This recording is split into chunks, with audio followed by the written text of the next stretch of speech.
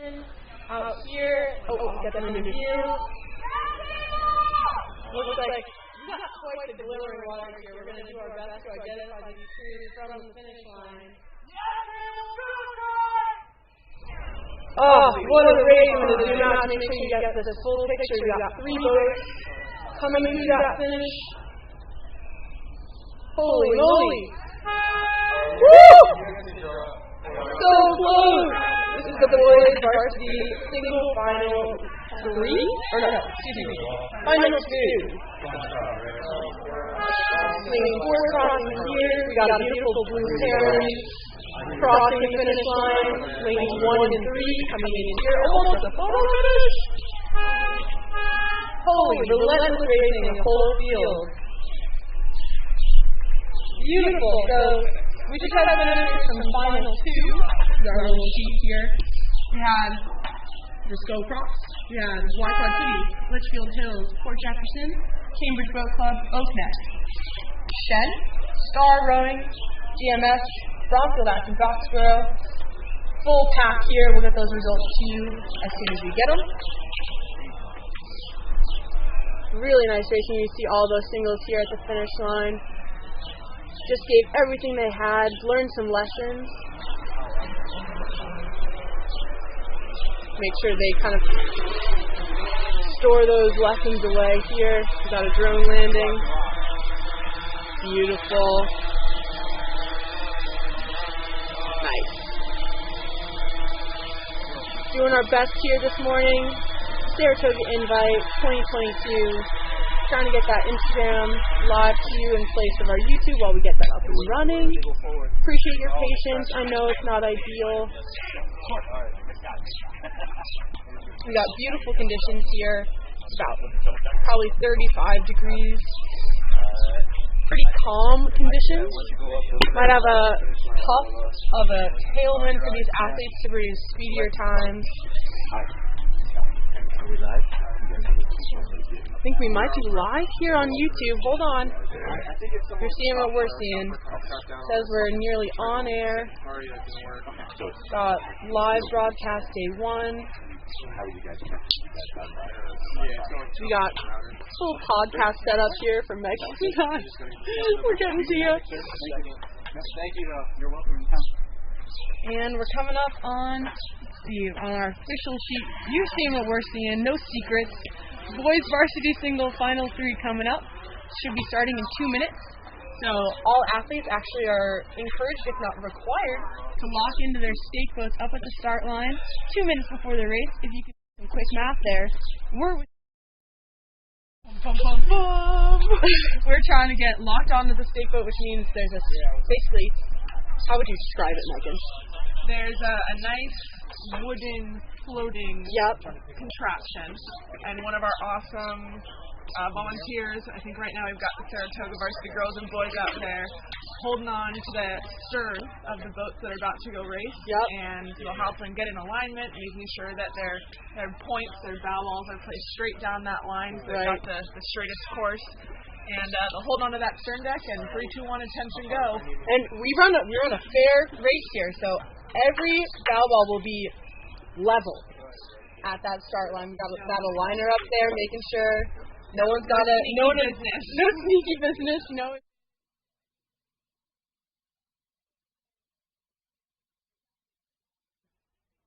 At least 2 minutes before to make sure all of that's happening. We have word that we are live on the YouTube, so we're going to be signing off here. But not before giving a shout out here, finishing their race. We got a single sculler. Maybe had a little bit of difficulty early on in their race, but huge shout out. Crossing that line. Props to you. You hung in there, did not quit. And that's not easy to do. So we're still waiting on our last final for the boys single. We're going to sign off here. I encourage everyone to go over to YouTube. The link is in the stories here for Saratoga Rowing. So if you go from our account, go to our stories. It should be the last link for the live stream today. I'm sure if you go to YouTube, you could also search for it. This is the Saratoga Invitational 2022. Might be listed as invite. You can find us on the Saratoga Rowing Regatta YouTube channel. Yep. Looks like we'll be getting over there to you soon. All right. Thanks for tuning in, Instagram. We'll see you on YouTube. Woohoo! You guys killed it. Okay, here we go. I think. Way to pivot. Can they hear us? All right, on YouTube. I believe so. Okay, great. Good morning and welcome to the Saratoga Invitational 2022. We had some technical difficulties this morning, so we've shifted from our Instagram Live over to YouTube here. But Megan and Hannah reporting in from the finish line here on Fish Creek in Saratoga Springs, New York. Gorgeous morning. It was a little bit chilly. I think we were under 32 when we started, but sun's coming out, water is sparkling, and it'll be a good day for racing. We can fix that when we land. We should be having our boys varsity single final three, the last of the boys singles for this little chunk of the morning. Coming down the course to you soon. I think, Megan, we have a 9-boat race. Looks like a 9-boat race. We've got lane 0 all the way to lane 8. So Port Jefferson, lane 0, GMS, lane 1, Bromfield Action Blacksburg, lane 2, GMS, lane 3. Riverside, lane 4, Friends of Concord, lane 5, Oak Neck, lane 6, Ridley College, lane 7, and Narragansett, lane 8. Super cool thing about being here in Saratoga is we've got a 10-lane course, 1,500 meters. It's going to be some good racing. Short is, you can see we got some athletes coming into their last 500. You can just see them coming into view here from the finish line. Hopefully we'll start to get some idea of the lanes that we have. It looks, from our drone footage here, it looks like we have lane 1, lane 2 as your early leaders, followed by lane 3. Oh, excuse me, I didn't even see. We have some outside smoke over there. We got 1, 2, 3. In the middle here, 2 front runners.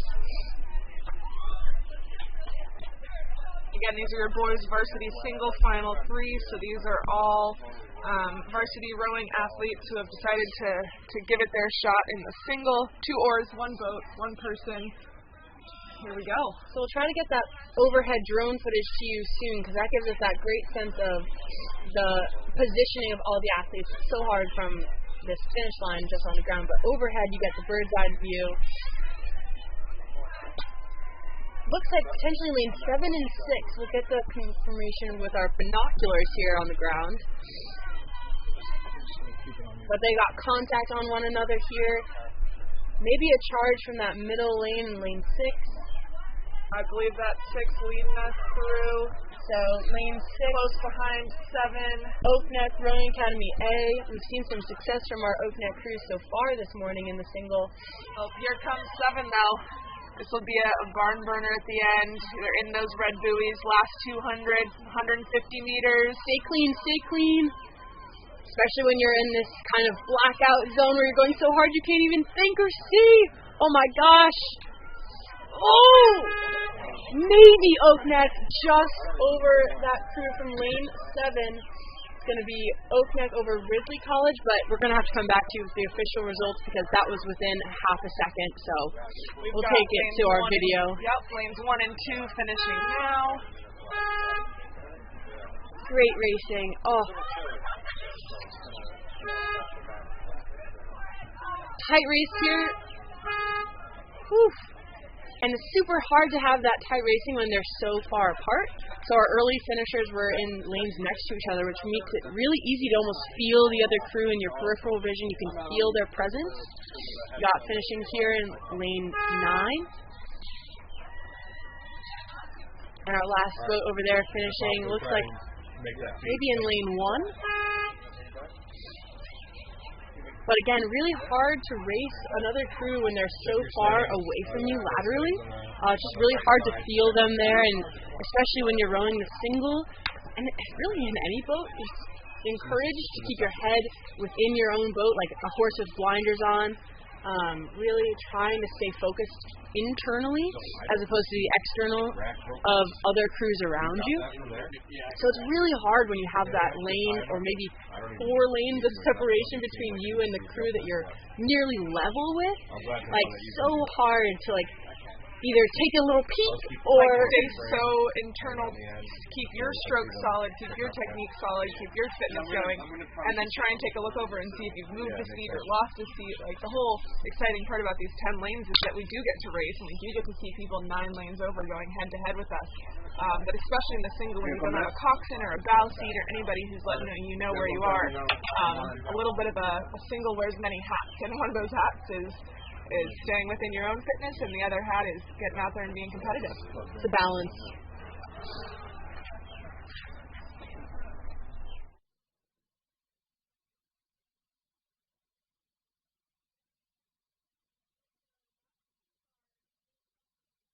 Varsity single finals.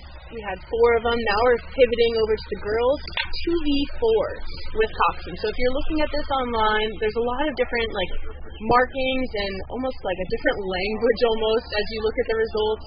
We'll kind of break it down for you as we wait for that race. Here at the finish line and over with you guys at home, that race should be starting in the next minute or so.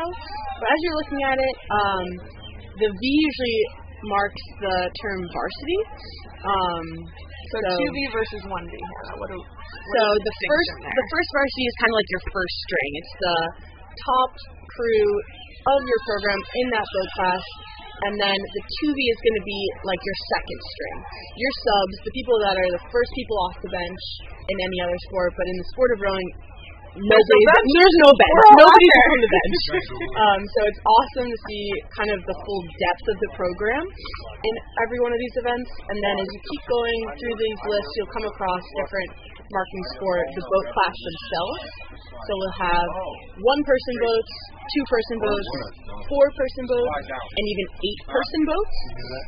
You won't see any other odd numbers other than 1. We kind of stick to even numbers in the sport. There's no 6s though.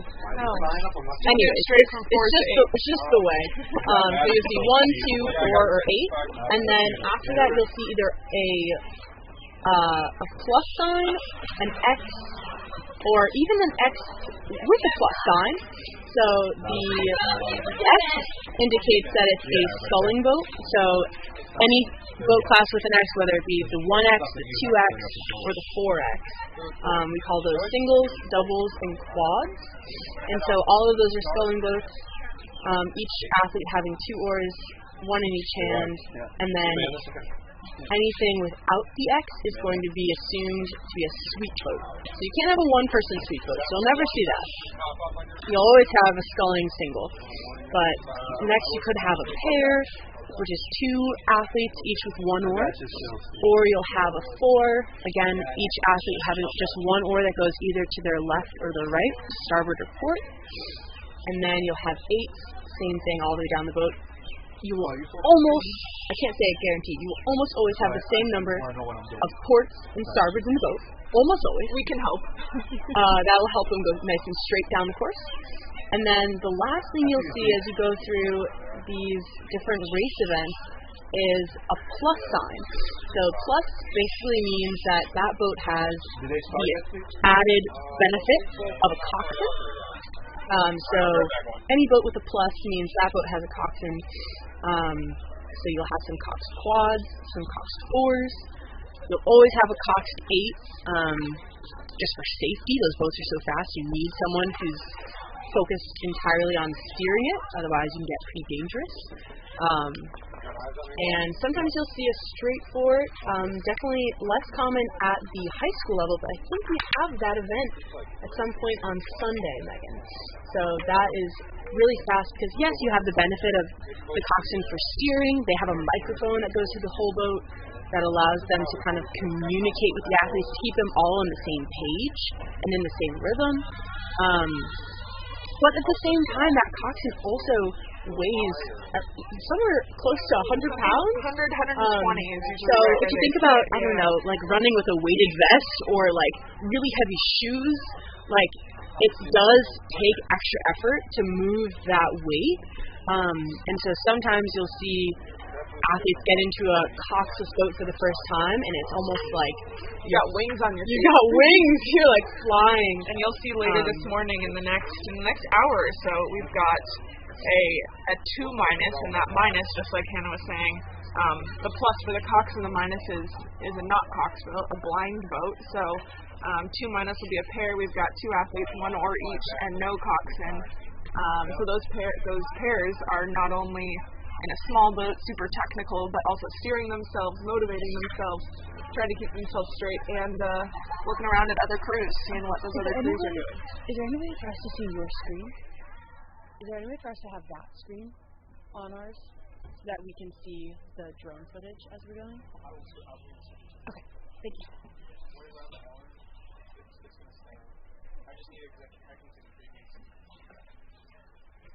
So 8:37 here at Saratoga Invitational. Our 2V Cox 4 Final 1 should have gone up hopefully 4 minutes ago for running on time. We have a full 10-boat race here. Looks like we got drone footage for you. So our leader over there in lane 9 with almost open water on the field. You can see they kind of have an advantage over, looks like lane 0, 1, 2, 3. 3 and 4. We've got Friends of Port in 3, Friends of Concord in lane 4, and looks like that outside smoke, Row America Rye from the Saratoga side shore here. But overall, pretty tight racing. Looks like a lot of boats in contention with each other. Some good overlapping. Look at this view, Hannah. What a gorgeous day. Saratoga Invitational. So we're just looking from south to north here is our drone footage. So we're looking up at the start line as the crews are coming towards us. You should be able to see all of these athletes coming down the course. You might not be able to see the coxswain. They're usually sneakily hidden, actually laying down in the front of the boat. So the bow is that front half of the boat.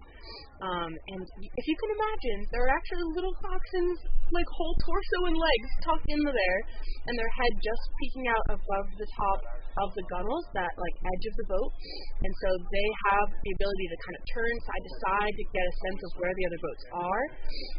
But they are aerodynamically tucked into the bow of the boat, so you can kind of just see their heads poking out there. They're looking across, telling their athletes what is going to be necessary here as they come into these red buoys. If you can pick out that color change, that indicates the last 250 meters of the race. And as these crews get into the last 250, a lot of these athletes are pretty darn spent. We say the tank is about to be emptied, and so those coxswains who are tucked down in the bottom of the boat turn out to be the brains. How do you motivate your crews in these last 200 meters to move past everybody else? What can you tell them to dig deep, find a little bit more extra oomph, extra push through those legs. But here we are, last 200, women's 2V, Cox 4, Final 1. Do you have a favorite sprint call, Megan? Let's see. I like a good, like, open it up. Mm-hmm. Now's the time, just let her rip. Empty the tank almost. Empty the tank.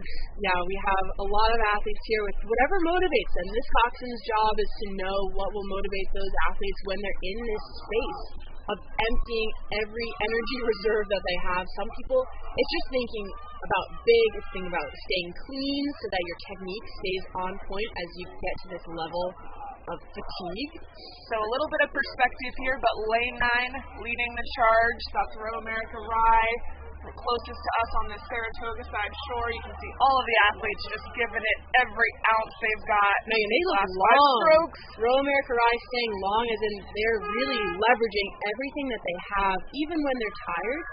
Got lane 3 coming in next.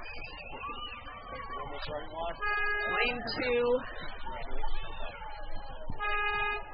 Friends of Port, CRI. You can almost see, I don't know if you guys can hear those little buzzers there. We got some tight finishes here. Athletes really just giving it everything so that when you cross, you're not wondering, did I have an extra second?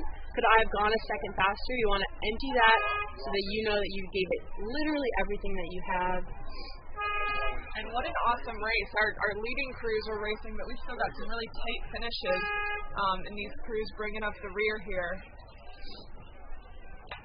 Almost bow ball to bow ball here, our last 2 finishers, stroke for stroke. How bad do you want it? I can hear those coxswains urging them forward. Go, boats, go.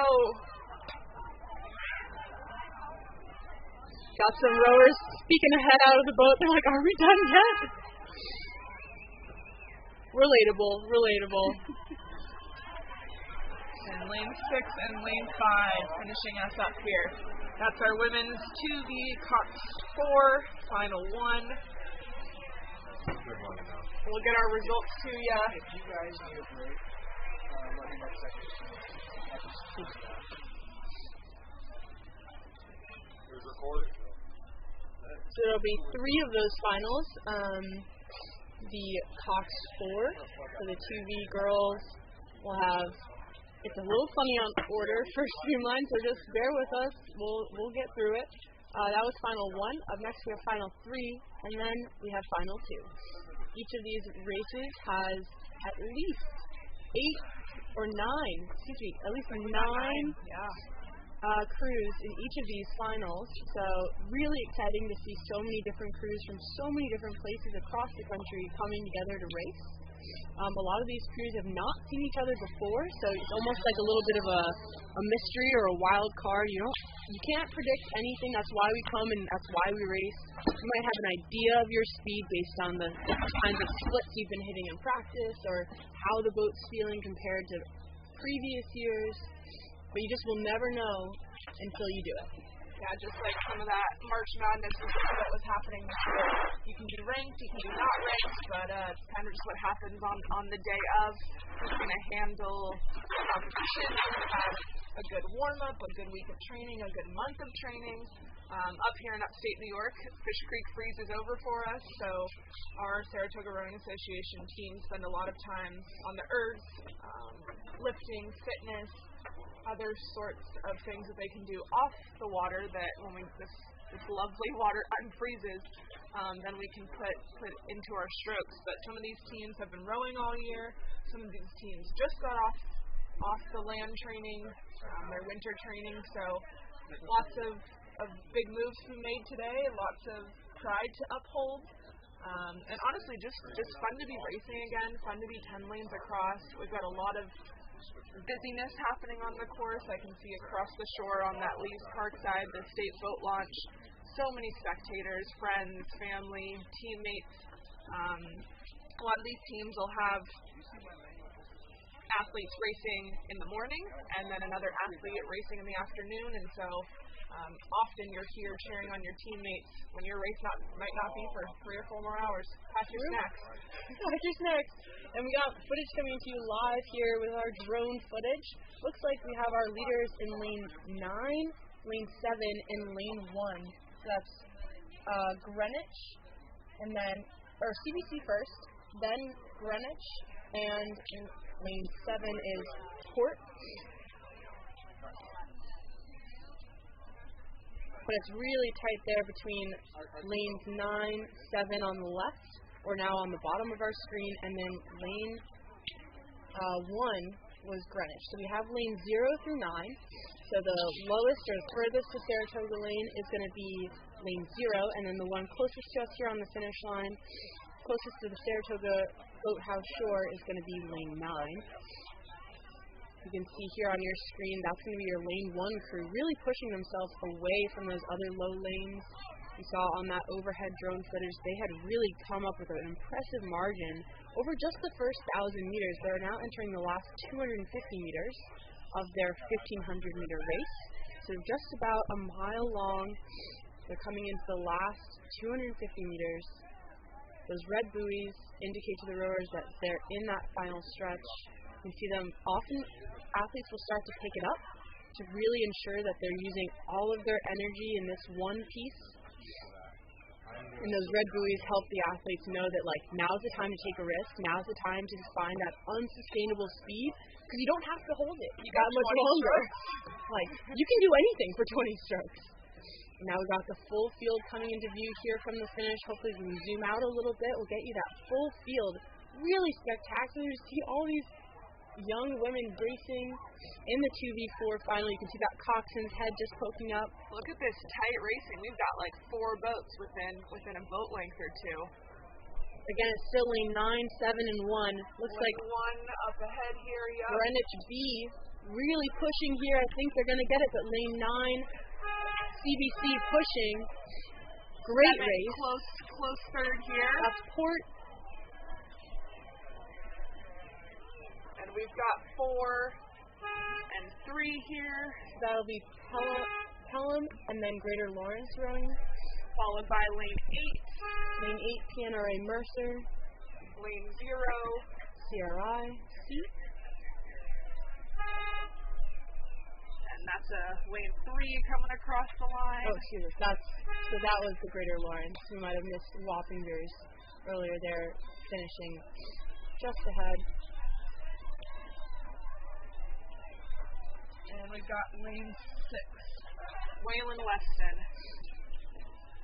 Pulling those last few strokes across the finish line. This 1,500 meters is quite a doozy, almost a mile of all-out pressure in the legs here. Classic Waylon Weston with the orange and red, orange and maroon maybe. That's where our Orion teammate, Megan and I are Orion athletes, which is the high performance group here at Saratoga. So not only do we commentate, but we also coach here at Saratoga, and we train full-time as well, trying to make United States national team. And one of our teammates, who was in the Olympic double, Christy Wagner, our regatta director here at Saratoga, actually rode for Waylon Weston, sported the orange and red. That orange and red uni. And apparently this is a new uni design. Oh. And I heard that Christy was a little jealous of this new uni I think design. Christy rocks that bright orange.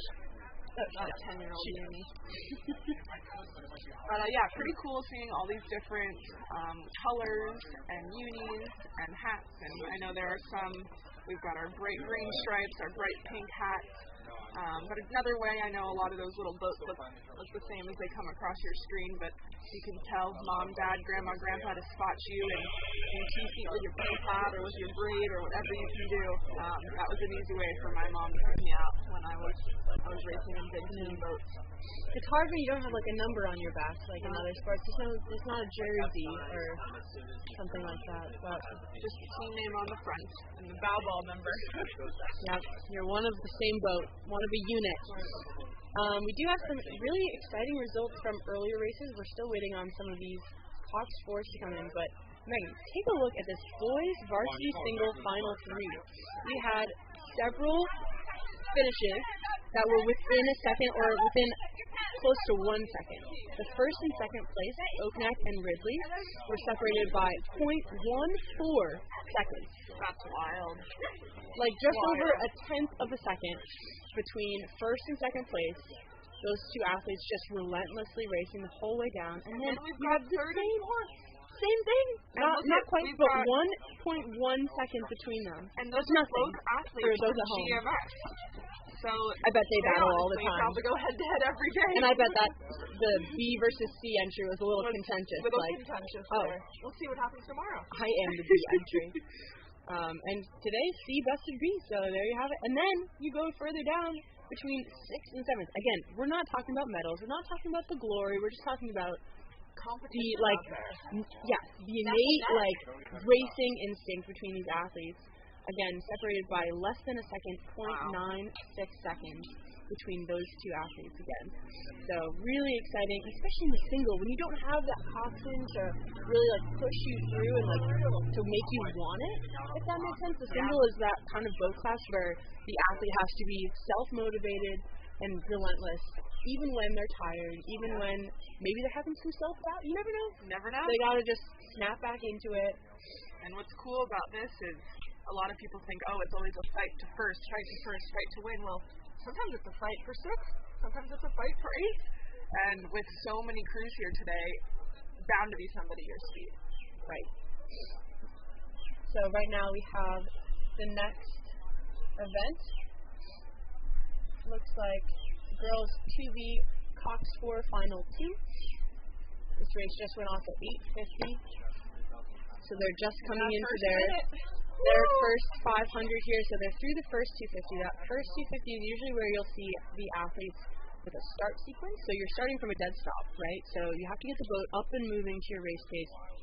ideally as quickly as possible. And keep in mind, this is a heavy boat, and you've got the weight of 4 or 5 athletes in there sometimes. And the boat itself. Yeah, and the boat itself. So getting that boat up and moving here is sometimes a key advantage for crews to start that momentum early, gain some speed, some confidence as they cross after that. That's really where the strength training comes into play. Is that start sequence is where the athletes are just basically doing a clean, a deadlift, this really hard motion from the weight room that they're doing in the boat, trying to exert as many watts as possible just to get the boat moving. And then it comes down to rhythm, right? So you have your aggression, you're running on adrenaline, getting that rhythm up to try to use up your adrenaline. It's like a free energy source that's not going to last forever, maybe 30 seconds. So you're using that 30 seconds of energy to just make a statement early on and get that early advantage, because in the sport of rowing, you're facing backwards. And when you're facing backwards, you get to see the competitors that you're beating. Yep. And you can see this outside lane here. And then it looks like we've got lane 4. But they've made their moves to kind of establish a little bit of dominance early in this race now. It doesn't mean it's over for the boats that are behind. But it sure is hard to be behind because you can't see them. You can't see anything behind you. You're not going to turn around and see how far away they are. But that's why the coxswain comes in, and they can see how far away. They can see the relative speed of your boat versus their boat, and they can say, we are holding them, and if we can go the same speed as them, I bet we can get a little bit faster than them, and they come back into their lead. The coxswain's really trying to strategize and give the rowers everything they need to know, especially when they're down, which they can't see. Yeah, that coxswain's your brain, your source of information, your source of speed, source of where you are on other crews. And especially in a race where maybe you only have 3 or 4 crews lining up, a little bit easier to keep track of everybody with 10. It's nice to have that extra brain in the boat. And so from left to right, we have CRI over there in lane 9, just trailing, but in the middle of the pack for that 3rd, maybe 4th place spot. Leading, you have Greenwich, just out of there they are, right there on the left. Then trailing a little bit far in the back, you have Riverfront MacArthur from Connecticut, and Hatchet High School is the next crew over, currently kind of level with CRI. Then Fayetteville Manlius A, next over, currently trailing, but in that contention for the lower spot. Then PNRA Mercer is there right in the middle, again trailing a little bit, but still they have contact on the rest of the field. Row America Ride B is that leader here on the right side of your screen. Excuse me, that might be PNRA Mercer there leading, as we do not have a lane 0. So lane 1, Friends of Port, is on the right. Bromfield Action Boxborough was the next crew over, then Row America Ride. We've got crews in the last 250 here. I can hear the coxswains. Awesome. We've got some hot pink undershirts here from our leading crew. Over here on the left, in lane 8, Greenwich with quite the outfit. This is some tight, down to the wire racing here.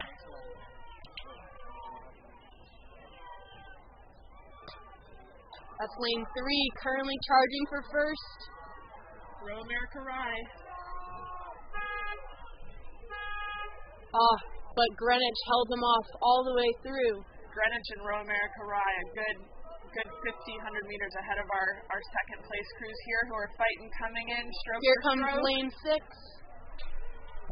Followed closely by lane 9. It's going to be tight. It's going to be tight. Oh, lane 9 just eked it out at the end. Lane 9 CRI, lane 6 Manhasset. And here comes our next crew, a little hard to see. Probably lane 4.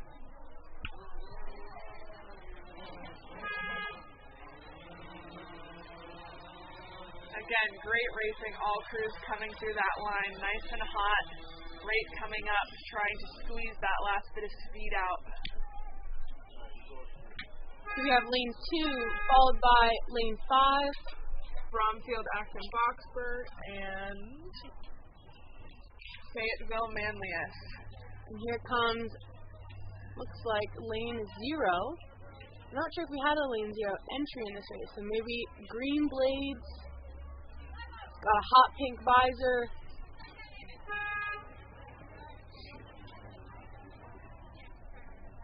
Here comes our next finisher. Oops, just lost my field of vision. Lane 7. And that's Riverfront Recapture. There's our women's 2V, Cox 4, final 2. And up next, so as I mentioned, Megan and I are both Orion athletes here at Saratoga. Orion stands for Advanced Rowing Initiative of the Northeast. Sometimes we joke we should be just named CAT. I don't know what that stands for though. We're an acronym. But we're a high performance group here trying to make the United States national team. We also coach here. And a lot of our athletes are racing this weekend. So Hannah, tell me about we might be a little biased. Cox Squad. So U16 Cox Squad. So U16 just indicates that every athlete in this boat is 15 years old or turning 15 years old and no older. So it's kind of like a development or an age limit, age cap, to try to create these level playing fields and competitive races for all athletes. And so I coach some of these athletes here. The Saratoga Rowing Association A entry are the athletes that I work with almost every day. And here we have some of our other mods and a couple freshmen here. You can see on our screen, these are our stake boaters heading out to allow our races to start. We've got nice floating wood platforms that boats will back themselves into. They'll stick their stern deck right into the top of essentially like little wooden floats, and we'll hold onto those stern decks until it's time to release them into the race lanes. It looks like we got a start here. Something happening. Oh, we'll come back to that drone footage as soon as we can. Having some transmitting issues, but these athletes just started right on time here at Saratoga, 8:59 here. So they're just in that first minute, coming off of their start sequence, shifting to that race pace rhythm. So often that start is a little unsustainable speed. You couldn't quite hold it for a whole mile. So you got to shift into something that feels sustainable, feels doable. And try to start taking those early punches. This is like a boxing match. You want to make sure that you're throwing that first punch, that you're getting that advantage.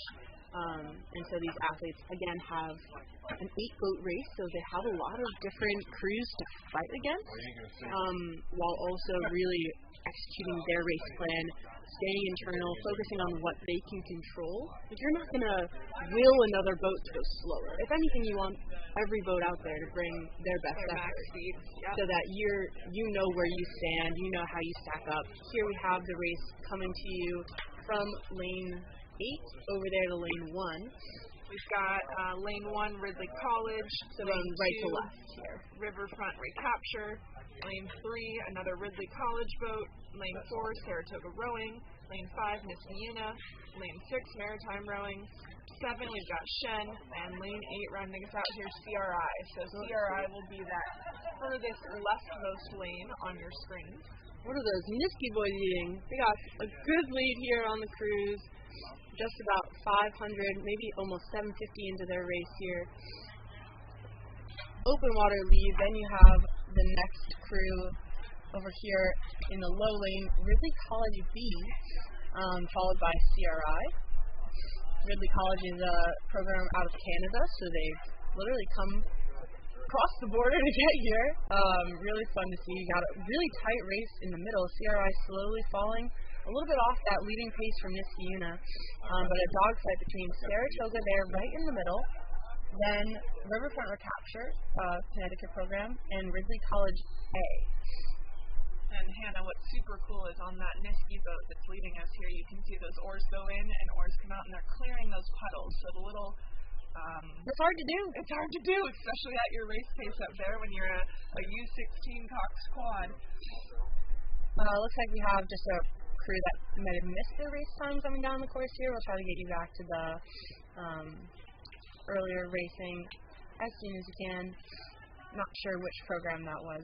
there, Megan, but it's hard to manage all this stuff on race day. There you can see first glimpse of that second place crew, Ridley College B. I wonder if they have a little chip on their shoulder being B entry, and they got something to prove. Fire under their seat. You can just see they're rowing nice and long, wide hands, which means they're just getting all that good leverage. You can kind of see there on the screen all of our stake boat holders going up with actually our coach, Coach Eric Catalano, driving them up on the, we call that launch the workhorse. It gets a lot of work done. As you can see, and just there's Misty coming into view too. Here come our boat. You can see those coxswains just tucked into the bows of the boat. Little heads peeking out. Little heads peeking out. Some coxswains really prefer to like sit up a little bit more, kind of trading aerodynamics for the ability to see what's going on. Got some athletes peeking their heads out of the boat, curious as to how they're stacking up. And again, with the coxswain tucked in, they can't really look back. So if you're winning, the coxswain might not be able to tell you by how much or how close it is. That's on you to keep pushing that other boat further and further away. Here we go. Red buoys were officially in the last 250. Some athletes might want to start their sprint a little bit earlier. Some athletes know that they don't have quite that much stamina or endurance to pick it up that early. So it's all about taking that risk and knowing when you want to take it. We have tight racing here. Niski clearly out in front. CRI, pretty solid second place position, followed by Ridley College B over there on the right of your screen.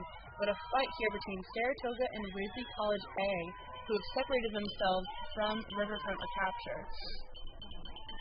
Might be Maritime over here. We might have our lane 6 here. Yeah, that is lane 6 crossing the finish line here. Gosh, I hate getting things wrong. Here we go. Maritime coming across the line first, then followed by CRI. Lane 8. Saratoga sprinting hard to try to catch up to Ridley College B. Not quite enough room to make it happen, but what a sprint from Saratoga. Yeah, I changed it, so it's like, I switched to board, so that one, hopefully it'll work. Are you still on girl? Yeah.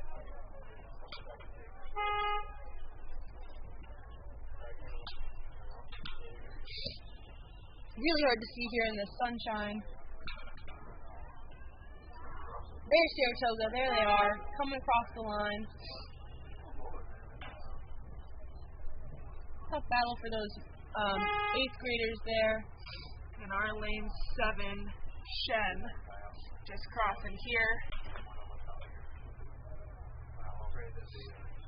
Apologies as we are doing our best trying to get those crews identified. Again, with the sunshine, it's really hard to see. We're lucky we're trying to see through sunshine and not hail or wind or snow. So there was our boys U16 Cox squad. Really good racing all crews. Some of these kids, these athletes are quite young out there. So got some 8th graders, got some freshmen. They're doing it. They're doing big things. All right, so we'll come back to you in a second to just get those official order of finish because we got a little turned around with all of that shifting around of the sunshine. Coming up, we're going to have some more singles for you. This next one will just be a 6-boat race, starting at 9:06 in just a minute. So we'll have Port Jefferson C, CRI B, Cambridge Boat Club A, Port Jefferson A, Albany, and then Oak Neck Rowing Academy A. And if you're just tuning in here to YouTube, Saratoga Rowing Regatta, this is our 2022 Saratoga Invitational. Beautiful sunshiny day, April 30th. We'll have crews going down the course every 8 minutes all day today and tomorrow. Started at 7:30 this morning. Last race will go off at 5:55 p.m. So lots of racing still to happen. Lots of good racing already happened. So stay tuned in. We'll have our boys U17 singles coming up. Should be going off the line pretty darn soon here.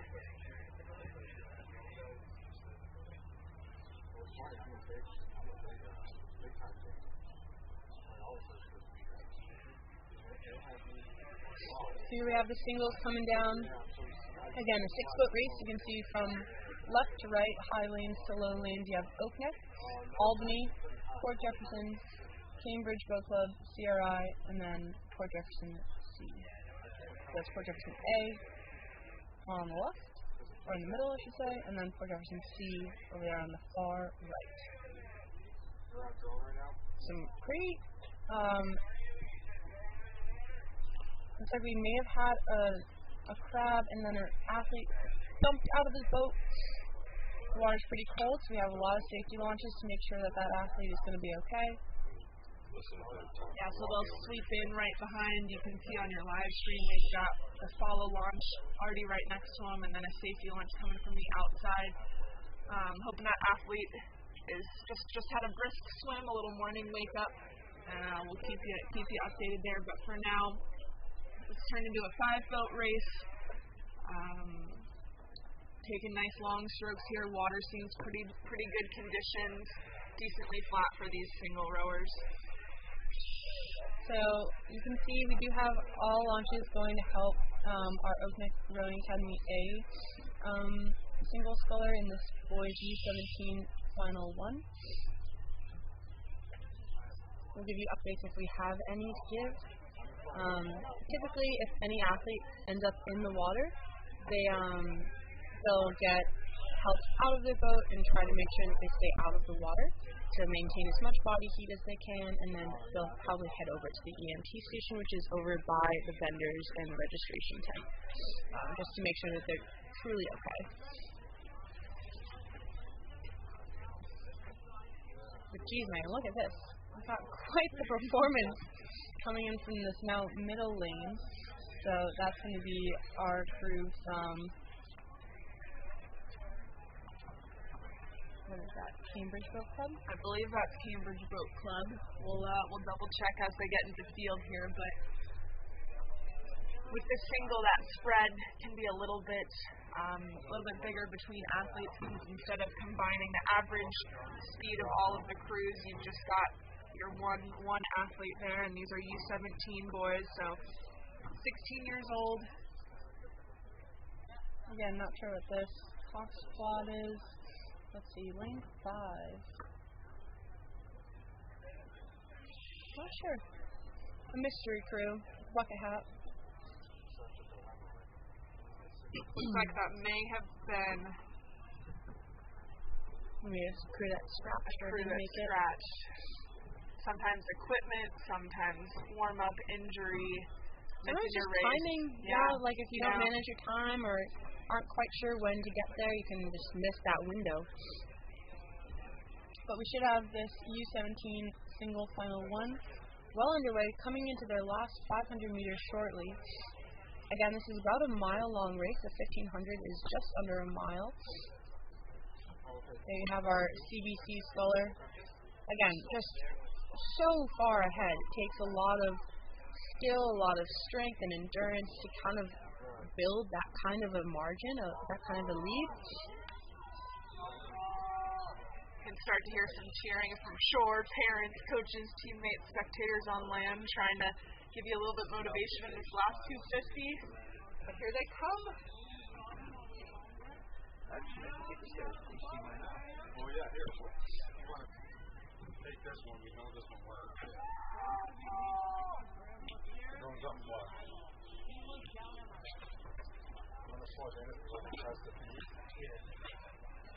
Here we go, coming in hot. Making it look easy. Our sculler from Cambridge Boat Club, that Boston head of the Charles, maybe in his future? I mean, looking at this stroke here, 1,500 meters, and he's cruising. Got last couple strokes here, and our next athlete is just crossing into that last 200. So, way to go there, Cambridge. He rose so well to whoever you are, because we don't have names, unfortunately, on our heat sheet. Cambridge Boat Club A, well raced there. If you think about it, a lot of times in rowing, you want to just use the biggest, strongest muscles you have when the boat is heaviest or it's moving the slowest.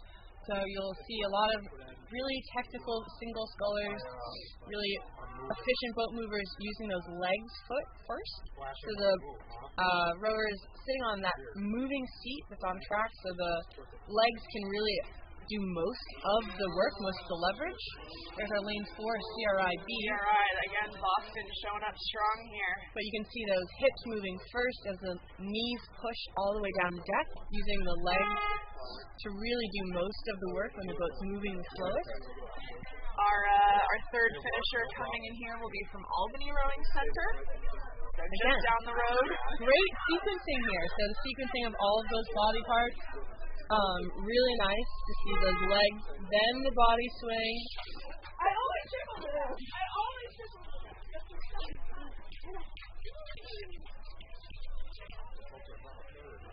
Some Saratoga mods walking by. Excuse.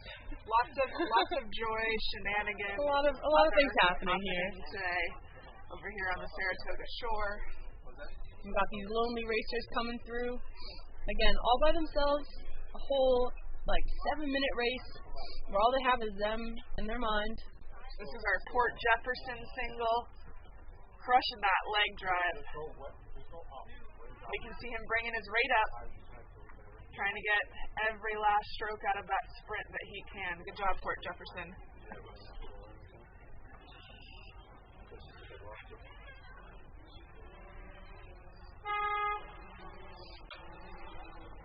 It can be really challenging here in the single too, because it's hard to find that motivation. If you're getting a little discouraged or if things are really hard, it can be really challenging to find that will to keep pushing as hard as you can. Especially if it's feeling a little wobbly, if you're feeling cold. Sometimes in these colder temperatures you can start to get some pain in the hands as you get maybe a little splash. This is Port Jefferson C coming across the line here. And U17 means the oldest athletes in this race will be 16 years old, but they could be anything under. So really coming from all different levels of experience. You'll see some athletes that you can just tell might be a couple years older, hitting that growth spurt earlier.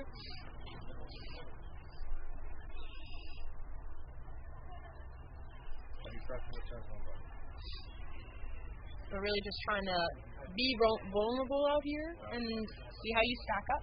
And Hannah, I've got a launch coming in here with a single right on it, so we've got three launches.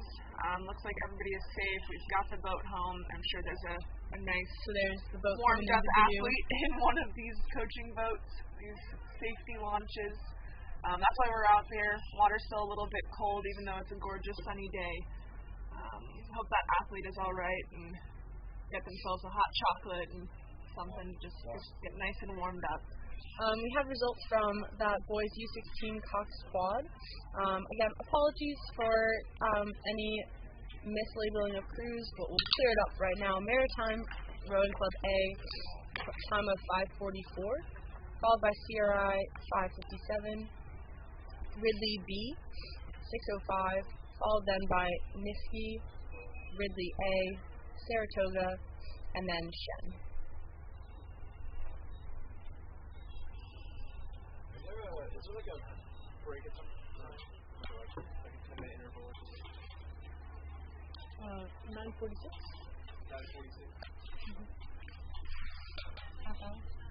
So about a minute into their race, we'll see if we can get them on our screen for you soon, but we've got the second final of the boys U17 single. So same thing, these are 16 or younger, high school boys, middle school boys.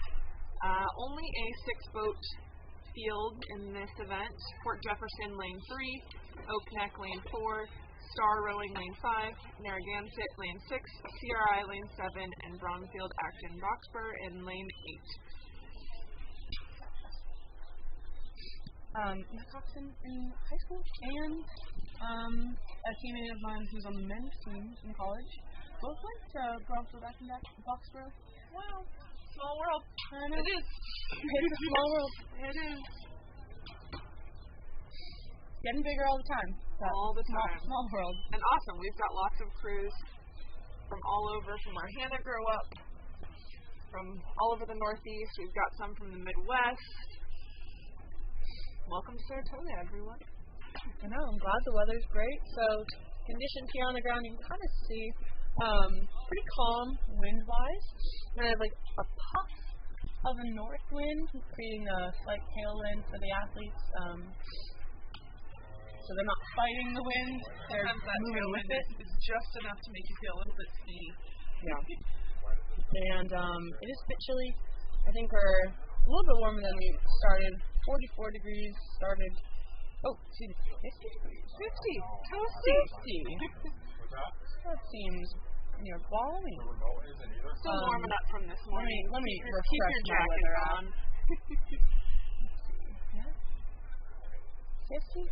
Started at 32. Look how far we've come. Humidity's low, 33%. Whew.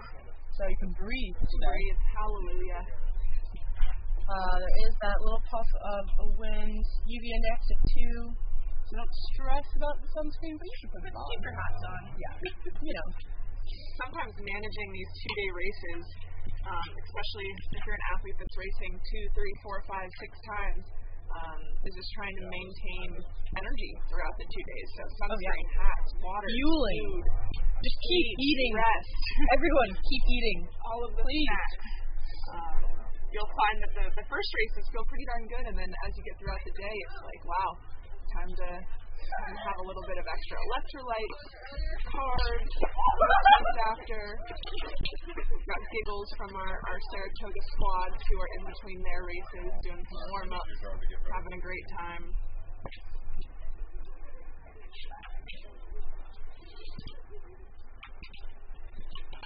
So we should be just over halfway through the boys U17 single final 2.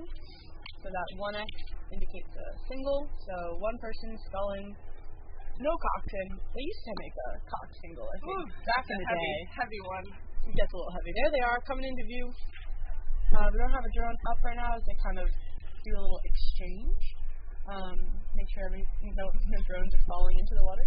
But in this race, we should have 6 boats. Hopefully no flips this time around. We have Port Jefferson, Oak Neck, Star Rowing Center, Narragansett Boat Club, CRI, and Brownfield out to the Foxborough. And we've got the finish line flag up, which means these boats are in their last 250. We've got a whole finish line extravaganza happening, lots of timing officials and our lovely volunteers who are here to help our regatta run smoothly and efficiently. But finish line flag is up. We've got boats in their last 200 meters here. So some athletes, this is the time to take risks, right? We're in the last 250. You're almost done. And yeah, you might be tired, exhausted. You might start not thinking so clearly. But that's the importance of rehearsing and mental visualization, all of that stuff to make sure that your instinct, your default is to empty the tank. So we see Narragansett here, that blue stripe, classic uniform from Narragansett, Rhode Island. You can see him taking the rate up a little bit, nice legs first. That's a nice long stroke to that wide hand. Fluid, long arms here. Great rowing. Making sure all of that active work, all of those big movers are down low in the big muscles of the legs and the trunk. We've got lane 7. Finish there, beautiful. Lane 5. Within a boat length here. Lane 7 CRI, lane 5 Star Rowing. These guys have been probably fighting the whole way down the course. CRI with a bit of a lead here, about a boat of open, half a boat of open. Good work there, CRI. And Star Rowing crossing the line here. Star Rowing, a new club, recently formed, very small team. They've got a very small number of athletes. I think in their little submission form, we got some details. They are a team of 2 with only 2 coaches. Go Star Rowing. So with that coach-to-athlete ratio, it does something. I think they had some fun facts. Let me pull up their little bio. So we have a link to fill out bios if you guys want. Check your emails from registering. Let's see, Star Rowing, 2 coaches, 2 athletes, 0 seniors yet. We have 1 junior. Favorite hype song for Star Rowing for those 2 athletes? is Nothing But a Good Time by Poison. Favorite drill, reverse pick. Love a good reverse. Their notable pre-race ritual that they undoubtedly performed before they launched in their singles. Fist bump and asthma inhaler. The two go-to for success. You know, if those two are your magic combo, roll with it. And we'll see these two athletes actually not only in the single but also in the double. They want to come. Their goal is to come in top 4 men's varsity double. They have some notable results too. They raced in the men's varsity lightweight double at Mercer Lake Sprints and came first. Again, this is all their submission, so we are not snapjacking. If it's wrong, you can take it up with Star Rowing. Favorite pre-race meal, egg sandwich with deli meat. Got some protein, some carbs, a little bit of fat. What more could you ask for? You put a hash brown on that breakfast sandwich. The Saratoga food tent, the staple is sneaking a little hash brown into the sandwich. It's a game changer. Let's see, any other fun facts from that Star Rowing Club? Again, if you want a shout out, if you want your team to have a little bit more flavor to your commentating, let us know. Submit a form. Lane 3 coming across the line, Port Jefferson B. Good work, crews here. Favorite post race activity? Taking a sweet nap. I'm right there with you, Star Rowing. And in these singles, as we were talking about, the only restriction to enter this is that you're U17. So you can be a U17 athlete that's been rowing since you were 8 years old in a learn to row, or you could be a U17 athlete that's been on the water for 3 months after your lake thawed. So I'm now seeing we also had some entries for Bromfield too.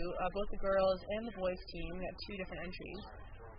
Their notable alumni is Chuck Watt, known to me as Charles, but Charles Watt was in my class in college and one of my good friends. He was very into expressing himself via dance, but like very much free form, like, you know, not just limiting into like a type of dance, just feeling the music. So I wonder how that translated into his rowing technical skills. Hopefully it went well. But favorite hike song for that Bromfield crew, Voodoo Child by Rogue Traders. Favorite drill, Dolphin Drill. We've got our lane 4 Oak Neck B crossing the line here.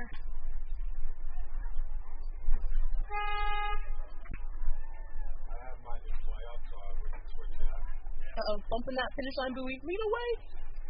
Oh, it's stuck. Oh no. Back it up. So actually our finish line is the row of buoys before these big buoys, so no worries for this athlete. They've crossed the line. Their time is counted. Now they just got to get a little bit of a cool down and make their way back to the dock. No more flips today, people. No more flips. So that U17 single final 2. Okay, I have to keep going on these bios. Please. Bromfield, I'm a fan. Tug of War win is the most notable result so far this season. Against whom? I couldn't tell you, but it's notable. And then favorite pre-race meal, burritos with the boys. Amazing. Do the ladies get burritos too? They didn't write anything about their pre-race meal. I don't know. They don't want to divulge their secrets. Don't divulge the secrets. The Although, secret sauce Bromfield, if you've got details on that tug of war, come share them. We'd love to know how that plays into your speedy rowing. And then wholesome activity coming to you. Bromfield's favorite thing about coming to Saratoga to race? Just some quality time with the boys. Quality time. The best part of Regatta, really. The quality time with your teammates. I've got results from that boys U17 singles final 1 that went off 20 minutes ago, 9:06. Cambridge Boat Club A with a 6:04. CRI B 6:50. Albany Rowing 7:07. Port Jefferson A with an 8:01. Port Jefferson C 8:44. and our Oak Neck Rowing Academy athlete who went for a little bit of a swim. Just happy to see that you were safely recovered. And hold on to your seats, everybody. We got the first pair race of the day. So you'll see we got quite a few. I think I see 8. I'll double check our sheet. I think we got 8 pairs in final one. So the pair, as we kind of went over earlier, if you're just tuning in now, as you look at these different events, there are so many first. Second, they're always going to be labeled with either a V for varsity or a U for kind of the age range that we cap off the racers at. So this is a varsity pair, like cream of the crop, the best of the best from these programs. The 2 indicates the number of athletes in the boat, number of rowers. So 2 athletes in the pair, and then you'll either see an X, a plus, or a minus. So here we just see that minus, which means there's no coxswain, and it's going to be a sweep boat. So if there was an X, it would be a double. If it's just the minus, it's a pair. So pair means it's going to be a sweep event. So this is 8 pairs, 8 sweep rowers, and each of them only has 1 oar. So you have a port rower and a starboard rower trying to balance out each other's power and timing to make sure that the boat goes straight down the course. You can see some of these athletes struggling to go straight here as they may be hitting some different winds. They might have different timing with one another, so trying to stay between those buoy lines and not interfere with the other people's courses, but also A to B, straight line. A to B. You gotta get a straight line. The least number of meters you can cover on a 1,500 meter course. That's only gonna help. It's only gonna help. So we see some athletes really struggling. So the pair sometimes will have toe steering.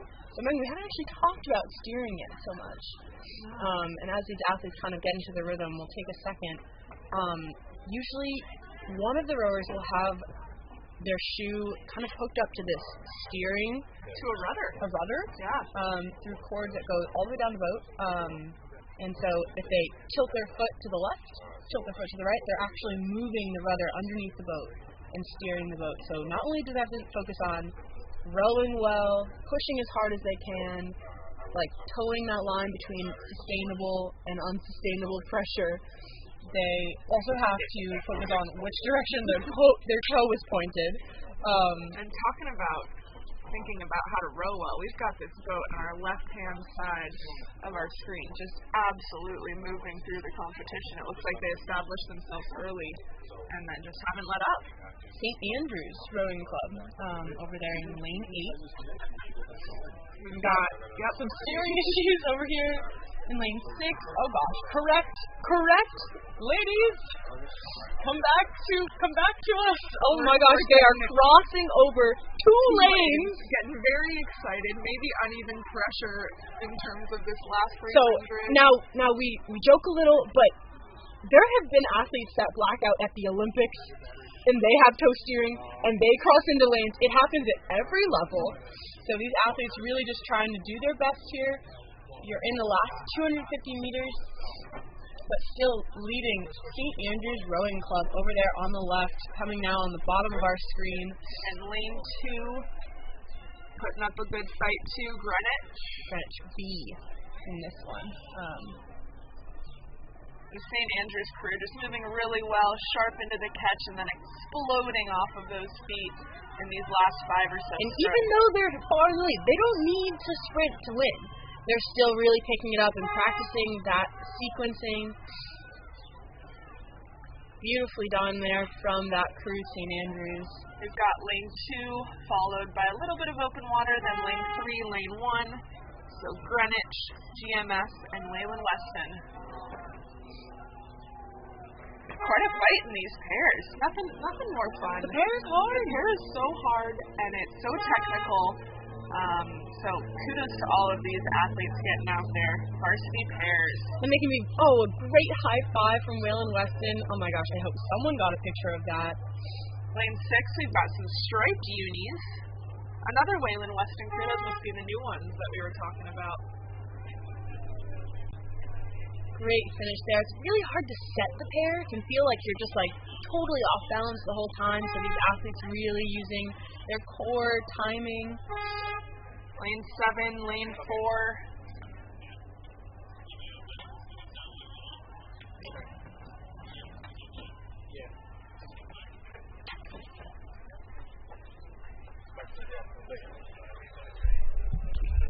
And lane 6. Yep.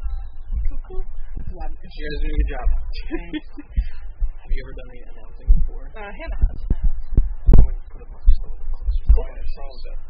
Sounds great. We just like talking about rowing. Row is life. Yeah, it's nice.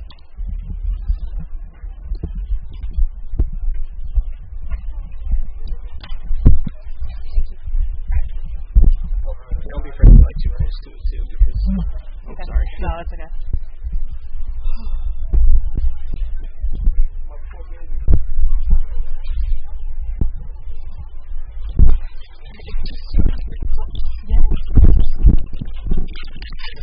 Oh my gosh, they're huge. Oh my gosh, they're huge.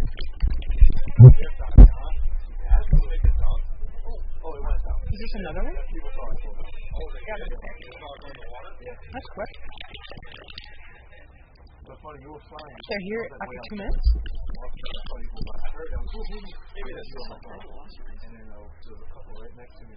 No. Let us know when we're back.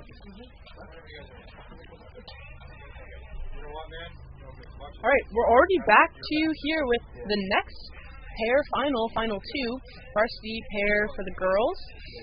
Maybe had an early start. If everyone is ready and no objections, you can start a race early. Or world record time. Or world record time in So there. either or, we started that race a little bit early, which is totally fine if all crews are ready, or we've got some really speedy varsity pairs. Got Wayland Weston B, lane 2, St. Andrews B, lane 3, Saratoga Rowing Association A, lane 4, Riverside Boat Club A, lane 5, in lane 6, GMS A, lane 7, Greenwich A, and lane 8, Connecticut Boat Club A. So again, steering in the pair, very challenging. These athletes each only have one oar in their hand, so really it comes down to blades in and blades out at the same time as your partner. Pressure, if there's a huge imbalance of people being stronger or weaker. But usually the most important thing is the timing.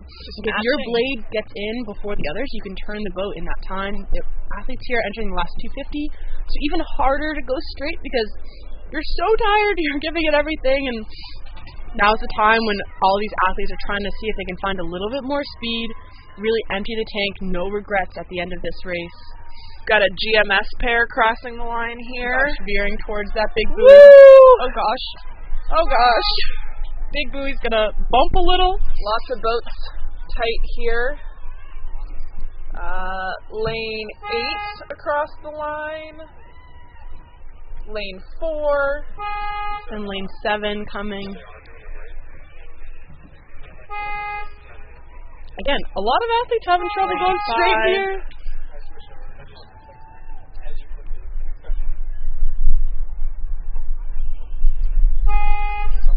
That's lane 3.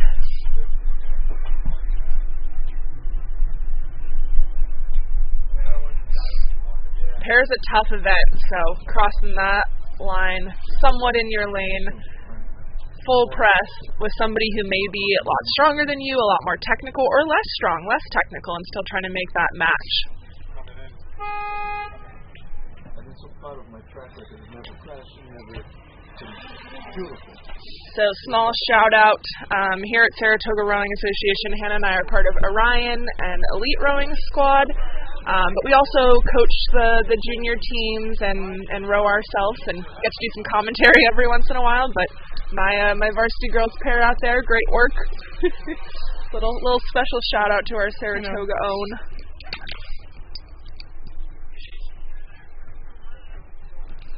So coming up, we have a short break coming up after this next race. So we'll swap out our stakelet holders to make sure that they have a chance to go to the bathroom, grab a snack, and we'll put a fresh group in there. But before we do, we have the boys varsity pair.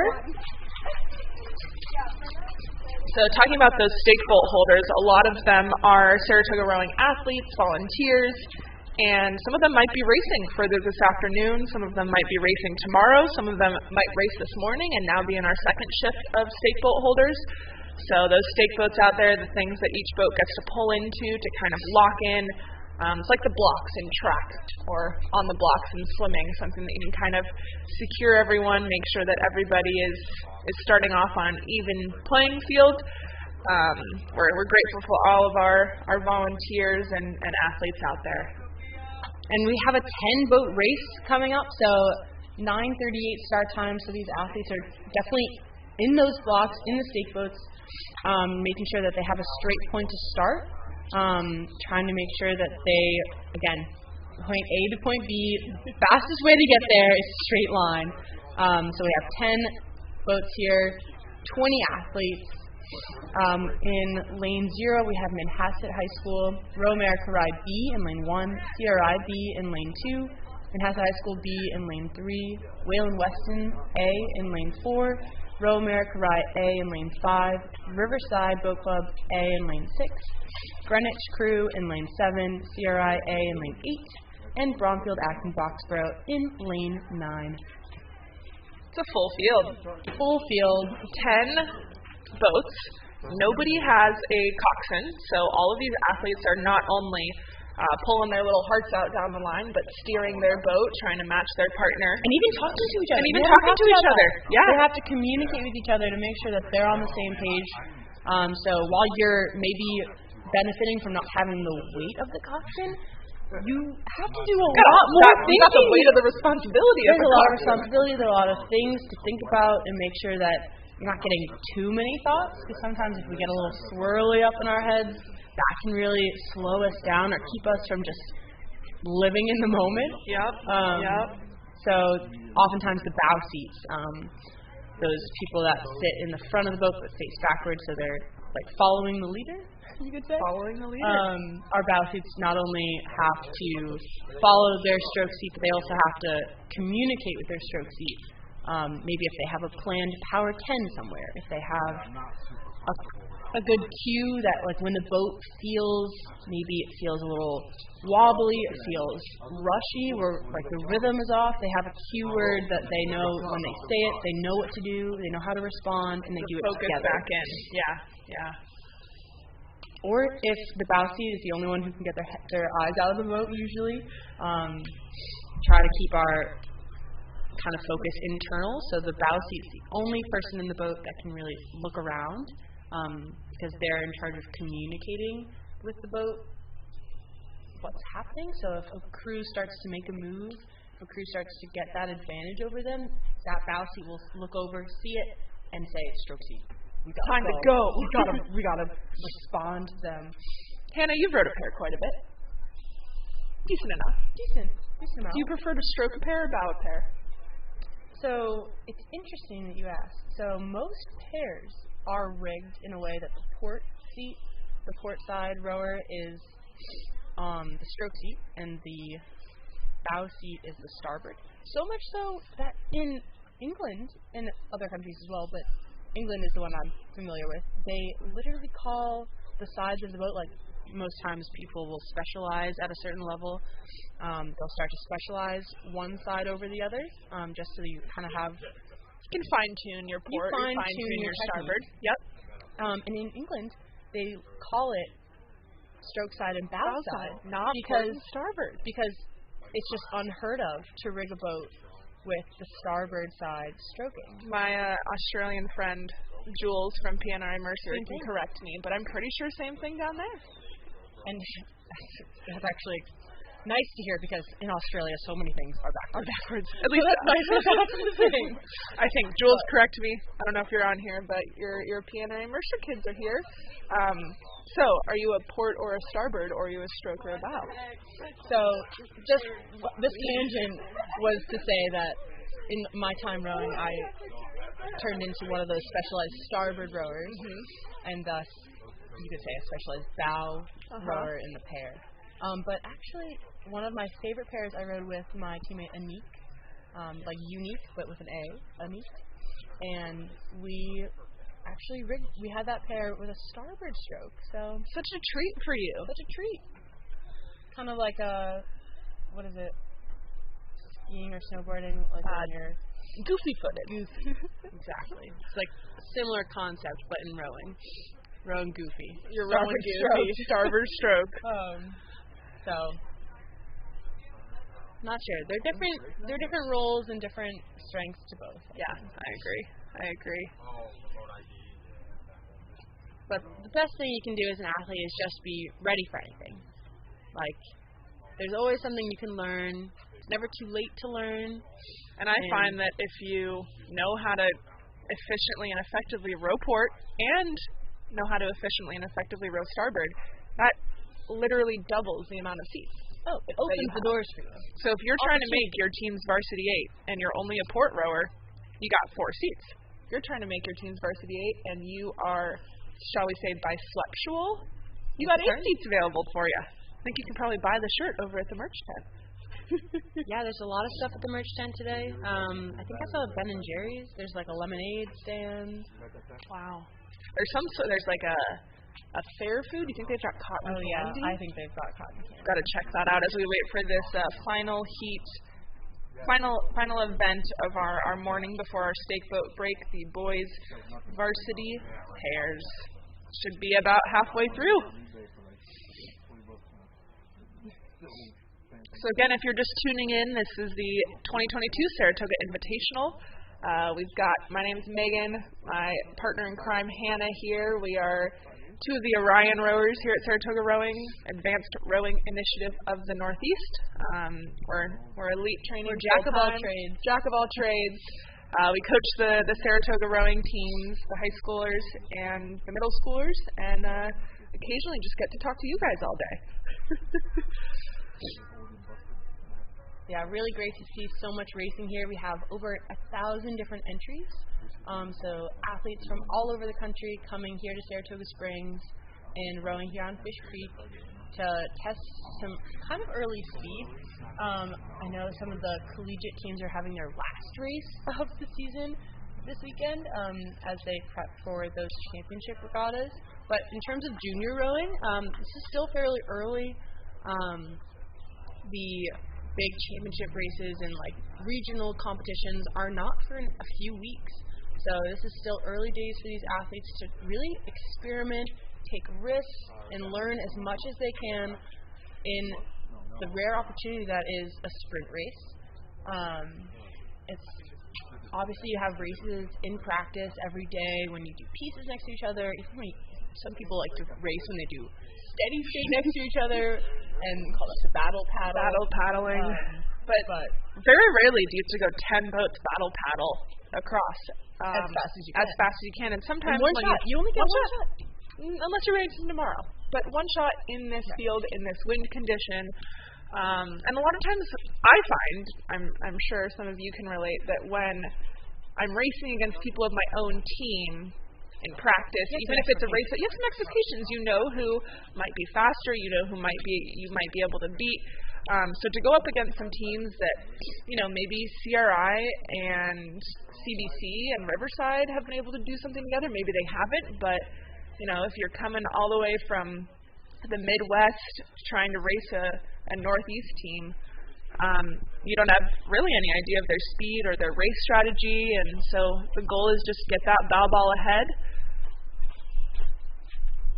On our screen, we can see some of our volunteers and launch drivers. There's our teammate Tessa Yergo, raining from Albany. No, Buffalo. She just listened to that. Raining from Buffalo. Went to University of Michigan. Rode there for 4 years, collegiate rower. Now training here to try to make the national team. A very proficient launch driver, making sure athletes stay safe and that these races are run at the highest possible level. Yeah. And I've got some pairs on our screen. Here we go. Final race before our stake boat switch out. So Again, the pair. Everyone's got one long oar. And they're wearing all the hats. No coxswain in bow, no coxswain in stern. Just two athletes trying to get down that course as straight as possible, as fast as possible. We've got definitely a puff of a tail, maybe a puff plus. Just making those splits a little bit faster, that boat pick up a little bit nicer.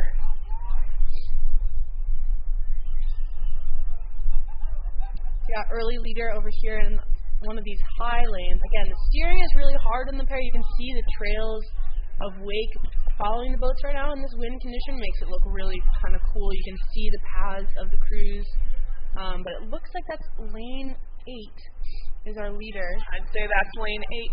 CRI, the Red Boat Classic.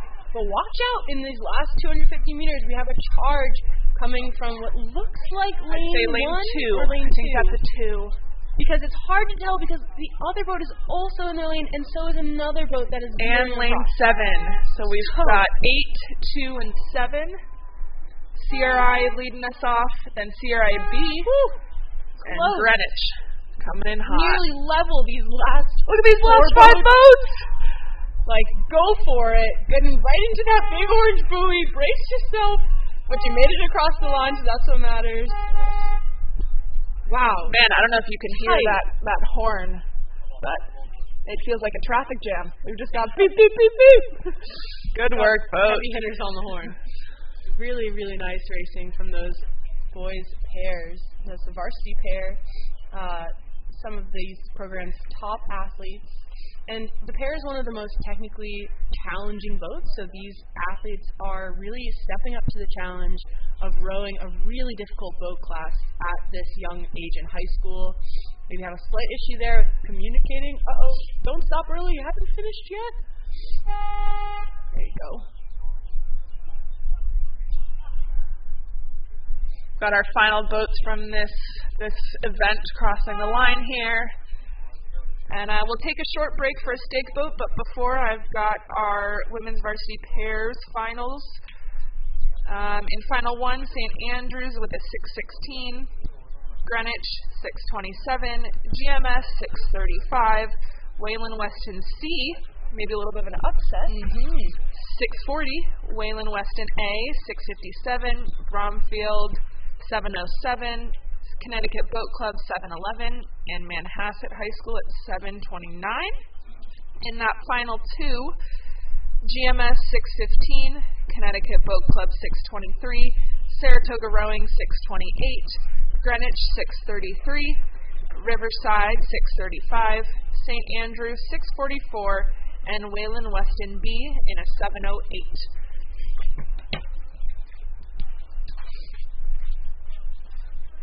Looks like the wind might be shifting here. Oh, that's fine. okay. I don't talk about the wind. You've got a little break if you want right now. Do you know how much time? Technically, 6 minutes. We can always pop in if you want more time there. There's something more. Yeah. There's porta potties, right? Like alongside this building? Do you want to fiddle with your ball, or do you want me to fill that away?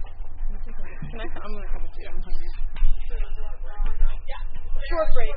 It's just to change the volunteers out.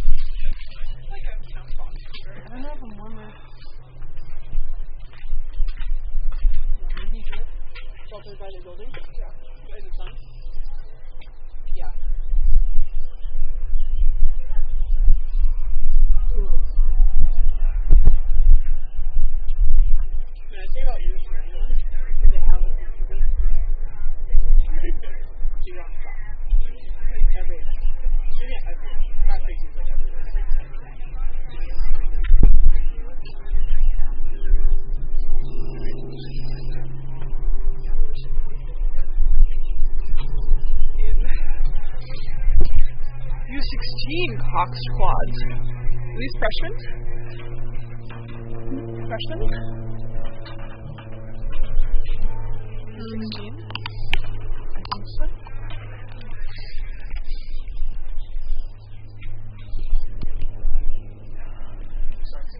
We are ready whenever. Yeah.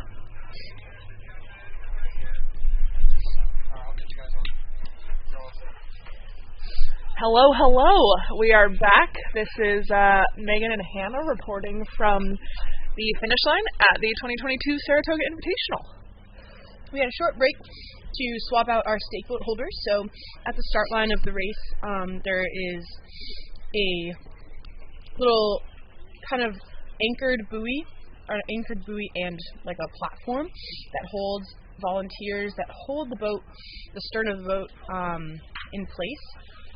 And there's an aligner on shore that makes sure all the bow balls are level across, so that no crew has an advantage off the start.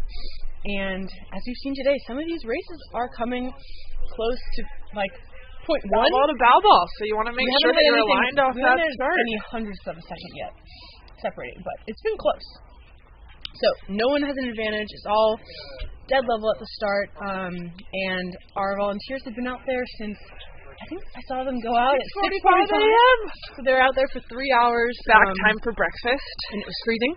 It's 32 degrees this morning, so we are well-earned break there for those guys. And now we're back on with the girls' U16 quads coming across 54 degrees, 6-mile-an-hour south wind. Pretty sunny. We've got the wind glistening quite a bit, so we'll try and pick out these bow numbers for you in the U16 Cox Squad. But here we go. We have Saratoga rowing B over in lane 3, which is furthest from us here on the finish line. Niski A in lane 4. Maritime, the MRC Gals, in lane 5. Saratoga rowing A in lane 6. CBC Connecticut Boat Club A in lane 7. And Burnt Hills Rowing Association in lane 8. Looks like cruising there. Looks like Baby Blue, Unis. I think Baby Blue is probably that Maritime Rowing Club. It's, again, very sunny here at the finish line. Glistening, beautiful conditions. Like, nature, beautiful. But identifying crews, challenging. So I think that's Maritime coming across the line here. They've got a pretty darn good lead. Good work there, boat. Here the Saratoga coaches cheering here. So again, this is U16, so probably a mix of 8th graders and freshmen. Looks like next we'll have a crew in red. Probably Niski, or no, it could be Burnt Hills. I believe that's Burnt Hills for you. Looking really smooth there. The quad, everyone's got 2 oars. There's a coxswain tucked into the boat, usually into the bow for that aerodynamic and weight distribution. Now we've got a Connecticut Boat Club and Saratoga Rowing right here. Battling just CBC over Saratoga. Really tight finish there. Nice race. And we have Saratoga B coming up here, trailing off the speed of the rest of the pack. But again, this U16 event, you have all different types of experience and development too. So every athlete obviously comes in from a different athletic background. Some people are 3-sport athletes. Some people have never done a sport in their life, and rowing is the first time they've really gotten into this realm of athletics. Everyone coming from all different places and trying to just learn as much as they can, grow as much as they can at every opportunity. And a really cool thing about Saratoga Invite is that a lot of these athletes get to race 2, 3, 4 times over the course of the 2 days. So what you do this morning, you learn your lessons from, you decide what went well, what you can work on, and you can apply that to the race later in the day, tomorrow, sometimes against different crews, sometimes against the same crews. So lots of progress this weekend. Yeah, it looks like these are some of our modified rowing athletes, our middle schoolers. Some of them rowing in their first 1500s ever. So obviously in the fall we do some head racing. Head of the Fish is here. We have a little kind of prequel called The Tale of the Fish. But a sprint race is a whole different ballgame. So it could be some of their first ones, and especially you can see the water moving here. Definitely a tail condition, maybe even turning into a cross tail coming from the east. So these athletes kind of getting pushed down the course, maybe pushed out of their lane. So coxswains really making sure they're working to steer. We have our last boat coming here. Looks like this is our Niski crew.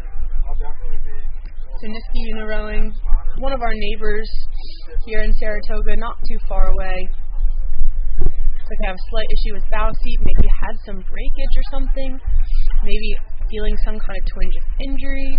So that athlete taking precautions here to not do further damage either to herself or to both. Yep, and you're crossing the line. If you don't finish a race, you get a DNF, a did not finish. And goal here is just cross that line with the best amount of effort, complete the race, get in the experience, and then move onwards and upwards.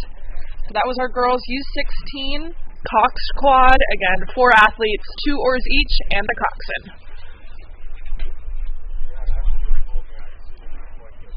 Our next event, which should be pulled into those stake boats and getting off in the next minute, is our girls' varsity single final one. We looks like a full 10-boat race. Woo! And in the single, that's great, because all you want is some more friends. You're all by yourself. You don't have a coach, you don't have a coxswain, you don't even have a teammate alongside you. Maybe for some of these, let's see, we have a couple of programs that have 2 boats in them, or a couple of programs that have 2 boats in this event. So you have 2 crews from Oak Neck, and it looks like that's it for this first final. So at least those 2 Oak Neck rowers can kind of go into this together. Yes, they're competitors, but they're also teammates, and they want each other to have the best race they've ever had. I think that comes down to like the purest form of competition. You want to put your best against everyone else's best. You'd like to win, but it's less fun to win against someone else's bad day than it is to win against someone else's good day. Oh, and there's the start. Great footage there from Look at our 10 singles. Here we go. So they're all just launching from those 10 stake boats. So each one of those has a volunteer stationed on it, and that volunteer holds the stern. Looks like a slight issue, a slower start there from our lane 6. But otherwise, a full field of relentless racing for the first 250.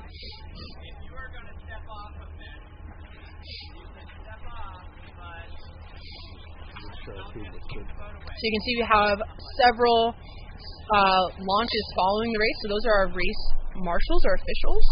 So they are certified and are very experienced in making sure a race is fair. So if any athlete starts to veer out of his or her or their lane, they know to kind of signal to that athlete to change their course and make sure that nothing is interfering with anyone else's race.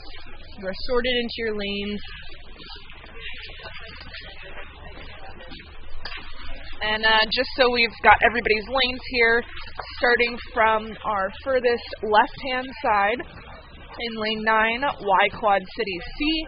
In lane 8, Bromfield Acton A, Oak Neck Rowing A, lane 7, Saratoga Rowing A, lane 6, Connecticut Boat Club A, lane 5, Niskayuna A, lane 4, Port Jefferson B, lane 3, Litchfield Hills B, lane 2, Oak Neck B, lane 1, and GMS B, lane 0. Your early leader is definitely there on the left of our screen, lane 7. So that's Oak Neck A. Followed closely behind, just like maybe an inch of contact, maybe an inch of open between them and lanes 5 and 4. So if we go back to our sheet here, lane 5 is going to be CBC. And it looks like we've got another athlete in the water. Oh no, Megan, we do! That looks like our Saratoga lane 6. So again, the water is very cold here today, folks. You can see those launches swirling right around to come pick her up, get her to a warm priority place. number one, get that athlete out of the water. So I believe our protocol here when the water is this cold is you cannot continue your race, even if you believe that you could get back in your boat all by yourself and continue racing. The water is too cold, so all athletes will make sure that they get help, get out of the water. Their boat will be towed back. Like single actually gets loaded onto the safety launch. Yep. And then that athlete will wrapped up in a blanket and headed right over to the EMT tent, which is by the vendors over by the Lee's Park side. And sometimes, flipping in a single is a technical concern. And sometimes it's you just caught a bad stroke. There are people that have flipped at Olympic trials, world championships, things like that. So, sometimes it's, that was a big tailwind, and other times it's I was focused on moving on another boat or thinking about my technique or something else, and you get off track, and all of a sudden you're going for a swim. They're hard to keep upright. It's much like is it kayaking or canoeing, the Olympic level? Sprint, like kayaking? Yeah, I think so. Those boats are also incredibly hard to stay upright. Similar thing. So all of these athletes really trying to kind of keep that balance between all-out pressure and all-out technique that keeps them upright and moving efficiently. Looks like our still leader is lane 7, which is Oak Neck.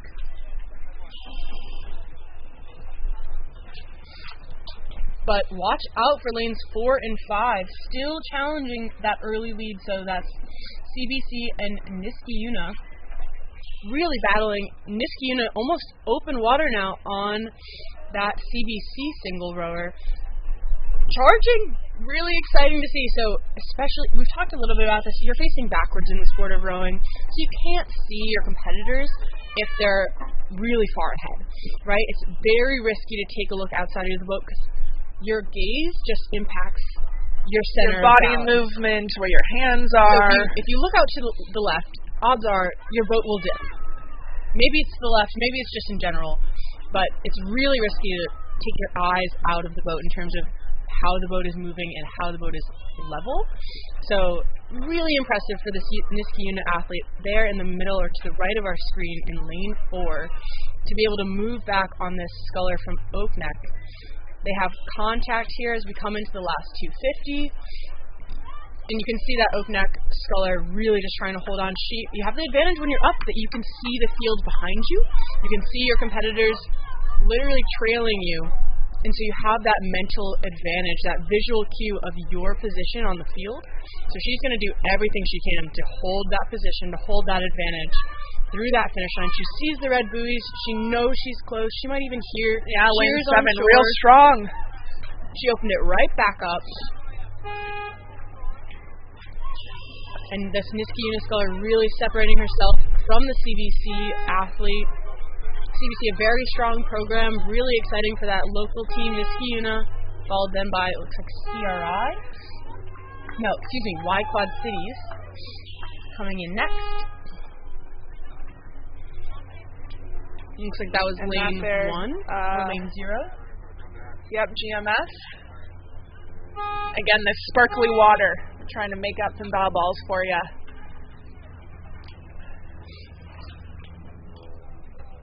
Our last 2 finishes will be in lane 0, and it looks like lane 2. So lane 0 is going to be 2 and 3, I believe, or 3 and 0. 3 and 0. So Port Jefferson, the binoculars.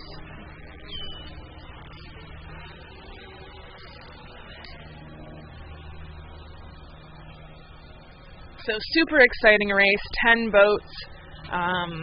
Hope that athlete that went for a swim is all warmed up and on their way to get a good check-in and maybe a cup of hot chocolate or something like that. But in the single, crazy to be out there by yourself. You're the brains and the body of the boat. Unlike when you have a whole operation, you're doing steering, you're making race calls to yourself, you're looking at pace and strokes per minute and distance into the race. So great work for these ladies to get out there on a nice day with a tail puff like this and have a good time. Yeah, I just want to. Yeah, I guess I could stand right here. All right. So that was final one for the girls varsity single. Next up, we have 10-11, just in about now. We have final two. Again, another huge group of athletes. We have 9 boats in this race. And shout out to Fish Creek. This body of water is fabulous. It might be a little cold up in here in the capital region of New York, but we have the rare opportunity to race 10 boats across. And it's really exciting to see how all of these crews respond to that kind of depth of competition. Everyone should have someone else to race, whether you're at the top of the pack or trailing at the bottom. You have that opportunity to relentlessly throw punches at another crew. Up next, we have the girls' varsity single final 2. From low lanes to high lanes, so from Lee's Park Shore to Saratoga Shore, from east to west, we have GMS C, CBC Cambridge Boat Club B, Niskayuna B, Litchfield Hills A, Narragansett A, Port Jefferson A, Riverside A, Wayland Weston A, and then Y Quad Cities A. Okay, thank you. So 9 boats getting ready to go. If not already in their start sequence, then usually we have this something called a high 10, maybe a high 20, depending on the strength endurance of your athletes.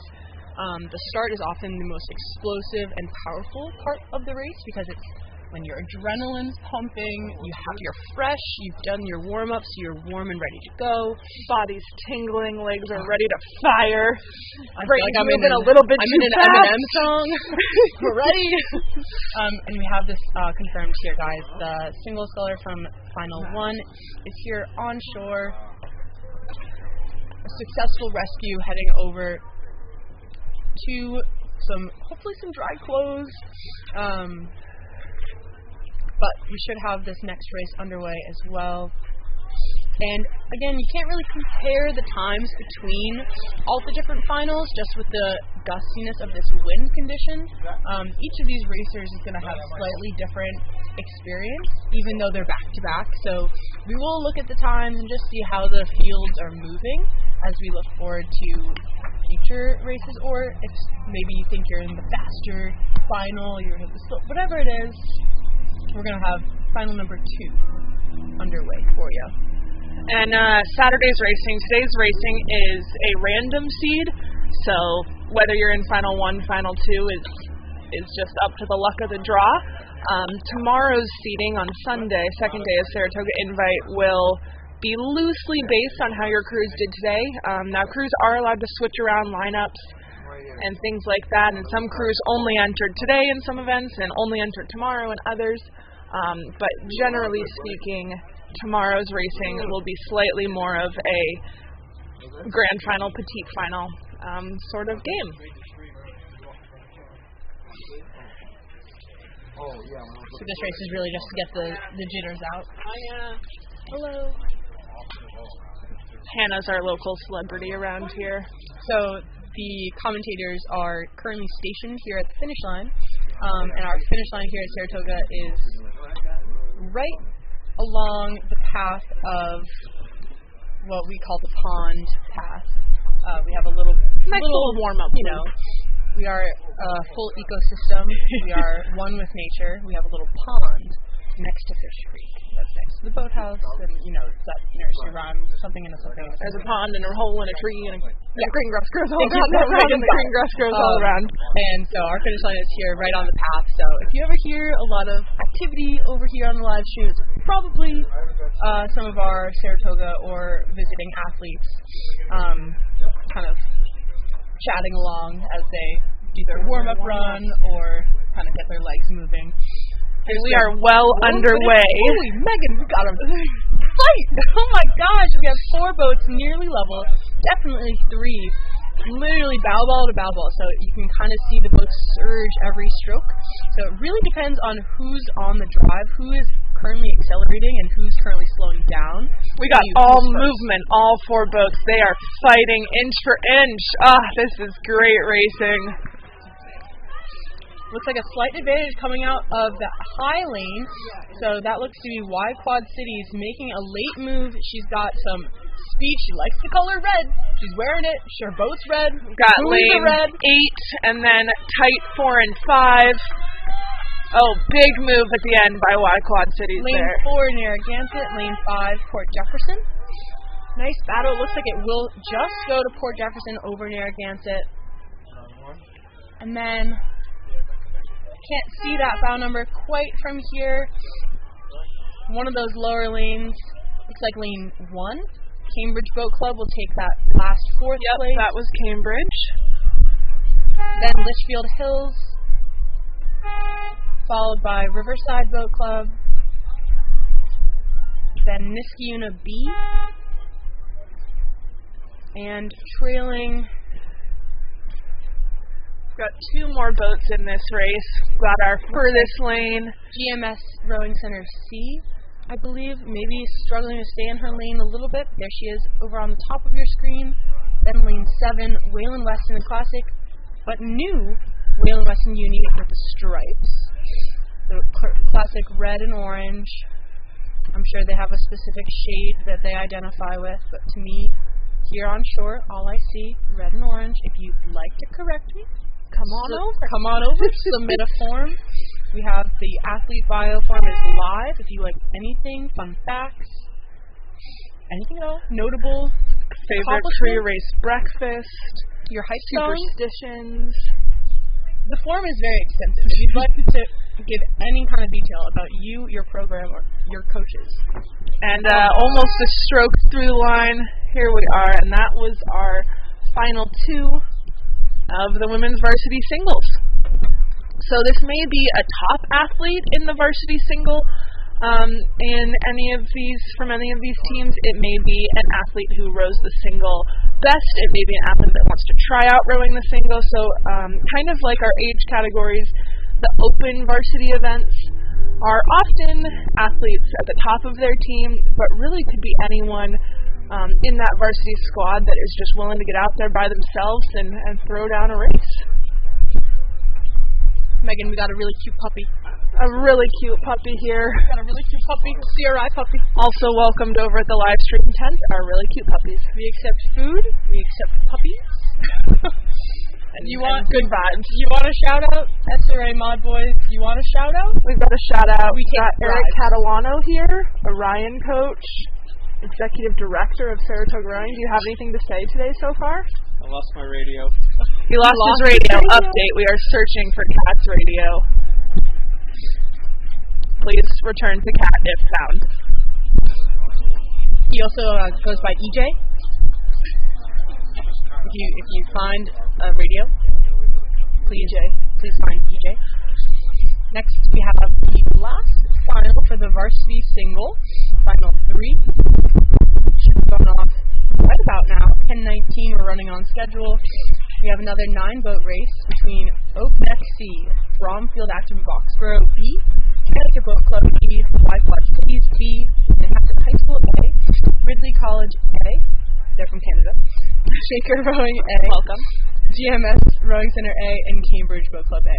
I actually heard from the U16 boys cock squad that the Canadians were very nice.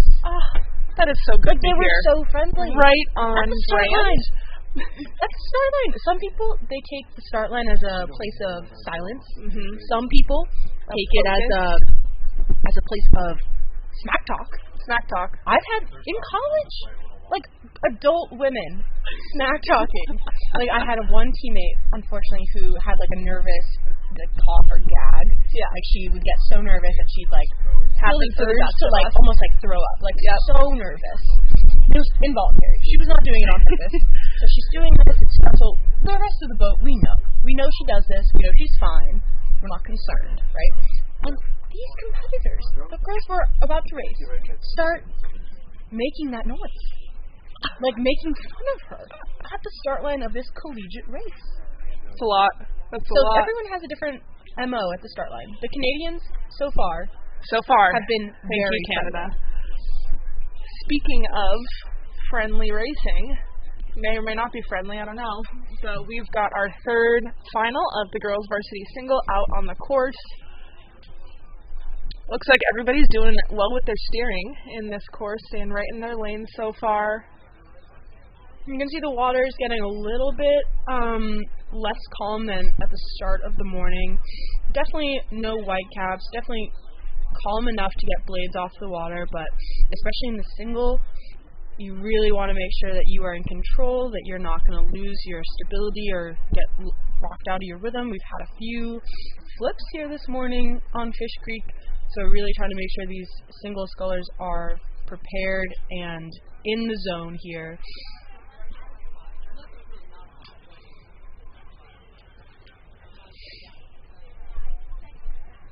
And if I've counted correctly, it looks like our Ridley College Rowing A, our lovely neighbors from the north, nice guys, this single's leading the pack here.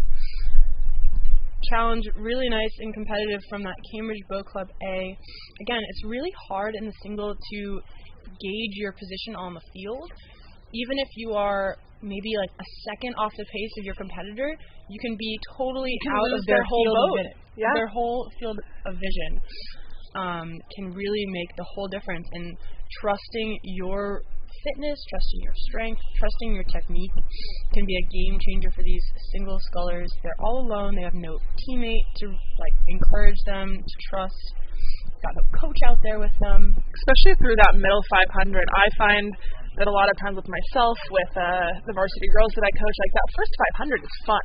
You've got the adrenaline, you're coming off the line, everybody's pretty close together, and then that last 500, you've got a sprint, you've got the horn coming at you, the red buoys within line.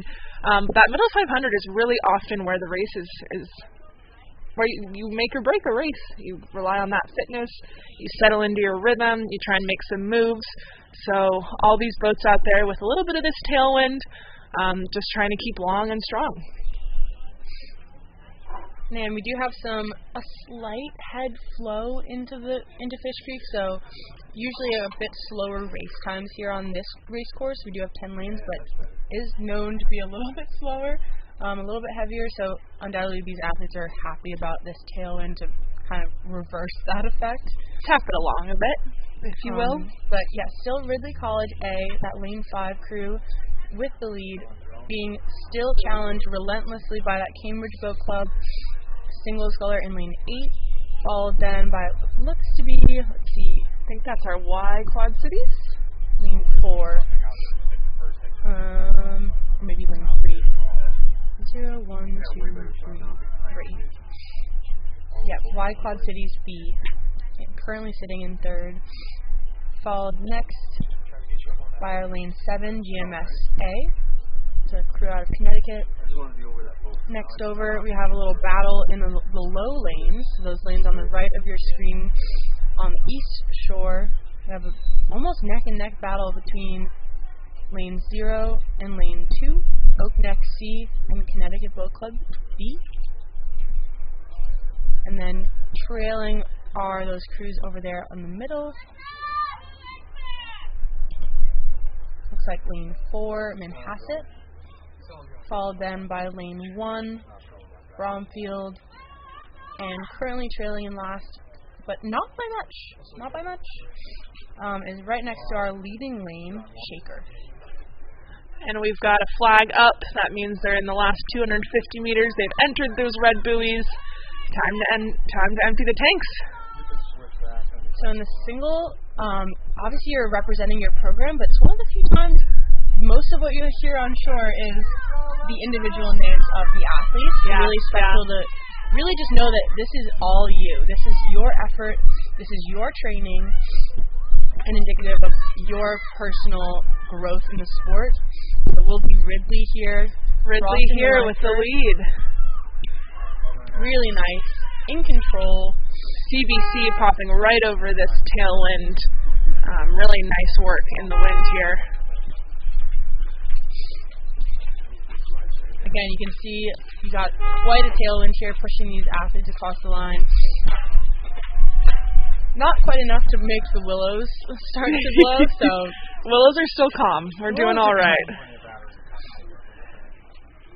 You have nice blue blades there, looking sharp. All of these athletes really race in their own race here, maybe taking a look across every couple of strokes to see their positioning, but so much of what you do in the single is individual, is internal. Beautiful morning here on Fish Creek. You can get a great view of our finish line here. Nice sprint there at the end, getting everything, ending with contact on the other crew. We've got another tight race here for the last spots of this. Lane 1, lane 6. Nice racing. Oh my gosh, nearly level as they come across the line. Not so lonely. Bromfield and Shaker. Neck. Yeah. Again, race for first, but also a race for 8th, a race for 7th. It's a race for your potential. Like, how fast can you be? And you hope to get as close to your potential as you can on the day. And sometimes different days have different potentials. Different days have different potentials, and you can put 100% effort on different days and get a completely different result. And one of the things we haven't talked about quite yet is erging, and how erging is sometimes really, really relevant to how fast people are on the water. One of the things that's super cool about the single is you have no idea any sort of 2K score, 5K score, peak power. It's so difficult, right? In any of these girls. And so you could be up against someone whose 2K is a whole minute faster than yours, and you can go head to head in the single. So super cool and good for some of these younger athletes to get the experience to be out there by themselves. Definitely a mental toughness builder in the single. You know, you're fighting your own demons in your head. If your brain tells you to slow down, you've got to tell it to speed up. So singles definitely a huge piece of learning how to be a good athlete and a good rower, and kudos to all of these ladies for getting out there on this beautiful Saturday.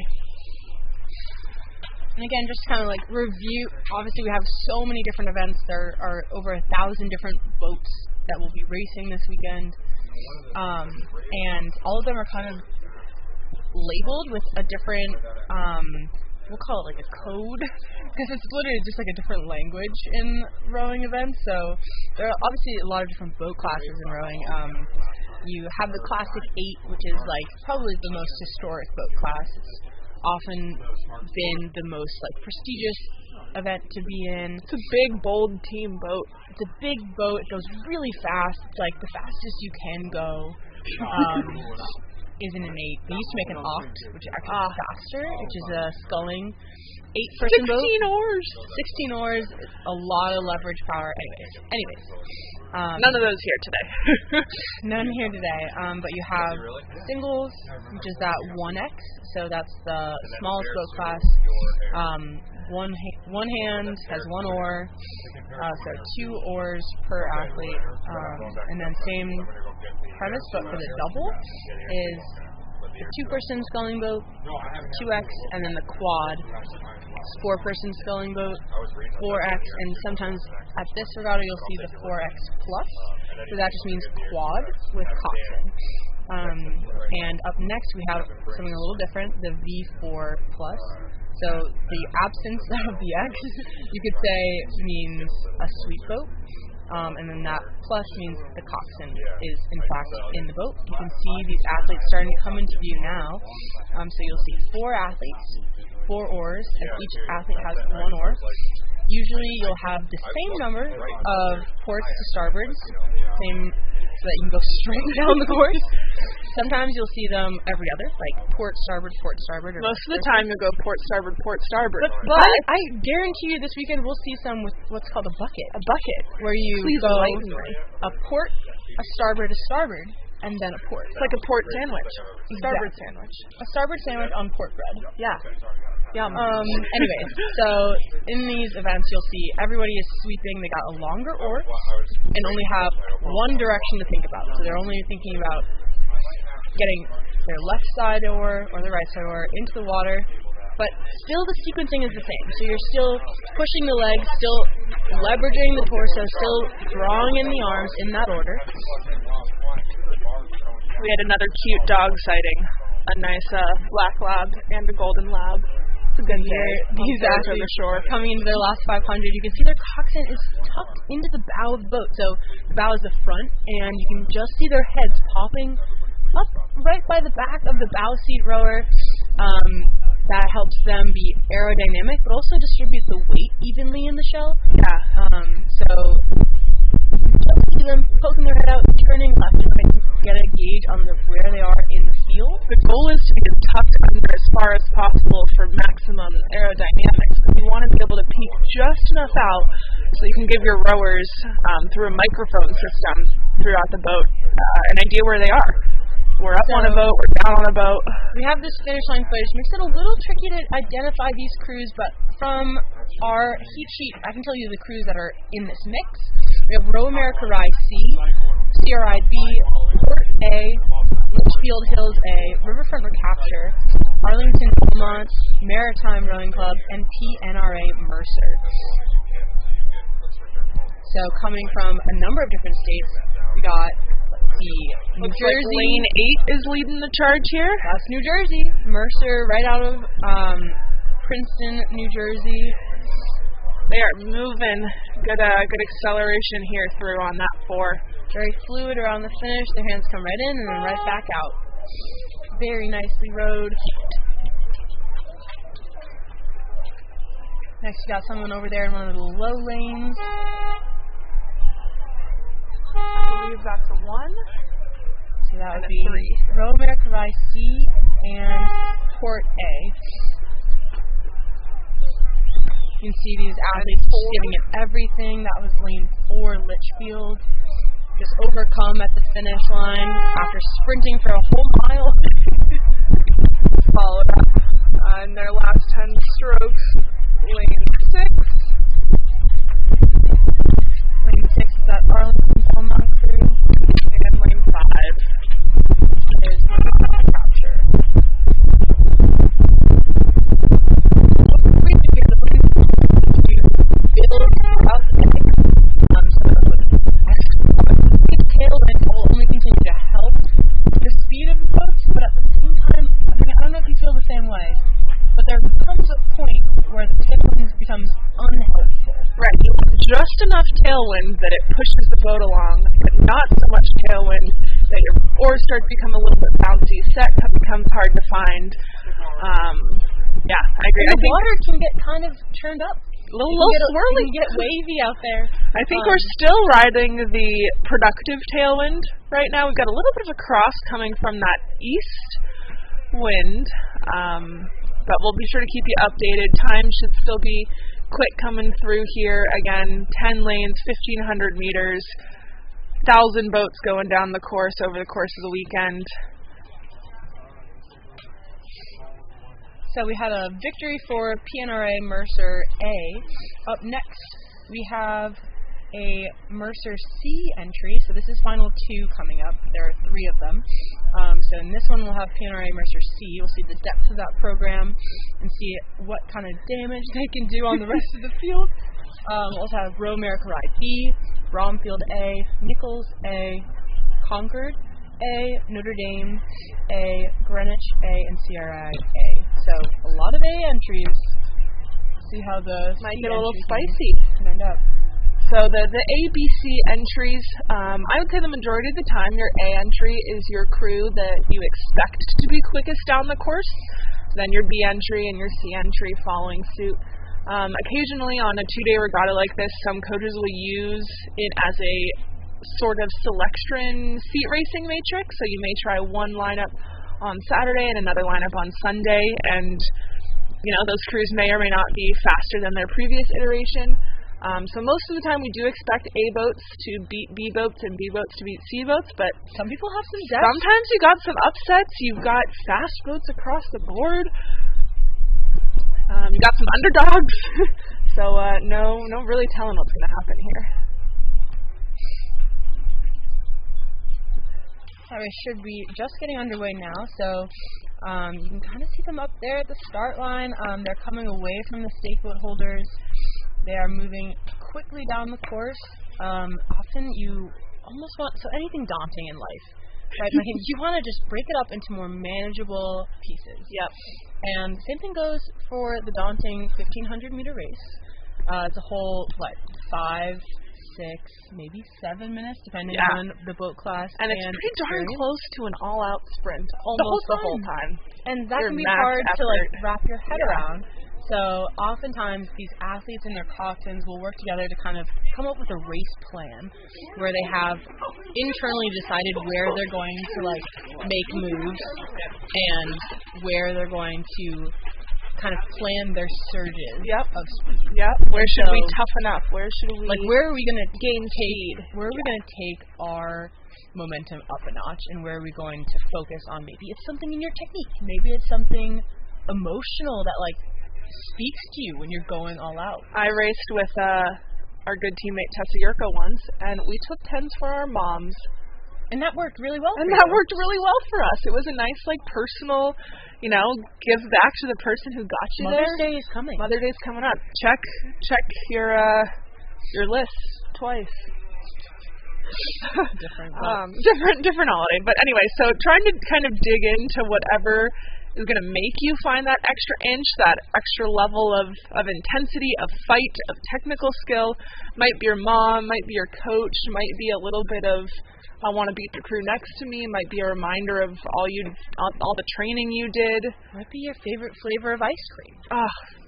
Truly find what speaks to you and utilize it when things are hard. Right now you can see these crews are coming across the halfway point into nearing that last 500. So this is kind of where the light at the end of the tunnel is in sight.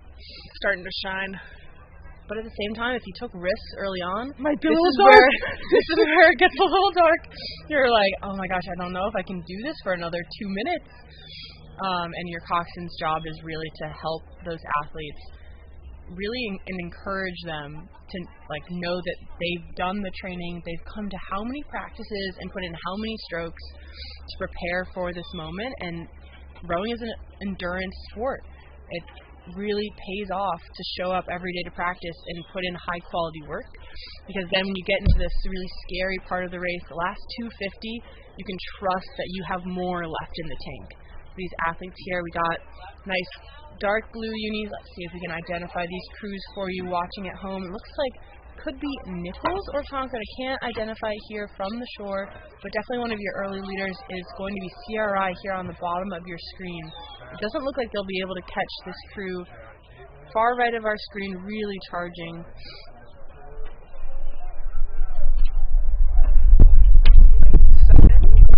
That might be lane 7.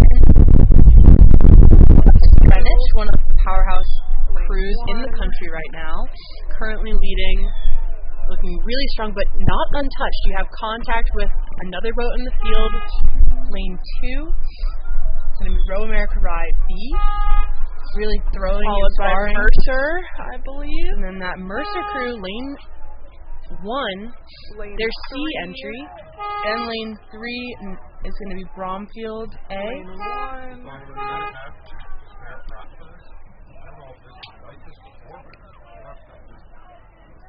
Again, so great racing, all crews. These fours. This is the Varsity 4. Side by side. This is a high-level event for these programs. The 4 is a lot more technical than the 8. In the 8, you can kind of pop in. And yes, there's an element of technique and finesse that's required, but the 4 is just so much more obvious if that's missing. You can feel it in the boat, your athletes really responding to one another's body movements. So I've got results from that previous boys Varsity Cox 4 final 1. We've got Pianere Mercer with a 4:57. Sub 5. We're moving. That tail's kicking us. Row America Rye C with a 5:06. Friends of Port 5:09.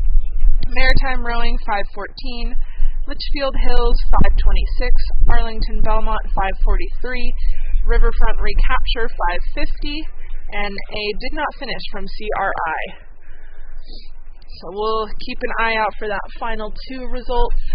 But those 4s, seeing lots of energy across the board there. It's nice to be in a team boat with a coxswain, side by side with other crews. A lot of these boats haven't really had a chance, especially in the last couple of years with the pandemic and with racing being halted.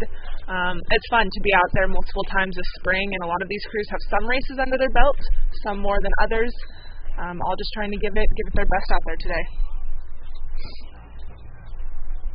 And we are working on getting some more drone footage to you. Thank you for bearing with us from the finish line.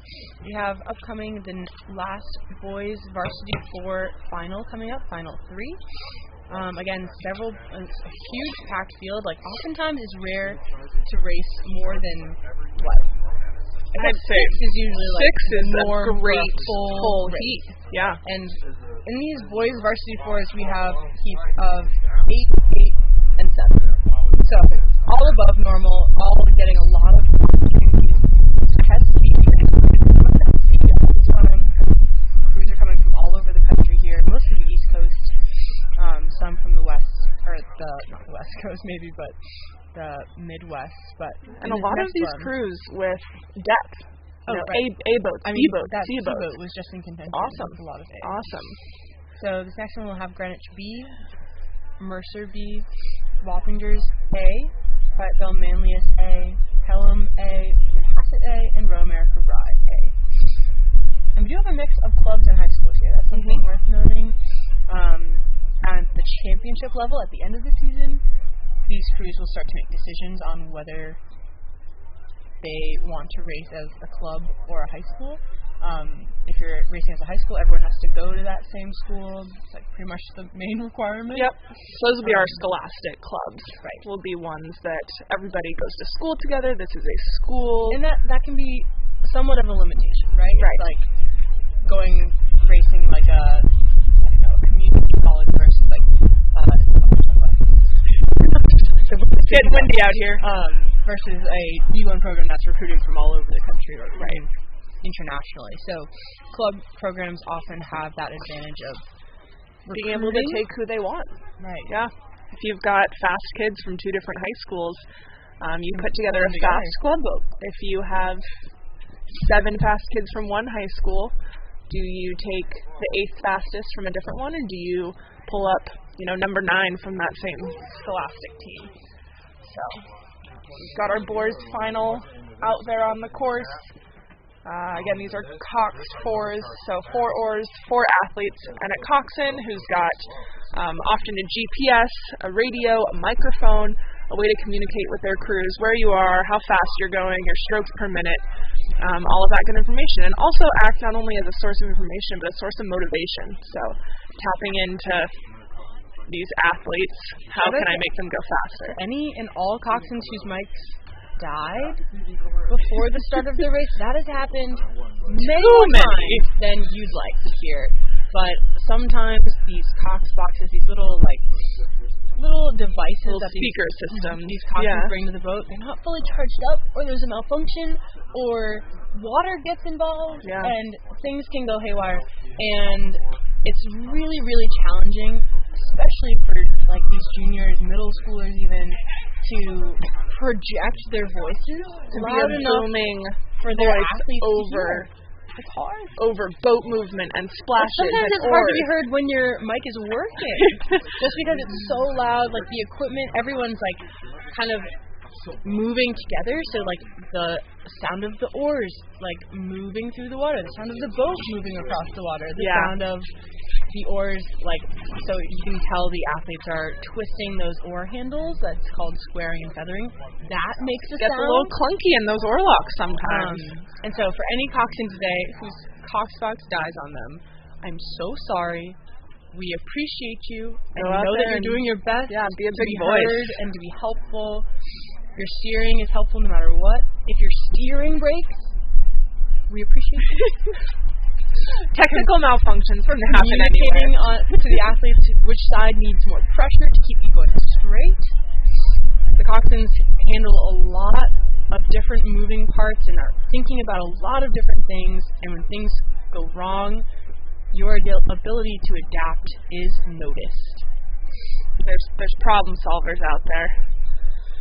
Looks like we're in the last 500 meters, approaching that last 250 here with our final 3 men's varsity cox fours. We've got a flag up. So our whole finish line system, we've got timers, officials, organizers, flag people.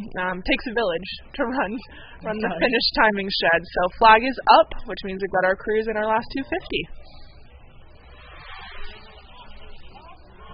Looks like a battle over there in those low lanes in lane 0 and 1. Essentially, we only have those 7 boats, so that's lanes 2 and 3. Greenwich B and Mercer B. So the 2V, you could say, 2V4, second varsity 4, the second string, really battling each other from New Jersey and from Connecticut, coming together. And we've got our higher lane here, who I believe is still right in the mix. Oh, if anything, they might be ahead. That is our lane 8. Row America Rye, one of the powerhouses of this country. There's a great drone shot for you. Really, look at that! Oh, so that's so like Row America Rye up ahead, and Belvo to Belvo! Who's going to be on the drive? That'll be the one that crosses the line first. Come back to us later, because that was one horn for 2 crews. Great work, those 2 crews. That was an empty tank towards the end. And here we've got another fight for 4th. Straddling one trailing crew there. 6 and 4. That'll be Pelham and Wappingers. 5 just trailing. That's Fayetteville Manlius trailing.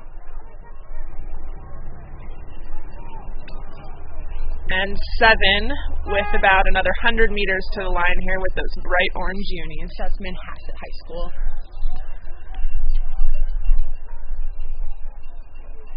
So we've got some carnage of rowers laying down in their boats, of just being totally wiped here at the finish line. That was a full physical effort for a lot of those crews, most of those crews, all of those crews. And you can just see the exhaustion on these faces, which it very well might be race number 1 of 5 this weekend. So fuel up. Have a good lunch. One great thing that's awesome to see at races like this, with top-notch competitive races, maybe for the first spot, maybe for the 5th spot, but competition like that just pushes you to be faster than you could ever know that you could be. Like, the challenge of someone saying, I'm going to go a little faster. Can you match? And you trying to rise up to be right there with them. And you'd be surprised at how much stronger these athletes are than they realize. Yeah. And it brings it out through competition. Yeah. It's awesome. Pretty darn special. And for those of you who have been around rowing a long time, or this is your regatta number 1, obviously rowing is hopefully not a contact sport. So the goal is you stay in your lane, you kind of row your own race, and so that's pretty special because you really can't physically impact any other crews. You're in your lane for the whole 1,500 meters, hopefully. Head racing might be a different story. We'll talk to you in the fall when that's a fully different event. But your only way to impact other crews is to kind of show them a little bit of speed. Show them your cards. Right. Show them your confidence. Hold your cards close to your chest till you need them. But that mental side of rowing is pretty darn cool. A lot of field sports or contact sports, you can directly look your competitor in the eyes and be like, all right, ready to take you down. And here you kind of have to prove it through your speed and your strategy. Look at this drone shot. So we both row on Fish Creek like every day, Megan. Like we know this body of water, but we never really get to see it like this from overhead. Such a treat. So really awesome that we have this for you guys watching either at home, on shore, or maybe you're down in Florida watching your niece or nephew, or whoever you are, wherever you're watching from. Really awesome to see this start footage here. So welcome to Fish Creek. Getting off the line cleanly. So we're, I think, back to the singles, Megan. So we have had a number of little disasters this morning with flips into this cold water. So hopefully these athletes getting off the line cleanly, which is what it looks like we have. So you'll usually do like a start 5. right? Where these athletes will try to build the boat speed up as fast as they can. And then you'll have something called like a high, or like an aggressive race start where, yes, you got the boat moving, but now you have adrenaline. You hold on to that momentum raw a little power. bit. Yeah. And so these athletes are just kind of taking some risks and using that free speed of explosive power before they settle into that like endurance and fitness and race pace rhythm. And this is pretty cool. We've got it's competitive. I believe we've got a full 10 lanes. This is our girls U17 single, so everybody here is 16 or younger. Potentially greatly varying degrees of experience in the single. This could be race number 1, or you could have been racing the single since you were 12 years old. But really some pretty tight margins through this first 500. Yeah, slight advantage to Albany Rowing Center. That crew over on the left bottom of your screen in lane 8, followed closely by lane 9, Narragansett A. And then it's pretty much a dead level fight between lanes 6 through 0. That's why we're here. Those 7 boats are pretty much level, and lanes honestly, they're moving back on Narragansett over here on lane 9. And barely open water for our current leader from Albany Rowing Center. But she's going to try to hold on. You can rest assured she's going to try to hold on. Yeah, and what a spectacular view. You can see our left-hand shore is our Saratoga homes. We've got some nice neighborhoods up on our shore. And then the creek just kind of curving up towards the north. We've got our infamous S-turn right at the top of the screen. Squiggly up there. That's the best and pretty much only, maybe second turn of head of the fish. It's kind of like a boomerang, gets you shooting it right out, like a slingshot. And our Albany Rowing and Narragansett are almost there they go, off screen, just moving through. We'll try to get them back on if we can. And you see a little bit of separation here. So crews in this middle 500, that like kind of battleground of the race. The start is kind of adrenaline. The sprint is like empty the tank adrenaline, different kind of thing. But then that middle 500 is where you make decisions. You have clear thinking, hopefully. It starts to hurt. And it's where kind of like, I would say where winners are made. Like, yes, a good start will set you up. Yes, a good sprint will set you up. But that body of the race, the middle, is where I feel like you gotta tough up. You gotta and toughen up. Enjoy the pain, enjoy the suffer, enjoy the competition. I mean, there is a zen behind that wall of pain. Yeah. I believe it. I've felt That's why we're here. But watch out. We got a lot of challenging happening for second place. So Albany Rowing Center, over here on the left of your screen, really commanding her lead, maybe even extending it out to 2 lengths of open. Wind picking up here. Peak sheets are blown around. Hopefully these single scullers can maintain their upright position. But it's going to be a close fight here between Narragansett and then over to Connecticut Boat Club, Maritime Boat Club just trailing, but then Oakneck B really right in it, Ridley just battling, like stroke for stroke, and then trailing off for a little 3-boat fight. You have your low lanes of Litchfield Hills, Oakneck C, and Port Jefferson. Definitely an advantage going to Oakneck C over those 2 crews. And again, it's hard to know how fast you're moving against another crew. You can't really look out very easily. The danger of looking out is that your whole body will turn that way. Your focus. Yeah. So again, Albany just cruising. Really cool to see the trails of these boats. You can kind of see which scullers are having trouble going in a straight line, which scullers are kind of looking like they're just following some like pre-written track into the water. And you can see those puddles, the little swirling water that leaves the blade every time the blade comes out. Really cool to see from this vantage point how much spacing these athletes are getting between every stroke.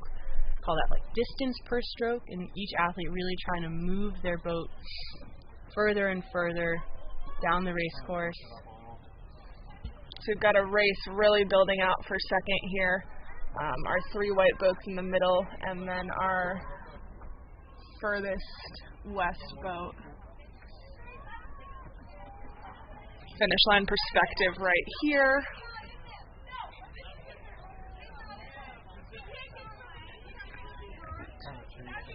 Really nice rowing here from the single scullers. Again, looking for that sequencing of strong muscles down into the weaker muscles. So starting with the leg drive, really leveraging the torso, and then finishing with the arms. Much like a follow-through of a basketball shot, you really want to use those powerful driving muscles early on in the stroke when the boat's heaviest. There's Albany through the line. Big race for second. Fight for second. Here we Holy go. moly. Hold on. We've got some outside smoke here. Oh my gosh. Narragansett. Oh my gosh. Sheesh. Sounds like a traffic jam out here. Back to you so many car horns. Again, all results are being posted pretty much live as soon as they are confirmed by our marshals and officially recorded on streamline.com. So the link is in our bio. Streamlinerowing.com. That'll have all your heat sheets, your results, everything that you need to know for where you need to be, when you need to be there, and how you've done. And this is the girls' U17 single final 1. So this is a 10-boat race, 10:51 start time. We're running right on time here. That was exciting. Quite a barn burner there, and I don't know if we all saw that final overshot of the finish line, but there was all our Saratoga rowing docks, our marina, our lovely 9P bridge, so another great spectating spot if you're not on the Lee's Park side, if you're not on the Saratoga shore. But what a race course to be here on a beautiful day. We've got all of our ladies in their singles clustered around the finish line. Often at the end of a race, you'll hear kind of cheers of good race all crews, or nice job, bound number 3 or number 4.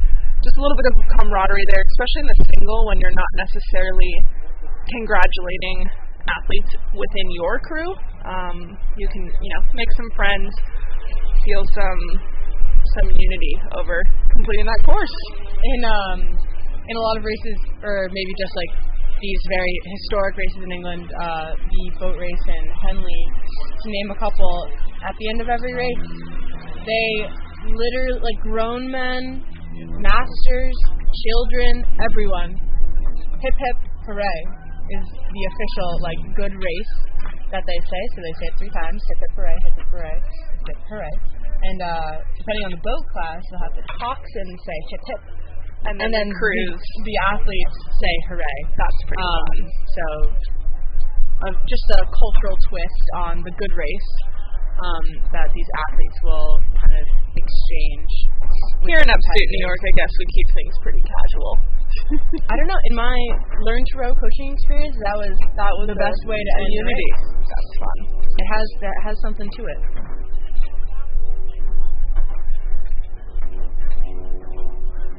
So we're waiting here on our second girls U17 singles final. And again, these finals are not necessarily first final and second final today. They're a little bit random. Tomorrow we'll bring in slightly more grand final, petite final. I've got our results from our girls U17 singles final 1 that just finished. Albany Rowing Center, 6:20. Narragansett, 6:35. Oak Neck B, 6:36. Connecticut Boat Club, 6:38. Oh my gosh. Ridley College, 6:42. Oak Neck Rowing, 6:53. Maritime, 6:56. Port Jefferson, 7:03. Litchfield Hills, 7:06.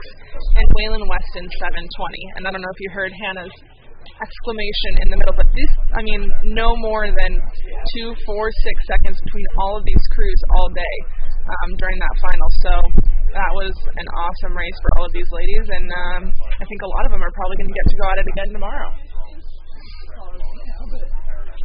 And we have another U17 single final underway. This is final 2, 10:59 start time. We have from high lanes to low lanes, so left to right depending on your screen here. And again, we are coming from the finish line, so get a nice view, better than you would with your eyes, but still a little challenging to identify who's in the lead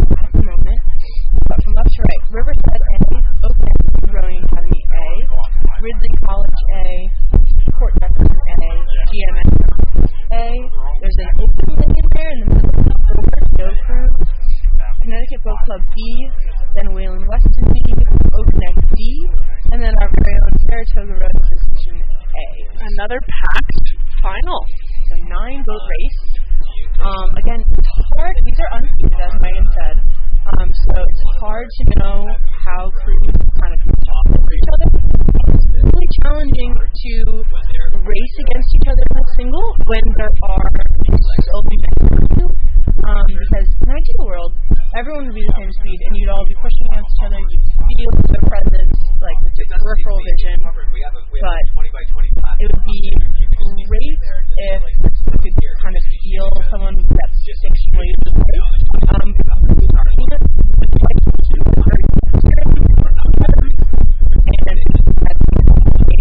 To look out and jeopardize the stability and momentum of your boat. So it's hard in these big packs, single sculls specifically, because they just can't get a good sense of the rest of the field unless it's really far up or really far down. The skill of being a single sculler is kind of balancing that internal motivation, how fast they go, how well you're going, and then, we're racing for a reason. So if we want to race ourselves, we want to use that competition in a nice balance of things. Alright, how can I fight back on that move? So Wind's definitely still picking up here, Megan. You can see it on the water, you can see it moving. We have a couple of flags, finish line flag, obviously there's an American flag right in the marina. You can see this wind is definitely picking up here. Definitely a tailwind, so the athletes aren't necessarily fighting against the wind, but the wind might be almost too strong to be helpful. So by that, I mean, it can make the boat feel a lot more unstable. When it's a really strong tailwind, it can make the water get a little bit churned up, and that can be really tricky with blade work. So if your blades are getting stuck or trapped by the waves of the water, it can really make it difficult to get into a good rhythm and to get moving quickly. Looks like the water is pretty flat, thankfully, for now, for these singles especially. And I will say, just check the schedule for the rest of today. This will be our smallest boat class for the rest of the day. Everything else will have 4 or 8 people. So you'll have a little bit more set, a little bit less instability. These singles are definitely the most precarious boat, and here they are in their last 250. But we got a whole different crew, and this is U17, so everyone in these events is 16 or younger. No one's turning 17 in 2022. So mostly looking at underclassmen. So maybe this is a crew's freshman or maybe even a younger sophomore. Really using that age cap to kind of see if we can get competitive racing for people of the same experience level. So currently leading, looks like we have our athlete from Oak Neck. Lane 8 looks like it, yep. Really making a statement here. She pushes away from the crew. She's clearly in the lead, but she wants to make it decisive. She wants to give her best effort. So followed by apples to apples, best efforts to best effort. Yep, lane 5 here. Okay, lane 5 is going to be GMS A. And then lane 6 and lane 0. Looks like 6 has about a stern on lane 0. So that's Port Jefferson over Saratoga rowing. Nice sprints from all of these athletes trying to find that last ounce of speed. Empty the tank. Looks like lane 2.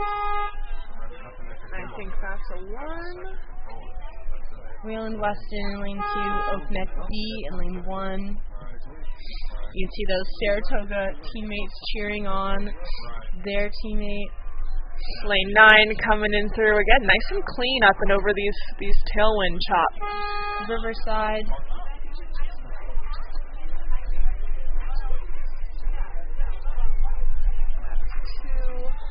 We have a fight between Wayland Weston B and Ridley College A.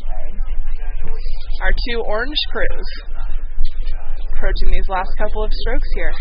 And you'll see we have some 8s starting to warm up. We have a number of crossing guards and marshals around the finish line to make sure that any crews that are going up to warm up do not interfere with the racing crews coming down. But as we get into these bigger boats and this tail end continues to pick up, we're just going to start zipping right along.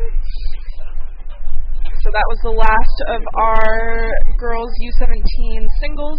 Our next event, starting in another 2 or 3 minutes here, will be the boys 2V coxed 4. So this will likely be each crew's rowers numbers 5, 6, 7, and 8. So maybe didn't make that 1V coxed 4, but are here in the 2V coxed 4. We've got a full 10 lanes in the first final and 9 lanes in the second final. So definitely some competition here for these second 4s.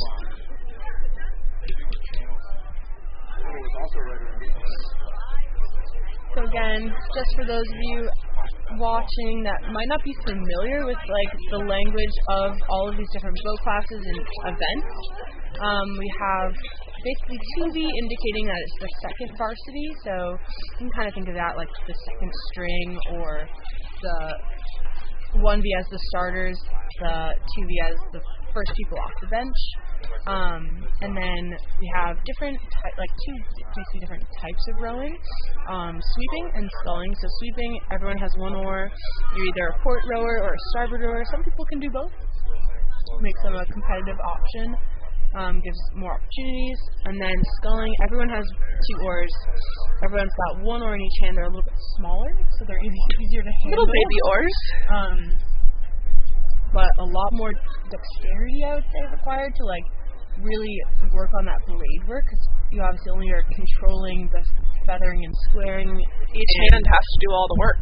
Exactly. Whereas if you're in a sweep boat, you get 2 hands, which is a little bit different dexterity. Each hand is still doing a different thing.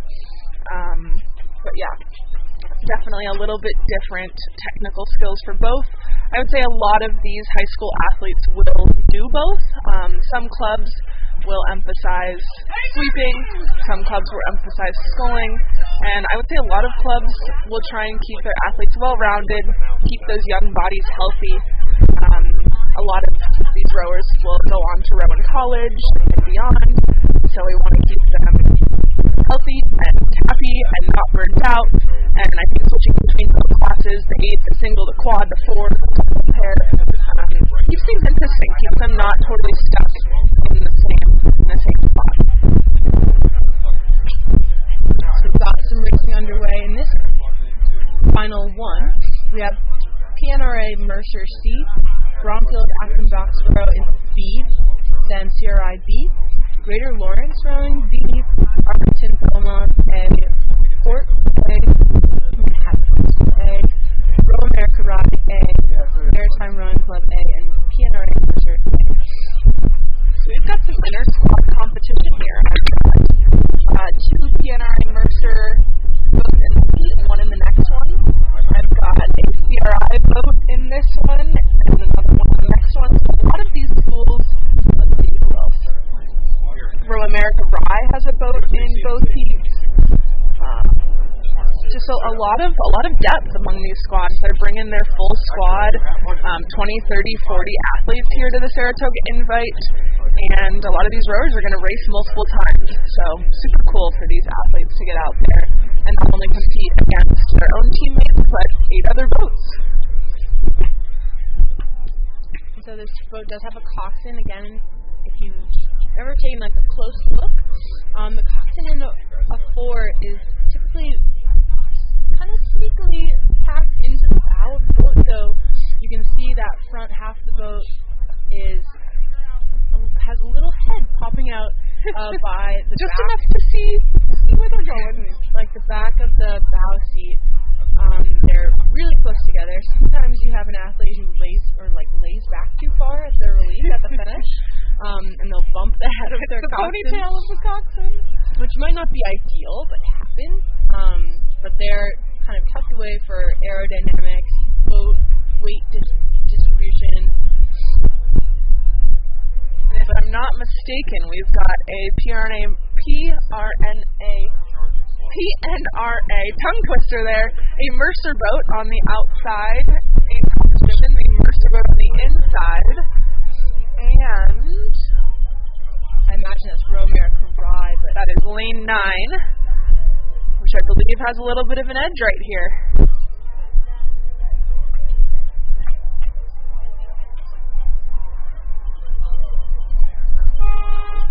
really strong. There in lane 7, Romerica Rye. That was lane 7 with the win. Followed by both Mercer crews.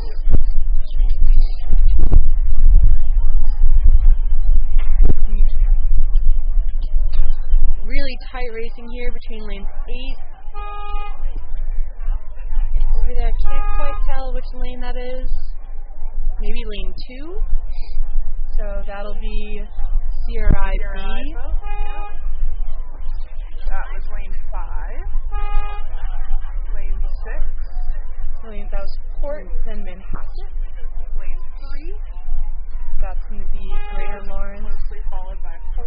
And Arlington Belmont. And 1. Bronfield Acton Bucksburg to close it out.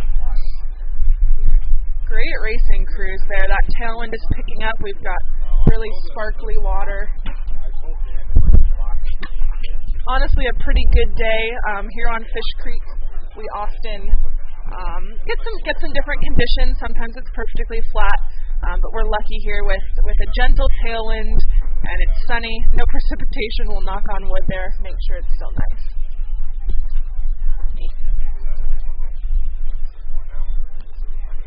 And that again was our boys 2V Cox 4 final 1. Crossing the line.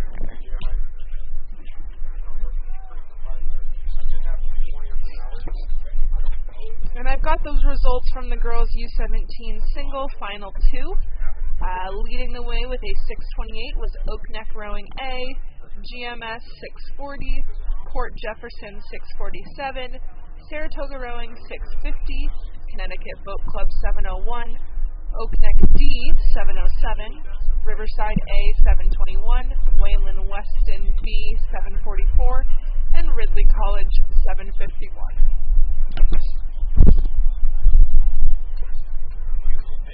We'll have our next event, which will be the boys 2V Cox 4 Final 2. This is a 9-boat race that should be going off in the next minute or two. Romerica Rye in lane 0, Mercer lane 1, Nichols School lane 2, Bromfield lane 3, Pelham Community lane 4, Riverfront Recapture lane 5, Friends of Concord lane 6, Greenwich lane 7, and CRIA lane 8. So they haven't quite started yet, but that'll be another packed heat. These boys, Cox 4s. They're 2Bs. Hope everyone's dressed appropriately. It's very chilly, especially out here with the wind coming off the cold water. I think the water is just about 40 degrees. Just about 40. So, quite the polar plunge. Definitely brisk. If you've got an athlete in front of you, you're in one of these crews, and the athlete in front of you has a lot of backsplash. So, as their blade enters the water, kind of some momentum towards the bow to make sure the blade is placed correctly, and that you've got that full connection on the front of the blade. Some of that V-splash, that backsplash, you may want to wear a splash jacket or an extra vest. Or at least have dry sometimes that can be a little bit chilly.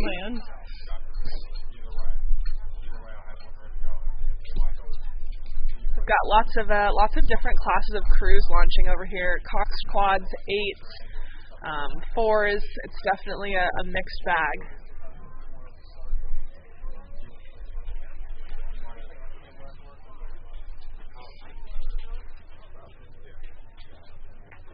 So, a little bit harder to see this angle, but should be able to see some of these 8s warming up. Boys 2v4 final should be coming down soon. And if you're just joining us on the YouTube live stream, we're here 2022 Saratoga Invitational, 2 days of jam-packed racing every 8 minutes. A flight of up to 10 boats is going to come down the course, so thousands of athletes. For, I think, full, maybe an hour lunch break, so 20 full hours of nearly 20 full hours. I think today we were 7:30 to 6 p.m. and tomorrow it's only slightly shorter. So lots of racing. If you're in town, come on down. We've got food vendors, regatta vendors, merch vendors. My mod boys, Megan and I are both coaches here at SRA, and train full-time ourselves and just really spend all day surrounded by the sport of rowing because we love it so much. And my middle school boys just rowed by, warming up for the last race of the morning, which is the U15 Cox Quad event. And funny thing about New York, I am not originally from New York, and neither is Hannah. Neither am I. And middle school is called modified rowing. It's true. So all of our middle school athletes here in New York are called mods, affectionately termed mods. Not just mod rowing, they're on your mod screen. basketball. There's Hannah's mod quad. It's a bit windy out there. So you'll notice in that quad, your coxswain is in the stern. It's true. So in some of these boats, just depending on the model, the make, the year the boat was created, kind of just most boats nowadays are made with a bow cox. So you stick your cox cutting edge at one point in the now bow. Kind of the standard. So a little bit more aerodynamic, a little bit more weight distribution is better.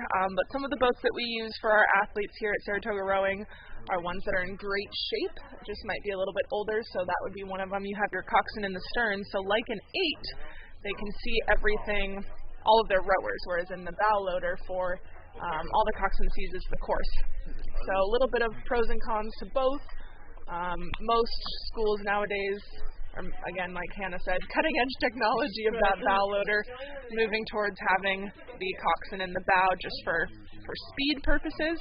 But that stern-loaded boat, the coxswain's able to see the rowers, see their blades, see the pain face on stroke seat, and respond appropriately to that. Yeah. When I was in college rowing 8s, I always had to wear sunglasses when I was stroking because I could not stand staring straight into my coxswain. The eye contact was too much for you. Too much for me. Move me back towards 6 or 7. Can't stare at them all day long. Lots of love to my college coxswains out there, none of which who are listening to this, but that's all right. It's okay. We'll take a note of the timestamp and send it to them. So we have 9 boats in this race, from west to east, from left to right here on your screen. CRI A, Greenwich A, Concord A, Riverfront Recapture A, Pelham A, Bromfield, Acton Boxborough A, Nichols A, PNRA Mercer B, and Row America Ride P. They are here. Flag is up. Last 250.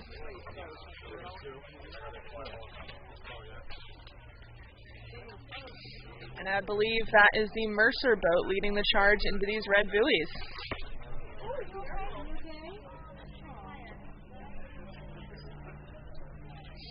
Looks like another one of these Mercer crews here on screen with their bright, is it red, Megan? Red on top? Red on top there. And again, of note, that is one of their B entries, so this is their second string, still super powerful and strong. Lane 0 on the outside there, lane 7 in this neon green close to us. That's Row America Ride B and Greenwich. Oh, it's going to be a tight one here. Looks like Greenwich will take it. Greenwich will take that. Of the B boat from Row America Ride. Something I think you'd expect. And lane 8. That's the PNRA Mercer A. So they actually lost to their C entry. A little bit of a upset there. And that's lane 3, lane 4. Great beautiful blue boat. Arlington. Excuse me. Bromfield and Pelham. Pelham, beautiful boat.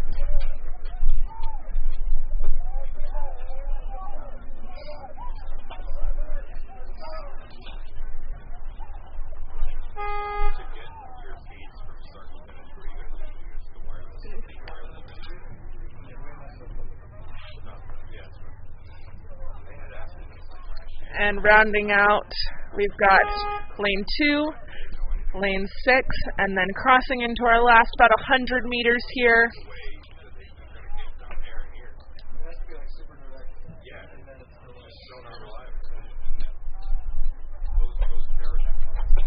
I believe that's lane 5. Again, sparkly water and tiny bow numbers.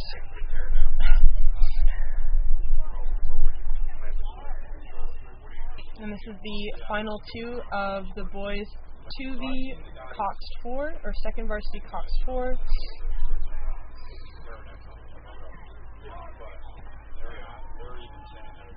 Good work, crews here. Cox 4s. I'm just taking a look over at our finish line area, and these crews are just, they're wiped. They really put it all out there. Strong legs. This will be their final for today. Again, every final today will earn medals. So whether you were in final 1, final 2, that's considered your final random seating. And then tomorrow will be slightly more seated, so faster crews and not as fast crews in separate heats. Trying to give everybody that competitive race experience at the 2022 Saratoga Invite.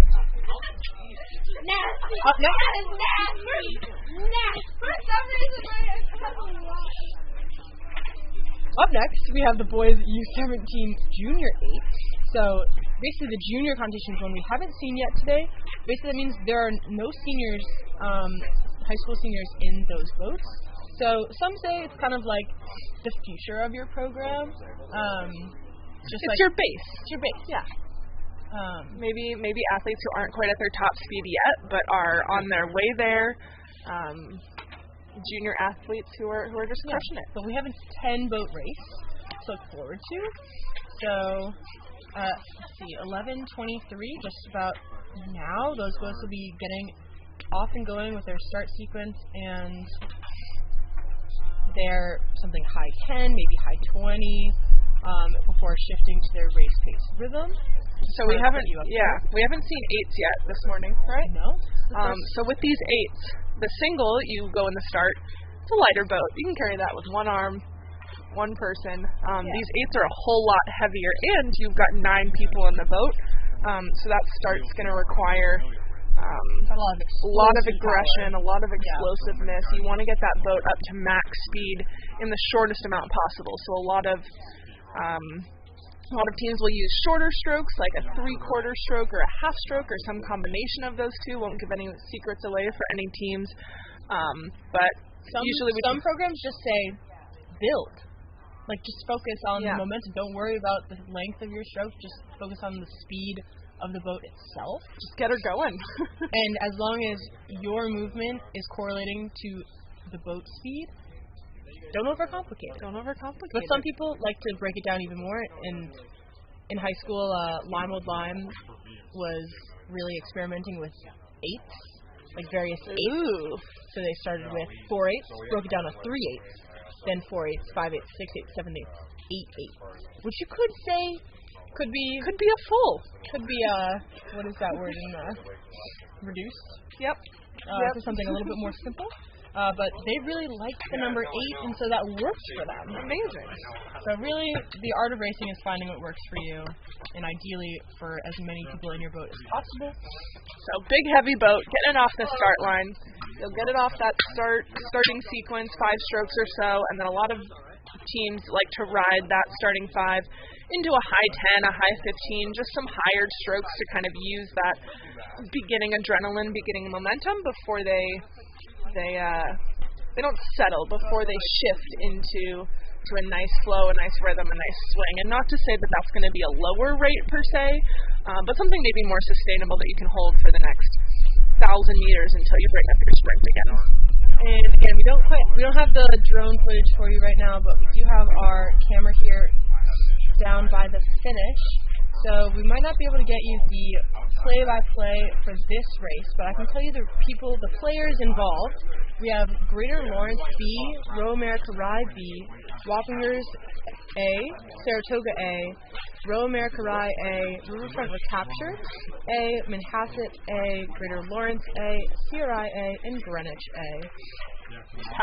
packed crowd here in our boys. But this is the only one. Junior 8. That's it. So this is the only final here for the boys U17 or Junior 8. So we can see here on our screen these bodies just swinging towards bow, blades moving towards bow, jumping in the water, pushing that water away. Nice clean releases in the tail. You have 8 people, but ideally they look like they're all rowing or moving in unison in these larger boat classes. As boats start to fracture or maybe start to come apart from one another in terms of how the bodies are moving, you can actually feel that disjointedness, and it can be pretty impactful on the speed of the boat and how the boat is feeling. So trying to match up every part of the stroke together, whether it's the hands around the finish, the knees rising up to the catch, or maybe it's just the mid-drive acceleration on the drive. All parts of the stroke trying to come together here in these big boats. It's hard when there's so many moving pieces. If you're sitting in bow, it's a lot to watch. There's a lot going on in front of you, but hopefully your crew's found some swing and they can move as one. Nothing like an 8 moving smoothly as one. Nothing like it. We're about to have our flag come up. These boats are in their last 300 meters or so. We'll give you an update as soon as we can see bow numbers.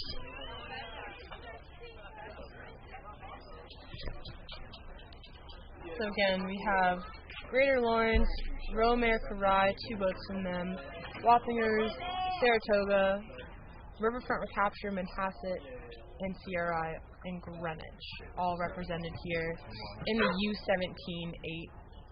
Junior 8, so no seniors, no 18-year-olds for sure.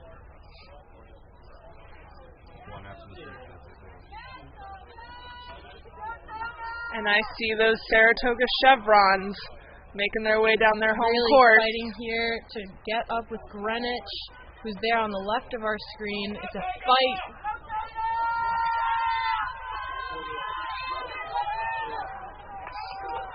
Here they come, coming through. Saratoga really competitive here. This boat has not gotten a lot of practice here, as it is not the varsity versus 2v8, the focus of these programs. But Toga is coming through the line. They might come in first. Got lane 9 closely behind. And that's Greenwich. Royal America Rye, CRI. Oh, quite a competitive first 4 there. You can hear the coxswains and the guys yelling. Really separate from the rest of the pack here. Yeah, they moved themselves through. That looks like lane 1, Royal America Rye B.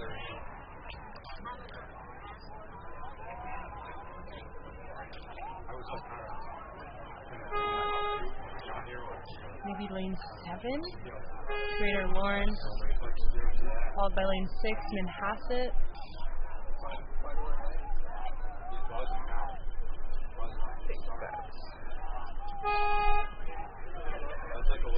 Hard to see.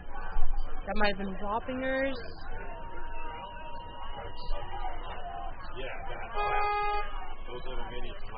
Looks like Greater Lawrence coming through here to finish the pack out, and that was Riverfront Recapture just ahead. Again, 10-boat race, a lot of different players, a lot of moving parts, but the victory will go to Saratoga Rowing, followed by Greenwich.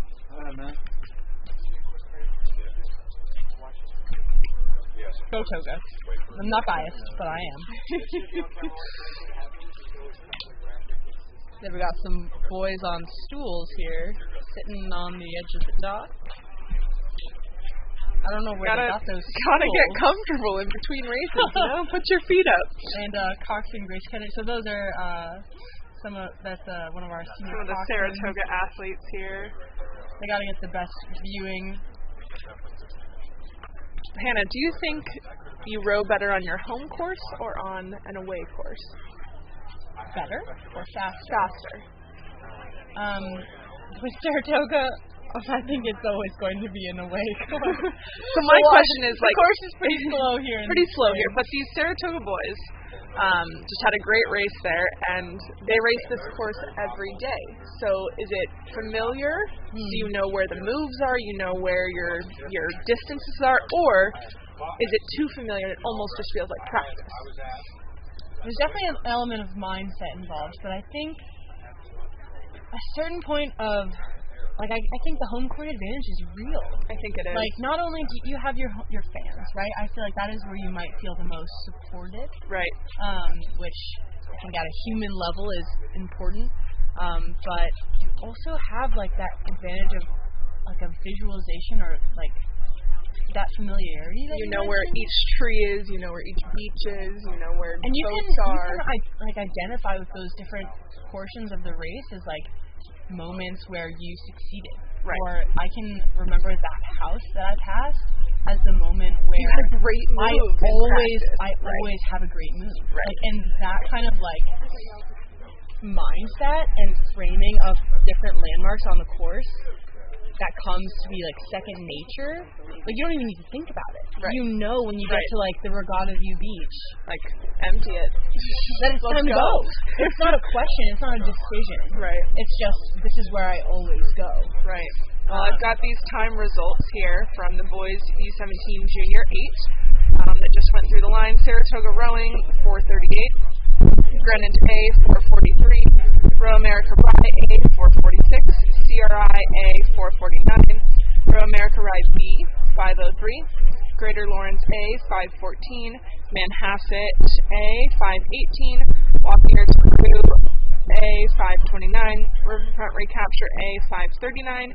Greater Lawrence Rowing B, 5:48. So pretty tight racing among all crews. Great to see big 8s out there. Everybody moving together. And kudos to Greenwich. Let's see, no, you didn't have to. Greater Lawrence and Row America Rye for throwing down two junior 8s there. Very impressive. Yeah, I often think about an 8 as, like, a moment where, like, the stars align. Like, yes, you have that 8 maybe for a season, maybe with injury, sickness, or illness, or even development of different athletes, you have them for, like, only a couple weeks. Yeah. But it's literally just a group of athletes coming together at a certain point in time and putting together something special. And that exact group of 8 plus the coxswain, so 9, like, won't happen. That's it. Yeah. This is the moment where you're all together in one place at the same time, and it's a big group of you. Especially in an event like the Junior 8, where it's like, this is the year. This is the only year. It's not a Varsity 8 where you can have all sorts of different ages of athletes. It's not a collegiate 8 where maybe you're there for 4, maybe 5 years. This is your Junior 8, your one time going. This is your season. This is, like, the one time you have to put it all together. And yes, you'll each go individually off into different lineups, different programs, but, like, it's your job and your opportunity to make the most of it right here, right now. And we have another race going on right now where that's the case. Exactly the same thing. We've got our girls, women. 2 finals. Each of them have 9 votes. Right now we have the first final, the 11:31 race, is Row America Ride B, Greenwich B, Fayetteville Manlius A, Greater Lawrence A, Manhasset High School A, Riverfront Recapture A, CRI A, St. Andrews A, and Burton Hills A. So some local teams, some teams that have traveled a little bit further away, but all of these, you got 9 women in each boat going down the course, trying to make some magic happen.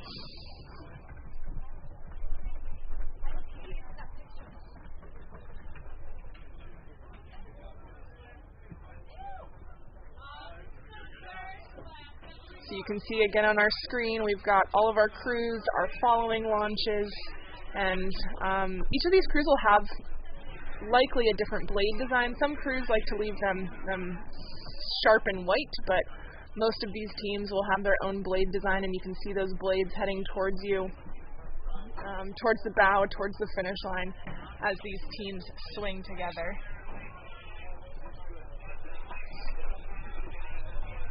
They've got the flag up. They're in their last 300. So these 8s really trying to fight to get close to that 5-minute mark. The boys were able to go 4:38.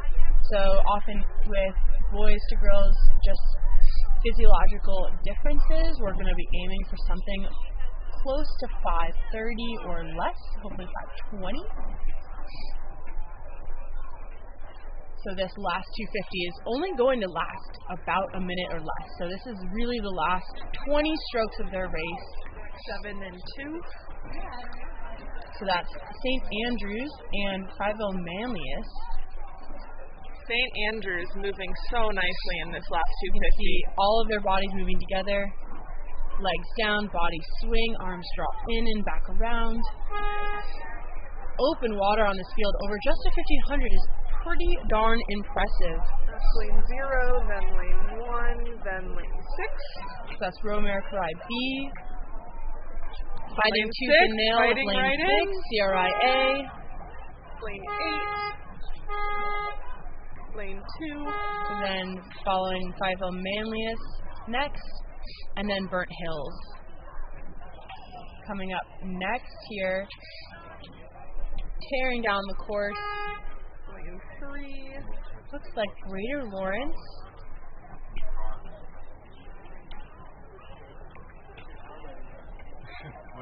Lane 4. And lane 5. And then to finish it out, we have Manhasset and Riverfront. And it looks like Manhasset was... They've corrected now. They're coming in hot to the last 250. They were having some steering, but luckily they've got a coxswain there who can adjust. Hopefully everything's all right with that boat and those individuals. All right, final 10 strokes here of our final one, girls U17 Junior 8.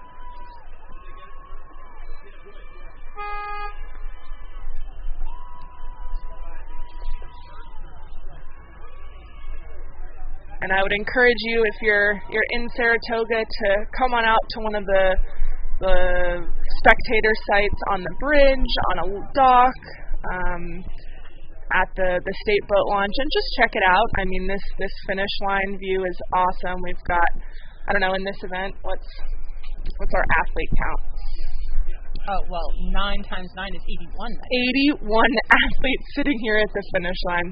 I mean, that's pretty darn cool. So I love to see the high fives and the fist love bumps. to see it. Even sometimes athletes will try to hug each other. It's hard. It's hard. Your feet are You're strapped tucked into a boat. into the shoes and you're sitting on a rolling seat. Yeah, so for those of us who are new to rowing, these rowing boats, each seat will have, each space for an athlete will have a seat that rolls back and forth. You'll see their hips and their glutes moving back and forth, and then our feet are set in the boats. So no need to bring your own shoes. They'll be set in there, and each boat will have some adjustments you can make, moving the oar up and down, moving the feet further to stern, further to bow. But these boats, other than general weight class, you can almost throw anybody in one of these and have a good time. So, and the feet move, so if you're long-legged, short-legged, you can make it happen for you. Sport of rowing takes everybody. So we're here 2022 Saratoga Invitational. 2 full days of racing. We've got vendors, merchandise, our own designs, food truck sponsors, 9 Mile Week sponsors.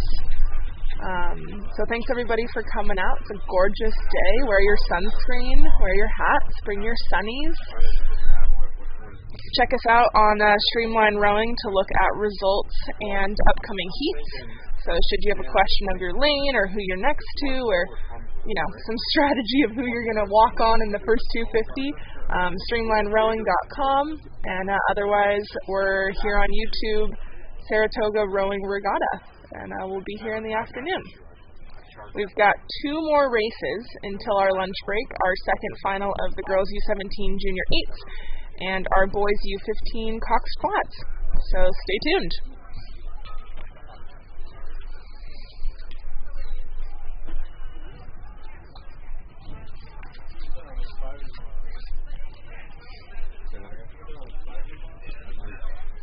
I'd say our tailwind has calmed down a little bit. Water looks gorgeous. Flag is barely flagging.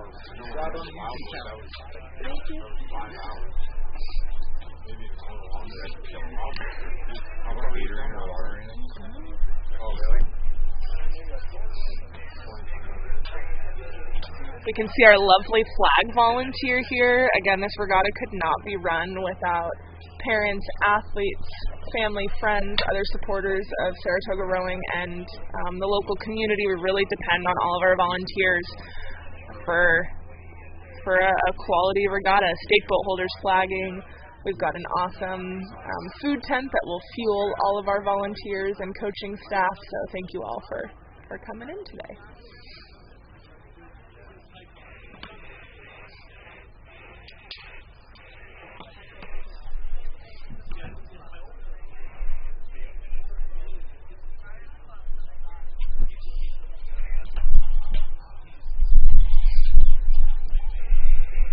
So we should have the next race underway here. We have CRI B, Wappingers A, Port A, Greenwich A, Ridley A, Royal America A, Saratoga A, Nichols, and CBC Connecticut Boat Club. We can see those in the top left corner of our screen here, just coming by our safety launches. Final eighth race for the morning. 81 athletes down the course, 9 lanes. You can only imagine how electrifying the lanes are at the start, with all the coxswains setting up their crews to have a really successful race.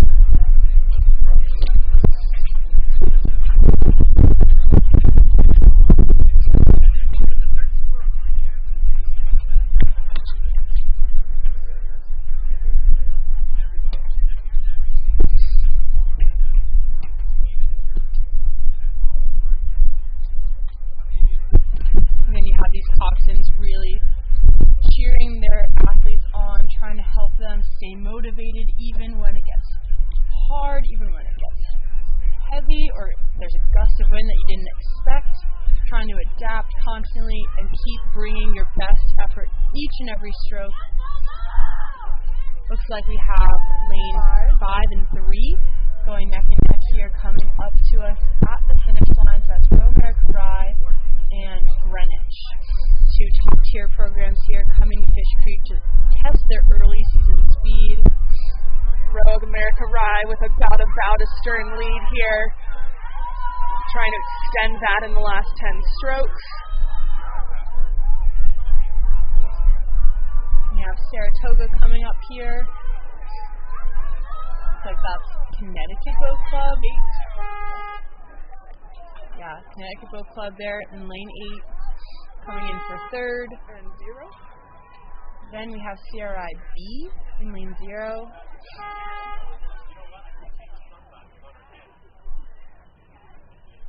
So definitely a little bit more of a spread here in the women's junior 8s than the men's junior 8s. Again, we have a slight issue there in one of these trailing crews. 2 seats not rowing. We've got a whole side not rowing. Might be steering, might be pressure.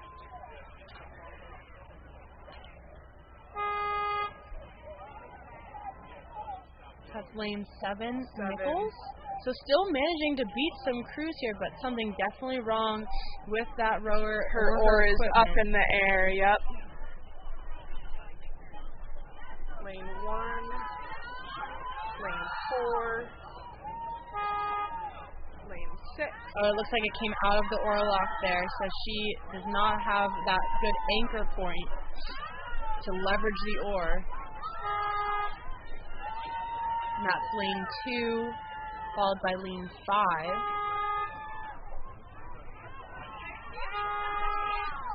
I believe that's 2 and 6. But yeah, we've got our last junior 8 approaching our last 10 strokes here. That's lane 1, Wappingers Crew Club.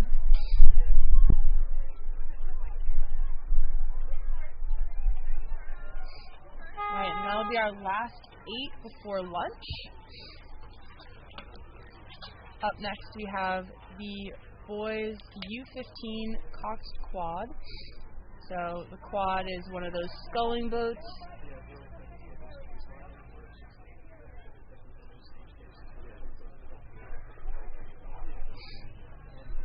And those results that we just saw will become official as soon as the referee ensures that everyone had a fair race. So it usually takes a few minutes to get those results posted, just as we make sure that no athlete has any protests, nothing went wrong. And while we wait for the second final results, I've got the first final. Oh, let's go. U17 Junior 8s, here we go. St. Andrew Rowing Club, under 520, 519, well done. Row America B, 534. CRI A, 536. Greenwich B, 538. Burnt Hills A, 540. Fayetteville Manlius, 551. Greater Lawrence, 606. Manhasset, 618. And Riverfront Recapture at 635. So all crews still coming in hot around that 6 minutes, 6:30 time. Looks like we've got some movement around the finish line.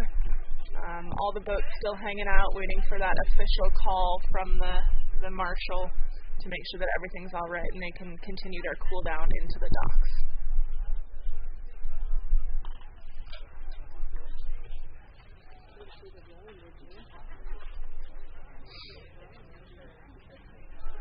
So from this video view, you can see our merch vendor food tents. You can see a lot of schools and clubs brought their own tents for their athletes to hang out in the shade in between their races. It's quite a scene over there.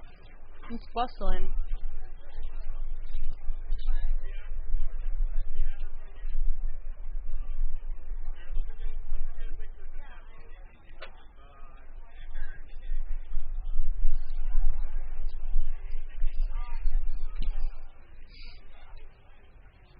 And again, we still have quite a speedy tail condition here on Fish Creek. Temperature is rising a little bit, more and more. We started off the morning at about, feels like 28 or 30. It was under there. It was under. It was pretty cold. We're now up to 54. And I think the high for today is like the low 60s. So pretty average spring day here in Saratoga Springs. Winter just doesn't want to leave. Nope, it's just hanging on a little bit tighter. Puff jackets are still on right now. May 1st is tomorrow, but it's fine. April cold brings May warm. That's how it goes, right? I hope. It's a region of resilience. Trees are budding and they're going to decide it's time to be warm. We've got our last race of the day will be on the course right now if we've departed on time, which we have all morning long, so great work there. Start officials and all crews getting to your stake boats on time. It's been great.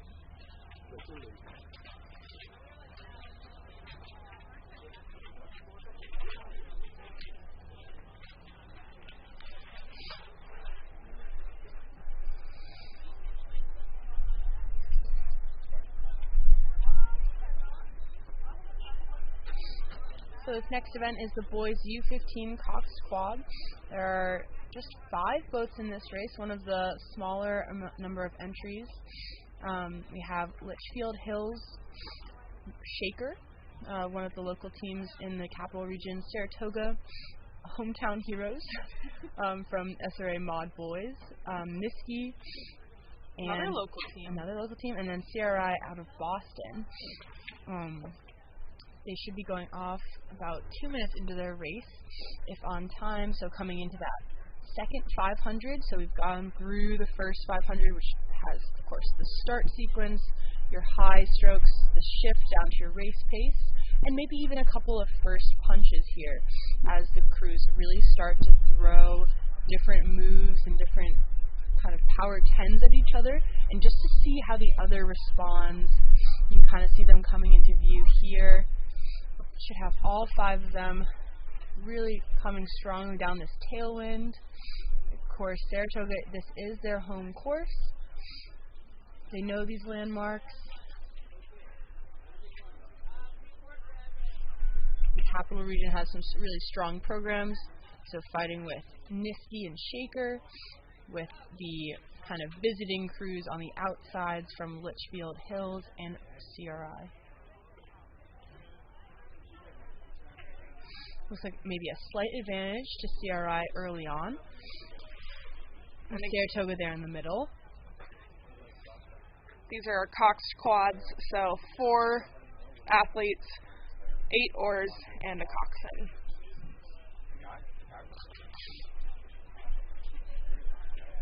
Again, only 54 degrees, so any athletes you've seen racing this weekend with just a uni, it's maybe look warmer than it is. It's cold. It's cold. It's cold. People start cold, as the expression goes.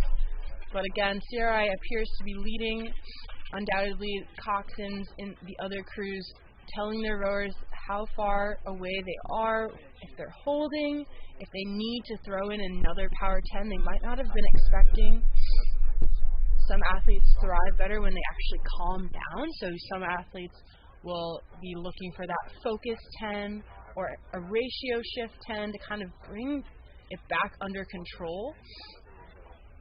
You can see really nice bodies swinging together from that CRI crew, their bodies just kind of swinging back and then forward together as one. Looks like Niski might be taking a strong move on Saratoga here. But we're entering the last 250, so now's the time to really take the risk and open it up. You have Niski and Saratoga, 2 Capital Region crews, really throwing punches at each other. Again, this is U15, so all athletes in this event are going to be at least 14 or younger. Really young athletes, just throwing it together. Out there doing big things. All right, our flag is up. We're in our last 250. See if Saratoga and Niski can really throw punches in these last 10 strokes. Yep, this is CRI. We're looking really nice. Red boat, red unis, red blades. Big lead on the field here.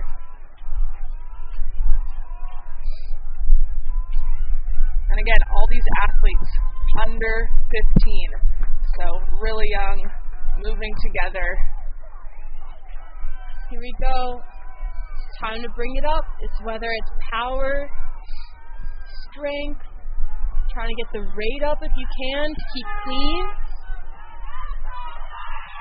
Really battling with Niski here. 2 local teams, rivals, really pushing on each other here. Going to be really close. You got a lot of cheering from the Saratoga shore. Stay together, stay clean. Push, push, push. Am I coaching? Am I commentating? I couldn't tell you.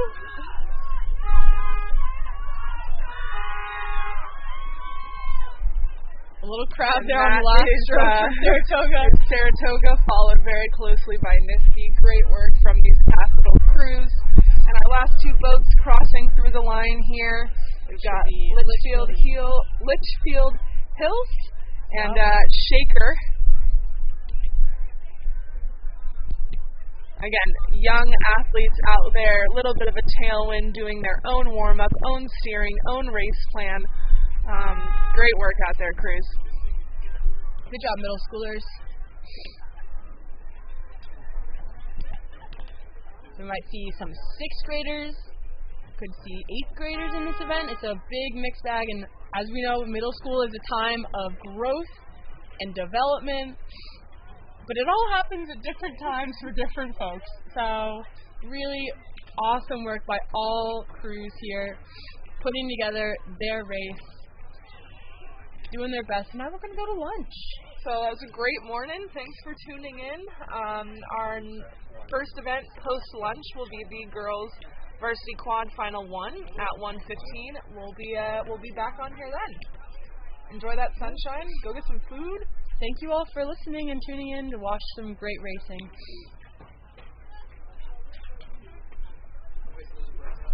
Beautiful. There's an hour. You have till 1:15. Hour and 20. Oh, okay. That's nice. Break. Yeah. A legitimate break. I'm so cold. I think I'm just gonna go Hold some soup. I'm gonna sit on the bike and just can I log that as an hour? Do I have to change? Do I have to get sweaty? I'll change in my sneakers.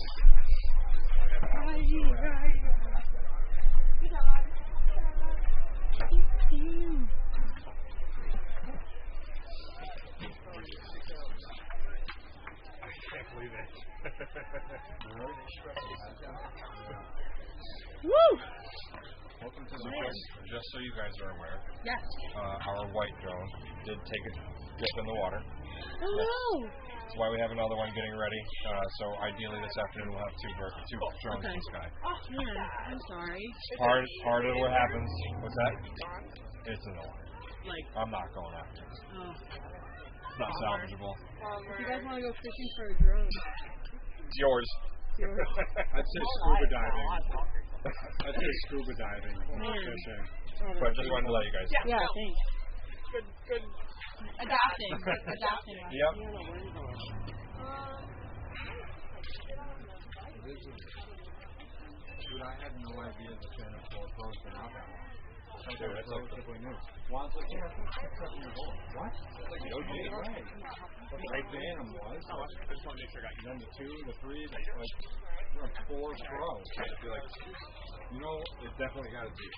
You know, what's weird is that when I went to go pair your Mavic 2 to that, when I list the drones that it compared to, it showed the Phantom 4 Pro. That's hilarious. And I'm pretty sure it doesn't, when you look it up online, it says it doesn't pair to it. But Nowadays, man, whatever you see online, it's always yeah. I looked up the UPS store and they said they know we're closed at 6. I go to the UPS, it's closed at 5. I'm like, what? Come on. It's asking me to log in again here, Chris. Yeah, so we're not that bad.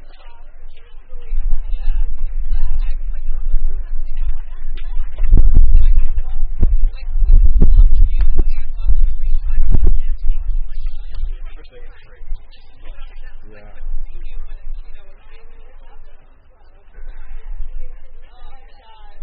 Tomorrow, lock for this month. Fortunately, the entire time.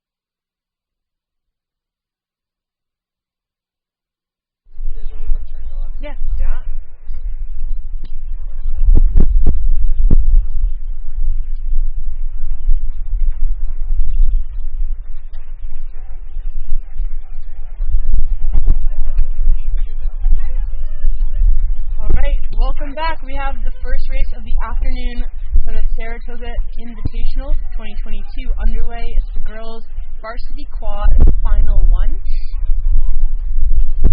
We have, looks like an 8-boat final here between CRIB, Augustine Classical Academy, Albany Rowing Center, Burnt Hills, Riverfront Recapture, Connecticut Boat Club, Oak Neck Rowing Academy, and Narragansett Boat Club. We've got quite a bit of a tailwind, nothing too crazy, but definitely enough to clear those blades and push you down the course. Pretty sunny still, a little bit chilly with the wind, but other than that, a gorgeous day on Fish Creek. Yeah, the wind's definitely picked up throughout the morning and into the afternoon. Still a tail condition, so these rowers are kind of fighting to go with the wind. It's a bit crossy, so the athletes might feel a bit jostled side to side. But as long as they can stay together and stay composed, they should be able to come through these conditions in quite speedy fashion. So we see here our girls varsity quad. So 4 athletes, 8 oars. Each athlete has an oar in each hand, 1 port, 1 starboard. No coxswain, so the athlete in bow, closest to the front of the boat, closest to the finish line, likely will be the one making any steering adjustments. We've got 10 lanes across, so similar to a track or a swimming pool. We've got 10 lanes with buoys on each side, so the goal for each crew would be to stay right in the middle of their lane. The distance between the start line and finish line, shortest distance will be that 1,500 meters. Any swerving between lanes or bopping back and forth will only add distance. And obviously the goal is shortest amount of time, point A to point B. So we've got our 8 quads on the screen right now. We'll have a little bit better view as they come closer to this finish line, but right now, just watching those bodies move back towards bow together, blades pick up the boat in the tailwind, and then send it towards the finish. So Augustine, or ACA, is one of the programs that submitted a bio, so quick shout out to Ashlyn Chafee. Unclear if she's in this lineup, but she is one of their seniors. They have 3 seniors on this team, and she is committed to row in college at Thomas Jefferson University, and their favorite drill is race day Friday. Let's go! So we've got crews in this last 250 here. Making their way into the buoys. Looks like pretty tight racing across still. Super gusty here. As you can see, the water is starting to get more and more kind of like disturbed. It's not quite tapping or anything to say the least, but it definitely looks like it could disrupt your rhythm if you're not getting those blades off the water. Typically you want to look for a slight like tap down around the finish. You can see some athletes have a nice almost like drawing a letter C in front of their torso to get those blades clear of the water. Looks like we've got lane 7 Oak Neck just slightly ahead, followed closely by Connecticut Boat Club. And CRI in lane 1, also trying to charge into that lead.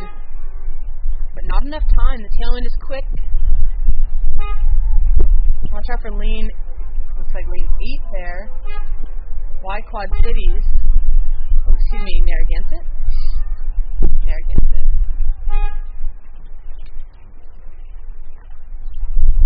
Great finish there in the middle of the pack.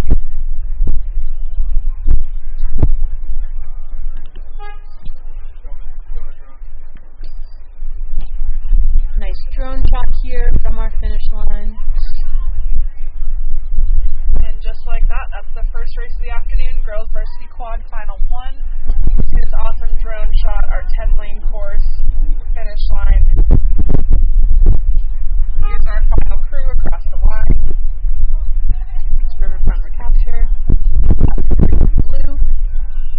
I don't know if they got the memo that their race is over. All done. You can rest.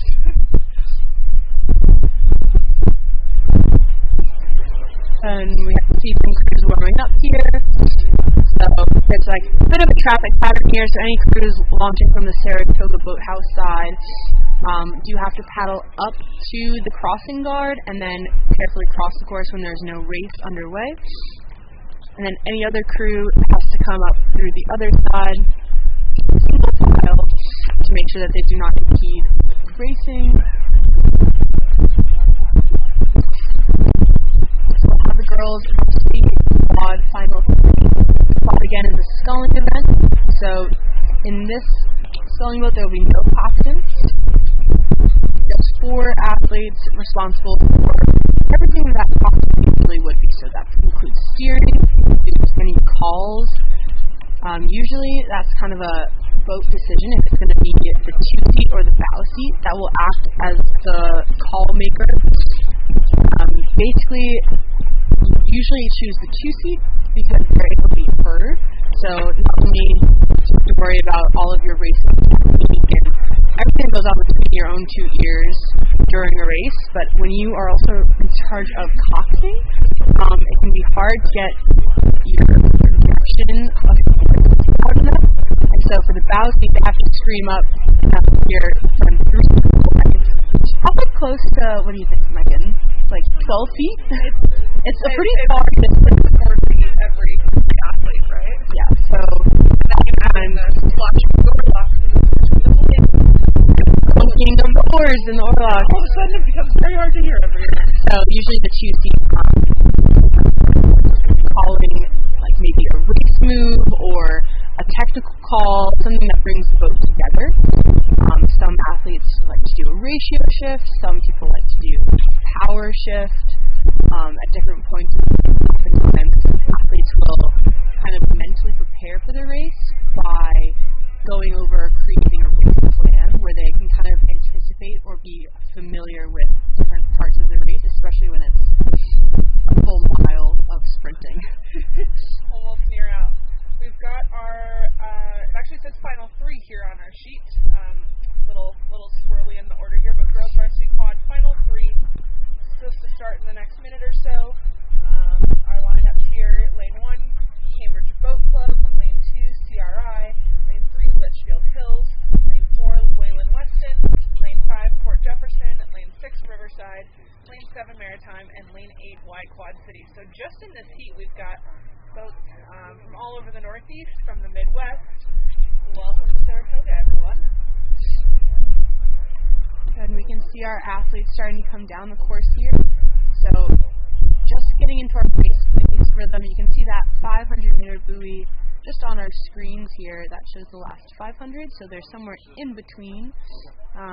Really trying to find that strong rhythm. Great drone shot for you here.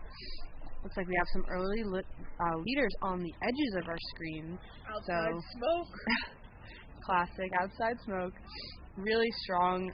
You can see these crews are pushing each other on both outside lanes, really trying to use the physical presence of one another to help motivate the crew to find even more speed, to go even harder than you think you're capable of. It's almost kind of like, well, if I can do it, so can you. So can you. Looks like we've got Y Quad Cities on the furthest left-hand side of your screen, and then CRI leading the charge on those lower numbered lanes. And you can just see all of these quads are doing a really nice job clearing their pedals, so you can see the little bit of white backsplash as they place their blades, and then a nice swirl on the way out. Bow seats pedals are passing far past stroke seats, so that means they're getting good run per stroke, even up high at that race pace. Doing a really nice job moving the boat through this tailwind. So a lot of times people think all rowing is moving water. Ideally, you're actually just leveraging or like anchoring your blades into the water and using your strength and all of that good training technically to actually leverage the boat forward. So you can think about it like I could row on ice, I could row in sand. All you're doing is trying to leverage the boat with a good catch and then push the boat past your oars. Got a little bit of steering issue here from that Y Quad Cities boat. Or excuse me, the CRI boat on the right side of our screen. Just touching the buoys. You want to make sure you stay off of that buoy line because it's easy to kind of get tangled up in the line that keeps the buoy anchored to the bottom of the creek. So you want to try to avoid those so you don't get tangled and catch a crab, as they say. They're in that last 500. You can see the big white buoy on the left-hand side of the screen. We'll have another 250 meters in our standard color yellow buoys, and then they'll hit a set of red buoys for the last 250 meters, and that is kind of their signal to open it up, empty the tank. It's like waving the red flag in front of the bowl. It means time to go. Time to go. Time to go. But the CRI quad on the right looking really strong here. You can see all 4 athletes moving their limbs together, moving their torsos together. And it's pretty hard. Again, there's no coxswain in these boats. So you have CRI all the way over in lane 2 on the right, battling with Y Quad Cities all the way in lane 8 on the left. It's really hard for these athletes to feel each other's presence. You actually have to look out of the boat to gauge where the other boat is.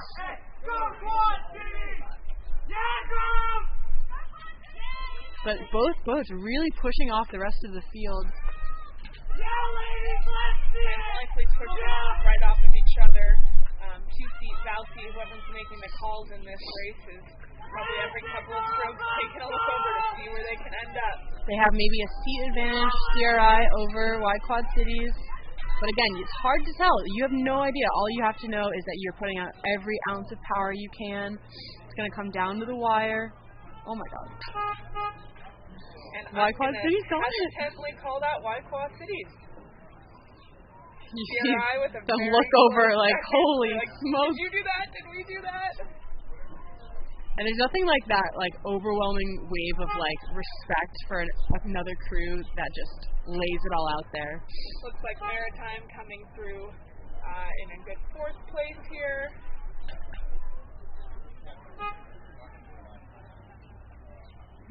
Litchfield Hills.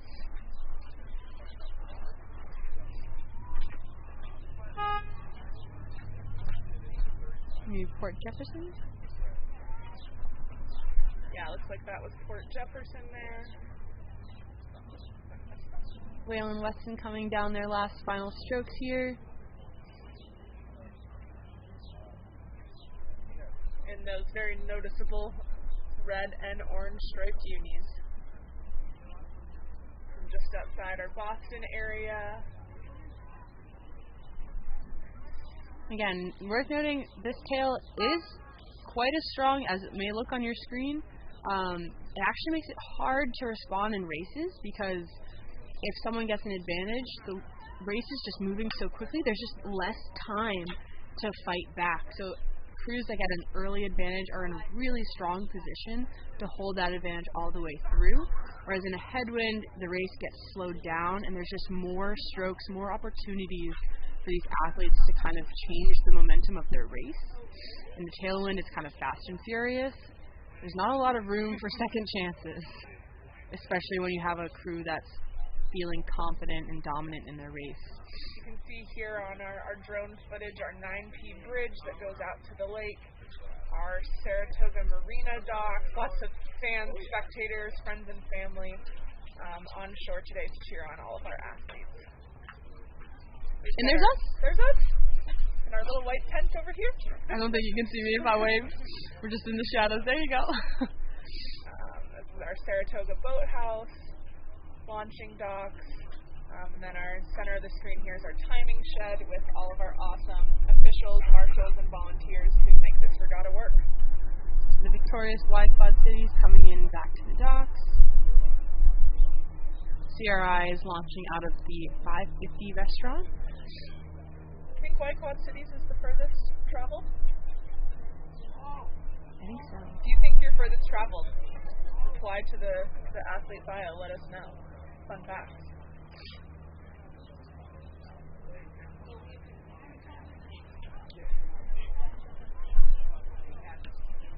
Y Quad Cities has brought 9 athletes here, 4 of which are seniors.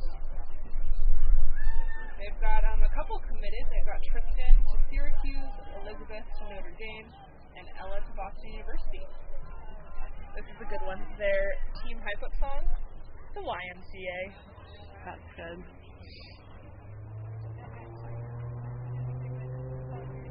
This is their first spring race, so fantastic.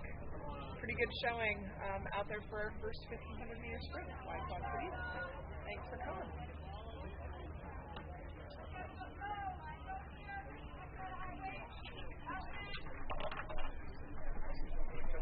We have our Saratoga, and that's the first varsity getting ready to go. Looks like Kieran's braided his hair, which is very fun. But coming up next, we have another girls varsity quad, final number 2. A lot of parents always ask me why they were all called different things, even though they're the same number of people, like quad versus 4, double versus pair, 8 versus oct. It's a whole different language out here, but the quad is the sculling 4-person boat. Got a lot of little flies over here all of a sudden. I hope everyone else is avoiding small little springtime flies. Got awesome drone footage of Fish Creek. This left-hand shore is our Saratoga side. The right-hand shore is our Lee's Park side, where our state boat launch is. We can see our last flight of varsity quads coming down the line.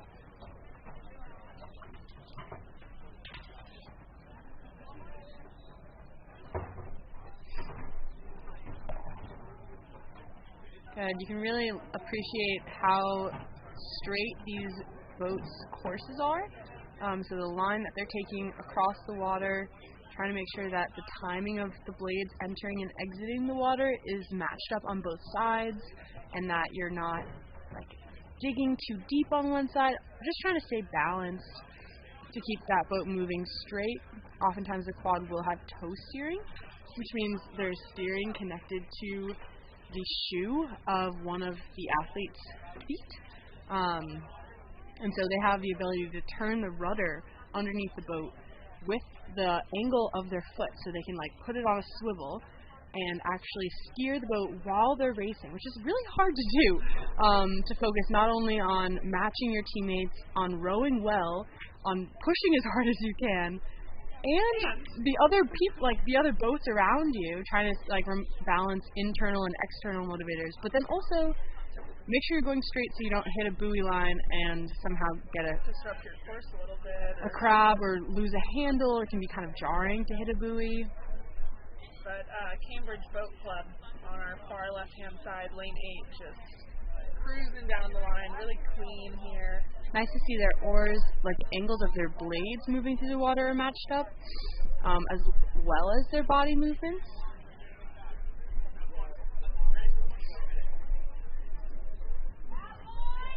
You can really get a sense of the rhythm of each crew. You can kind of get a sense of which crews are using a higher stroke reading. It just means the boat has less time to slow down between each stroke. So oftentimes crews will try to rate as high as they can while maintaining something that's sustainable.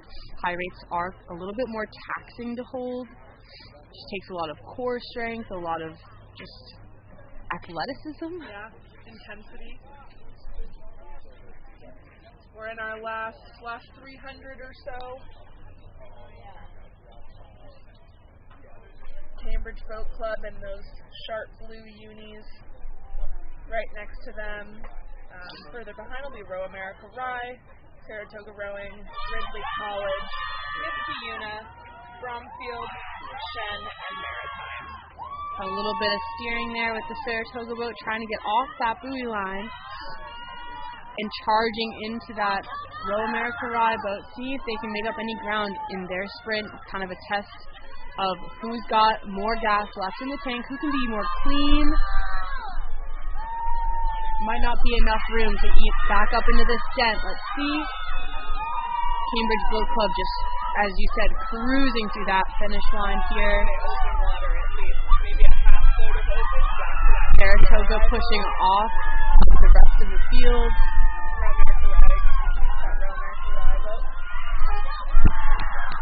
And they'll finish just about out of stern for second and third.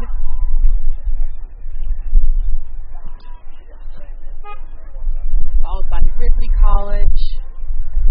Just bumping that big red buoy. That's probably the most jarring one on the course. Followed by, I think that's, Maritime finishing next.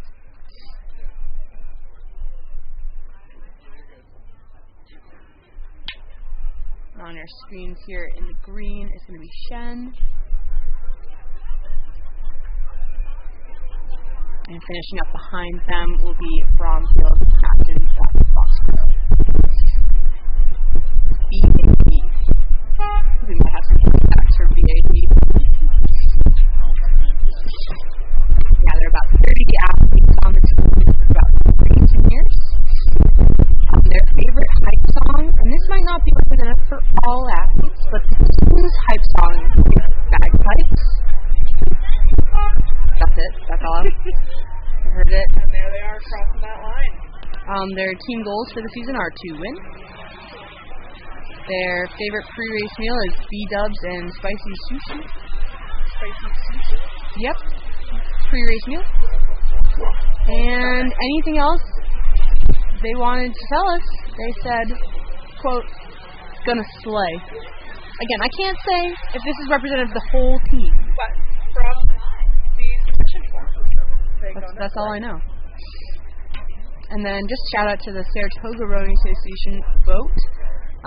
There are about 125 total people on the SRA squads.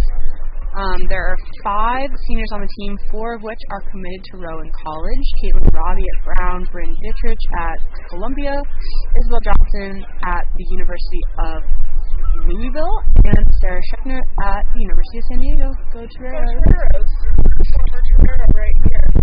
Their team's favorite type of is by the baby team. I believe it. We've got at least 100 over here. Sarah Trowbridge, who now coaches the Mercer women, coached at San Diego. A lot of responses on this form so far with the favorite pre-race meal is actually oatmeal. Oats move boats, Hannah. That is a direct quote from the form, Megan. Oats move boats. If anyone wants to get that on a t-shirt, let's do it. And next up, we've got, in the next 2 minutes, they'll be starting a 2V quad. So same boat class as the previous 3 races we just watched come down, but this will be our often our second boat of a cruise. So athletes 1 through 4 are in that Varsity quad, and athletes 5, 6, 7, 8, or 9, 10, 11, 12 will be in a 2B quad. So lots of good racing. This kind of helps to split up the competitiveness so that each athlete can have a good race regardless of whatever event they're in.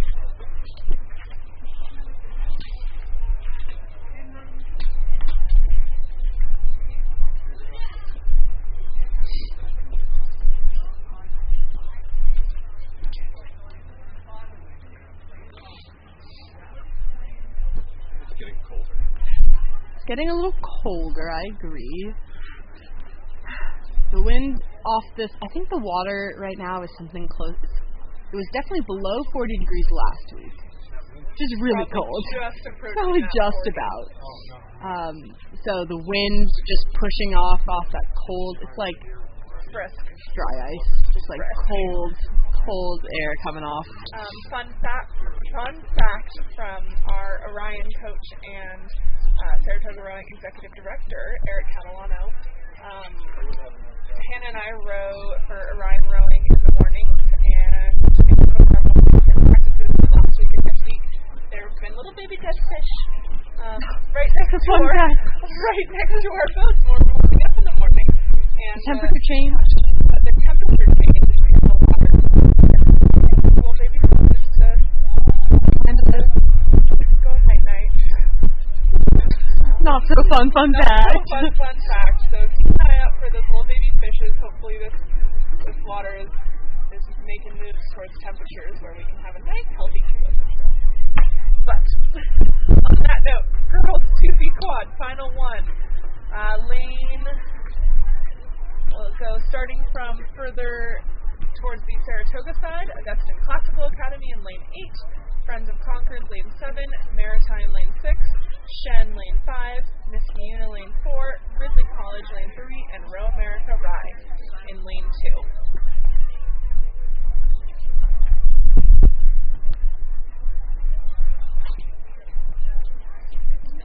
It's a little bit hard to tell how the race is progressing so far, but just to get you in the seat of the rowers to get a sense of what they're experiencing, we're almost approaching the last 500, so we've really gone through quite a lot of racing so far.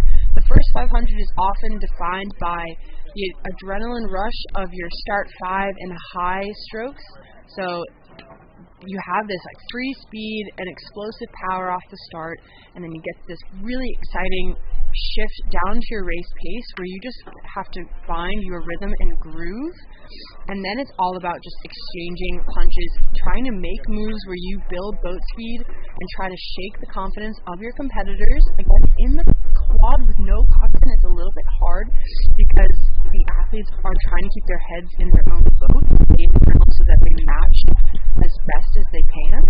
If their two-seat or their bow seat are looking out and trying to get a sense of where they are and how much more they need to push to be in position to win or to race another crew, it can be a lot of exchanging blows back and forth to that middle 500. And now we're in the last 500, we're going to start to just kick up into a whole other gear. You think you're exhausted, well, you have to keep going and really fight to the end. And I usually use the analogy of your body is like a car, it's running on fuel, and you want to be totally on empty by the time you cross that line, so you have no doubts or what ifs or regrets that you had anything more. And if you did, that's okay, because this is a learning opportunity. This isn't the last race of your life where you're just trying to put it all together. It is one of many stepping stones throughout the whole spring season, so just trying to come away with as few regrets as possible, but also as many lessons as you can so that you keep growing in the sport of racing. Looks like that's bound number 2 on our screen here. It'll be Row America Rye, their B entry. Staying nice and wide there, so getting as much leverage as you can, even when you start to take the intensity up. That's huge in terms of generating good leverage and boat speed. We have quite the dogfight here coming in for the next spot. So Row America Ride B really handling this race in this field. We have quite the fight in the higher lanes. So it looks like 5, 8. So that fight is between Concord, Maritime, and Shen. Looks like mostly between Concord and Shen. Shen, Augustine Classical is that one closest to us, and there's green and purple. And they look like they're bringing up this field. And then lane 6. That's Shen. Maritime. Yeah. I got him. Hi.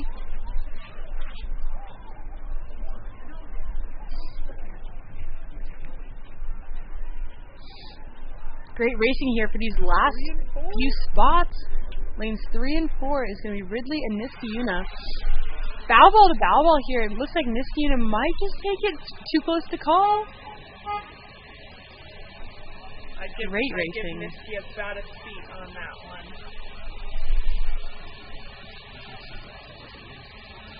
And then lane 7, Friends of Concord. You can see even on our screen here a little bit of water movement. That tailwind has definitely picked up a bit. Flags are blowing. Athletes just trying to get those blades in and keep the boat moving. So coming up, we'll have the last final of this event, the girls 2B quad 2.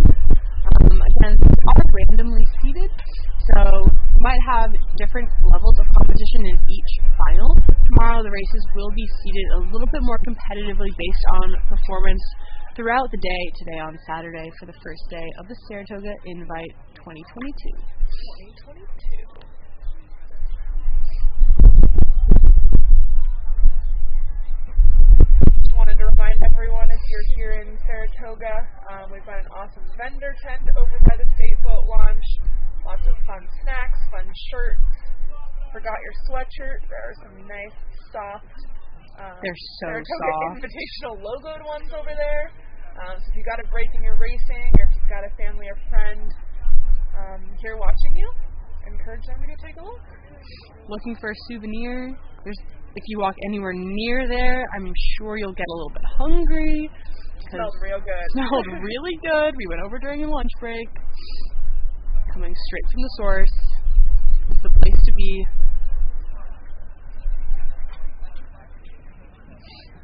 In this next race, we'll have another 7-boat final. So Saratoga Rowing Association A, Row America Rye A. Looks like all of these boats will be their A boats.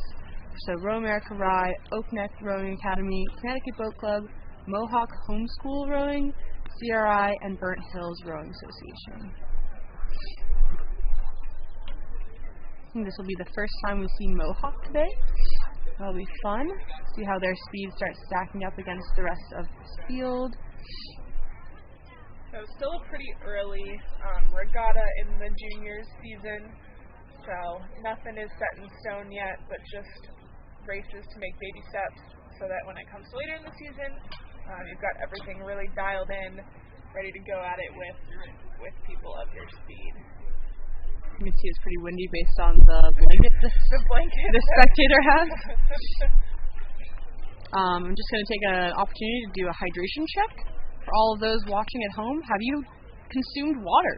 Cheers. Cheers. I hope you heard that at home. Literally cheersing our shameless hydro flasks. Both of which were gifts. What? Was. A gift of hydration. It's not too late to submit your bios to our link that was sent out in the email this morning. Check your head coaches. I believe the link is in Instagram as well. I'll put it up right now. But if you want some fun facts during your race, if you want us to shout out, to chat up your secret race plans, your secret race foods, just let us know. You got friends watching at home, you want to give them a shout out for being their number one fan.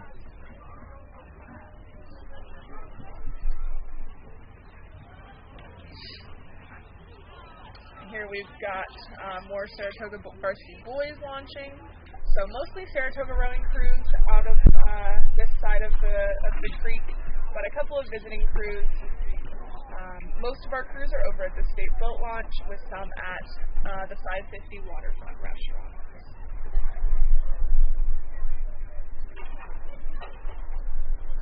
And here we've got our last final of the girls 2V quad.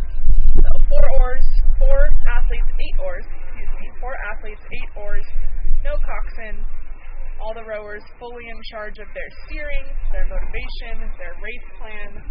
They've already completed their warm-up, and now we are through the middle of that race. So when we look here at the rowing stroke, what we're looking for is trying to get full leverage, so the stroke should seem like a long kind of duration of time moving the boat forward. So trying to see if the athletes are getting full compression up to that catch position, their hands are going wide to give them even more leverage with the oars close to the boat, and whether or not they all kind of use that layback, put the legs all the way down and then draw in for kind of the full range of motion of the stroke. Oftentimes these leading crews that we'll see will do that exceptionally well. So trying to make sure that you're using everything you have, trying to get all of that good leverage, because it's like free speed. You don't have to try harder. Blades in for the longest amount of time, cleanly out, and then do it again, like 250 times. Yeah. And often it feels like easier speed too, because you're not overworking it or working against your equipment. You're working with the equipment, you're working with the boat, with your teammates. You can see we have about 4 crews here. We've got Saratoga. We have, let me just scan over to my sheet, Saratoga, Royal American Rock, and Connecticut on our team. Maybe just losing one of those crews as they come into the last 250. Looks like Rye is really pushing out here. They have an earlier sprint, and that's going to help them as this strong tailwind. We're going to run out of room really quickly, so this race will be over before the athletes may even anticipate compared to other types of wind conditions.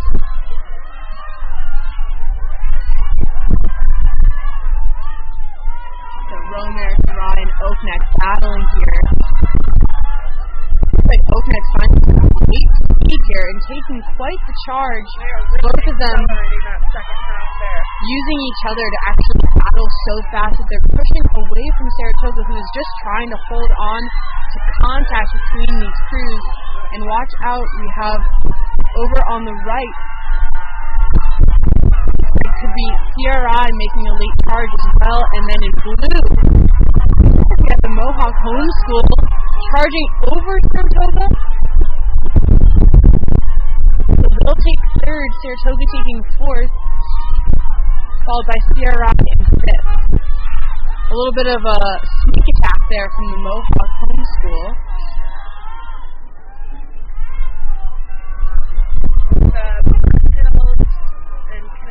Boat Club. It looks like we had a late entry into lane 1. Don't have that on our heat sheet here, so we'll try to get that to you for who that is.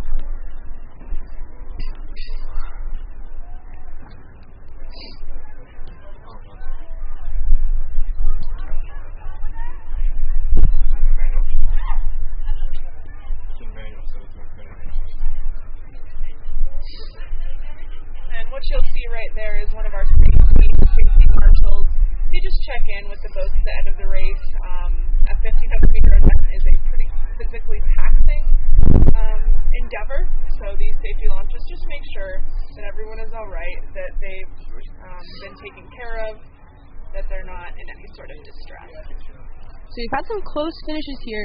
Shout outs to all close finishes today. It's that type of relentless racing we had in the girls varsity quad final 1. We had 2 margins of less than 2 seconds, 1.4 and 1.6 between CRI-B and Narragansett A, and then Narragansett A and Albany A in that first final.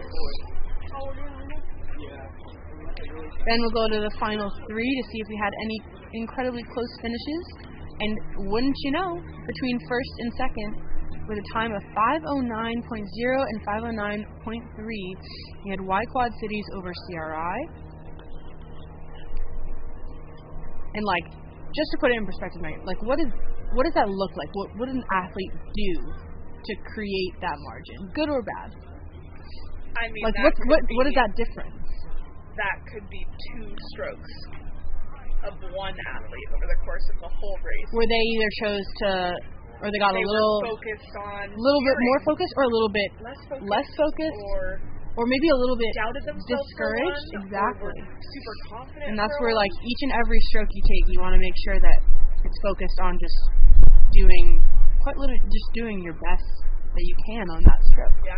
And what I think is super cool about regattas like this, where we've got people from all over the country, is that CRI and Y Quad Cities are likely doing pretty darn different training plans, have different coaches with different plans, different water conditions that they race on, different equipment, but are still able to create performances that are so close together, regardless of the fact that they've never trained together ever. We'll just keep the kudos going. Shen and Maritime battling in 2V quad final, just separating themselves by 1.8, and even closer, Ridley College, just falling short of Niski by 0.8. Woo! Well, it's about to get a little bit more exciting. We've got a 9-boat race, boys varsity 8, final 1. We've got Greater Lawrence rowing, Fayetteville Manlius, Riverfront Recapture, Arlington Belmont, Bromfield Acton, Boxborough, Saratoga rowing, CRI, Row America Rye, and PNRA Mercer. So pretty stacked field right here. We've got 2 finals in this event. And again, these are just randomly assigned seeds. So top finishers from these 2 finals will then move on to a higher final. This is you. Yep. Okay. They should be like 2 minutes in. But we don't have a camera on it. We don't have the drone yet. Okay. I think it's trying to get there. Okay. We started early. I think everything's been starting early. Okay. So regatta time has been right on or early today. It's okay to send them off as long as they all agree. We're ready to go. Every crew has the right to object. Yep. They want to go off at their time. They have the right to say so. But oftentimes, especially for the athletes, they're getting, the nerves are going through, the butterflies in your stomach, however you express that feeling. If all you want to do is to just let it get started already. So hard to see exactly the current leaders here. You can see some separation in the pack as the boats seem to be pulling apart from each other here. Again, in this tailwind, every move, every advantage you can get on the rest of the field is crucial because you will quite literally run out of room in your race. The wind is just going to condense it and make every stroke that much more important. And especially I've heard out there today that first half of the course is a little bit gentler with the wind than the second half of the course. So if you can take advantage of that calmer water before it gets a little swirly, then CRI is quite the advantage here over the rest of the field, certainly over the Saratoga crew that you can see there on the left side of your screen. Trying to see, it looks like that's our lane 0 crew of Greater Lawrence. That's quite in the mix with Saratoga, trying to line up those buoys as they enter the last 250. It'll be Greater Lawrence versus Saratoga, but then we have the PNRA Mercer looking about maybe 4 feet down on Sierra. Row American Rye right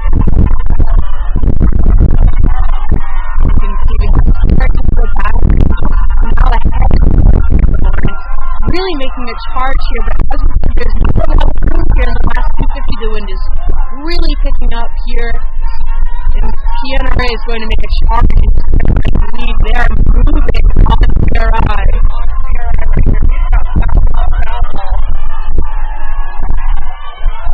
Looks like that might actually be Row America. Let's see, let me refer to my sheet here.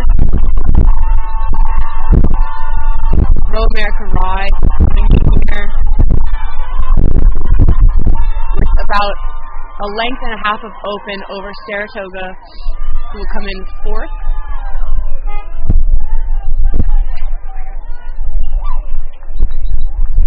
That was CRI and Mercer battling it out. Mercer coming up on top with Row America Rye chasing, followed by Saratoga, then Greater Lawrence. Looks like Arlington Belmont. That last crew should be Bromfield Acton, Foxborough, might be right in the mix. let's see.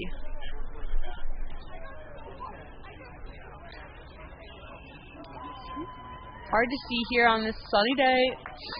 Trying to get that drone footage shoot wherever we can to get the best angle. Crossing that finish line, Fayetteville Manlius.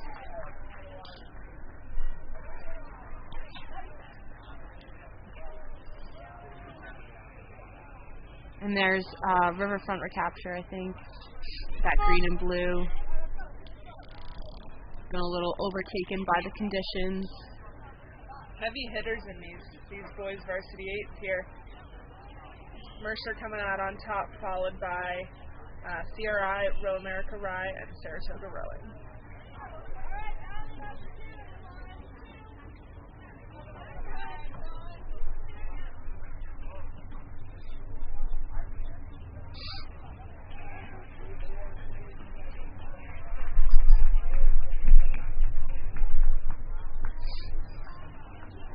Good sport of rowing really takes a lot of strength. You just saw some of the Saratoga varsity girls carrying one of their quads up the ramp. It's like You have to be able to do push presses. You have to be able to pick the boat up out of the water and roll it over your head. Every stroke, you're essentially deadlifting.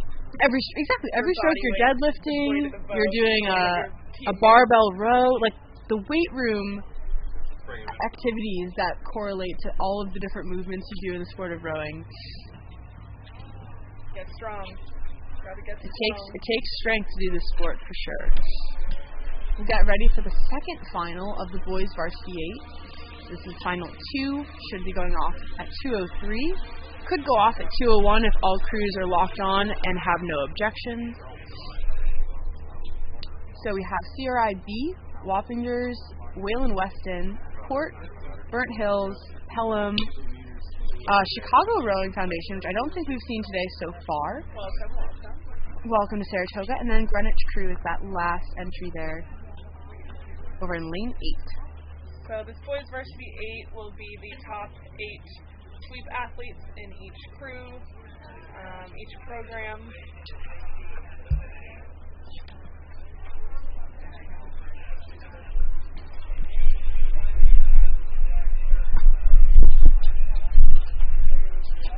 And those official finish times should be coming up shortly on Streamline. Streamline is where you can find all the results and the schedule for the day. It's linked on Instagram. You can find it if you just Google Saratoga Rowing. It should come up. If you look up streamlinerowing.com, all the results will be there. I think we have that final time up now. I can just read it out for you while you were waiting. 4:27 for the winning time. 4:28 by 1.1 off the leading time. CRI was 4:33. Saratoga was 4:44. Greater Lawrence 4:52. Closely followed by Bromfield Acton Boxborough 4:53. Then separated by about 10 seconds, you have Arlington Belmont with 5:03. Followed then by another 25 seconds back to Fayetteville Manlius, and finishing out the field with 5:43 was Riverfront Recapture.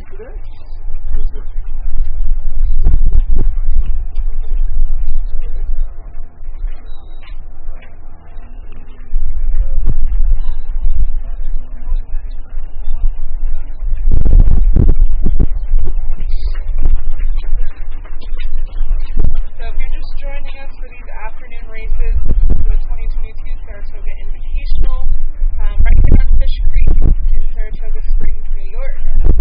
Pretty sunny day, a little bit blustery with a tailwind, so that means the wind is going in the direction of the race line to finish line. Doesn't look too damaging just yet. Should give the athletes a little bit of free speed as they come along. And we've got racing all the way till tonight, both quads, Oxford, varsity novice, senior.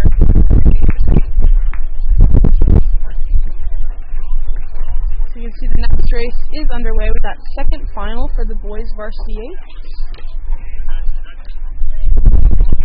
The CRI will always be the crew wearing red with that white stripe and the black squiggle. Whalen Weston with their classic orange and red. Can't remember. Wappingers, was that? I wanted to say orange, but I think we'll confirm. Port is a nice blue. Burnt Hills, like a burnt red. Pelham, I believe, is blue and green.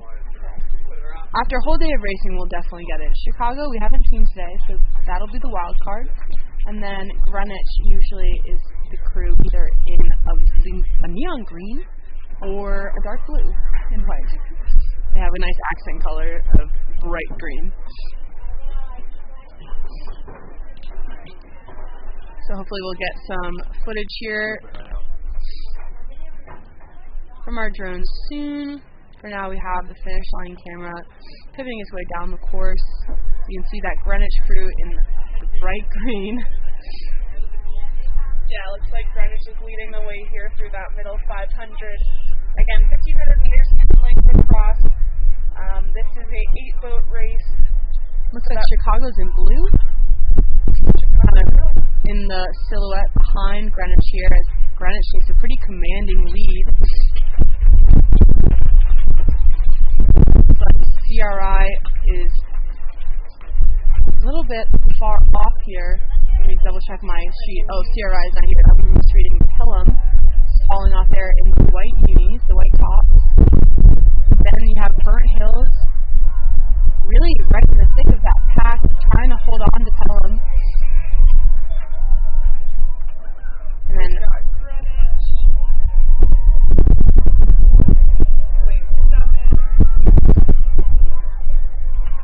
Chicago. They're kind of sorting themselves out here from Highland down to Lowland. Greenwich will take it. Looks like they're nearly flying, just moving over the course. And then we've got right into it Chicago, followed by Pelham, Burnt Hills, Friends of Port, Wayland Weston, coming into our last 20 strokes here. Wappingers, and CRIB. Might be missing any. I think we might be missing someone. Possible crews. I'm not seeing the red. Either due to equipment or athlete injury or number of the athletes. There's some sort of change can scrap at the last minute. Obviously not ideal. We want everyone out on that race course, but it does happen occasionally.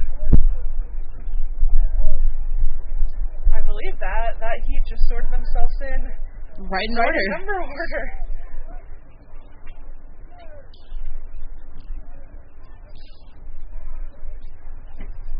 This is our Wappingers Crew Club. I think we were wrong, Megan. I see no orange. More of a blue and red. Blue and red. Our apologies. Well raced. Good fight all the way through the end.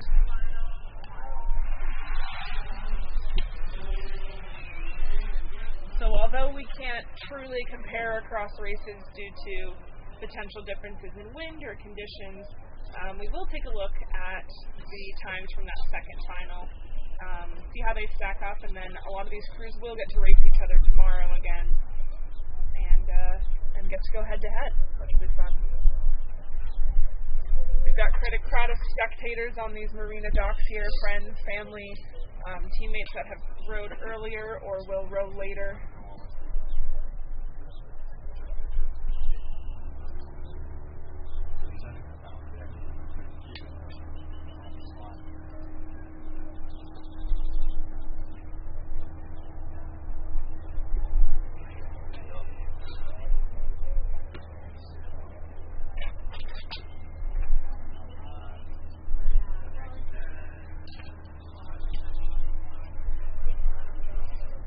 So big thank you to all of our volunteers today, from driving all of the safety launches to manning the parking lots, even holding the boats at the start line to make sure that the crews are aligned before we begin, all the way down to timing shed and making sure all of the volunteers are well fed and taken care of. Everyone here really putting in a group effort, including all of the Saratoga parents.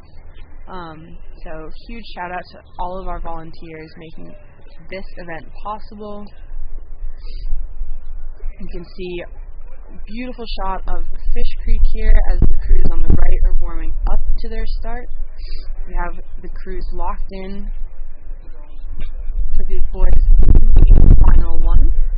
Should go off in about 3 minutes. It's all there 2 minutes before the race. They may start early. That's kind of the rules of the road. And of course the crew could object and say no, we prefer to wait for our race time. Got a fun fact about our Greenwich men's Varsity 8 that just crossed the line first. Their favorite drill is catch placement in the extreme wind. So that practice may have helped them on race day with this little bit of tail. And I've got also times from our second final. Greenwich A, 4:26, Chicago Rowing, 4:34, Pelham Community, 4:39, Burnt Hills, 4:41, Friends of Port, 4:46, Wayland Weston, 5:09, and Wappingers Crew Club, 5:32. So just about a level field there with the two finals. as the top 5 were about in the same range between 4:27 and 4:52. That 5-10 second range. So we'll see head-to-head what happens tomorrow, should all of these crews enter tomorrow as well. That's a great view of the start line. So Fish Creek actually runs up to, what is it? It's about 5,000 meters. This is 1,500. So it runs about 5,000 meters up to what we call the Broken Bridge. And then if you get up there and you're in a small boat, you can actually keep going. You can keep going for another 3,000 meters. So quite a long, windy road up there that these Saratoga athletes can use all the time. So it looks like we have a start down this straight stretch of our 1,500 meter race course, 10 lanes across. This race will not use all 10, just 8 lanes here. Greenwich B, Greater Lawrence, Wayland Weston, Arlington Belmont, Pelham, CRI, Chicago. Oh, I may have lost my. Yes, that's right. No, you're spot on. Chicago and Row America Rye. Chicago's hanging out in lane 7 for both the boys Varsity 8 and the boys 2v8. Similar crew will get a sense of the depth of these programs based on this race and the race following, as there are again 2 finals for these 8s. It's like early leaders setting themselves out in lanes 8, 7, 6, and 5, and then all the way over in lane 1. So it looks like we've got Greenwich, CRI, Chicago Rowing, and Row America Rye starting off this speed with Pelham Community just off the back. And to have, 20, 30, 40 athletes in these 3 lanes going head-to-head is super intense. It's a lot of energy. A lot of energy. To race Valhalla to Valhalla in 8, where you've got 9 people right next to you trying to move right past is quite intense. And these coxswains are doing a great job staying right in their lanes, likely looking back and forth. This Chicago Rowing coxswain dead center in between Row America Rye and CRI, these two heavy hitters. So they're through that. Probably that middle part here, approaching this last 500. Looking to be a really tight race. We love to see this kind of relentless racing, especially in the bigger team boats, because the big boats carry just so much momentum, and it can feel like this runaway train that you just happen to be a part of, and you get a sense of just like groupthink almost. That whole boat commits. And that whole boat buys in. Right. You're gonna move. And Pelham Community just sitting right on the back of Chicago Rowing and Row America Rye. Get a sense too of the power of being physically next to another boat. You can see these 4 have kind of separated out from the rest of the field, and undoubtedly some of that comes from just the free competitive spirit that only happens when you feel another boat beside you. There is no room for error. They're not giving you an inch. They're not going to give anything to you. And anything, you're going to have to take it from them if you want it. And that's what we're going to see here on the left of our screen, our 5 lanes of Row America Rye, Chicago, CRI, and Pelham. We've got Greenwich on that far outside, a boat length or 2 back, followed by Wayland Weston, Greater Lawrence, and Arlington Belmont. Here we go. We're in the last 250 meters here. As you see, the buoys change from white or yellow to red. Red, kind of like waving the red flag at a bull. It means go. It means charge. Yeah, it's the cue for these athletes that the end is in sight. They only have to push just a little bit longer, and their coxswains are undoubtedly calling on them to give just a little bit more, extra inch. An extra 1% of effort will make the difference when you add it up amongst all 8 rowers. And wow, I wish you guys could hear. I have goosebumps. We have 4 foul balls coming down the line. Incredible racing here. Don't give up. That's all they're asking of each other, of themselves. It looks like it'll sort itself out in high lane order. 8, 7, 6, 5. great fighting, especially early in the season. That's a rare opportunity to get that level of competitiveness. A phenomenal race, like stroke for 1,500 meters, with Row America Rye pulling off the win in this 2v8 final, one with Chicago Rowing Foundation, CRI, and Pelham Community Row all within a few seats of each other. You can kind of get a sense of the exhaustion here of these athletes. And they are still moving pretty fast, even after they stop racing and they're paddling. You can see the boats almost drifting into each other as the athletes have lost a little bit of the ability to maneuver around each other, especially with the drift of the wind and the current. Lauren, Waylon Weston, and Arlington Belmont crew filling out the rest of this race here.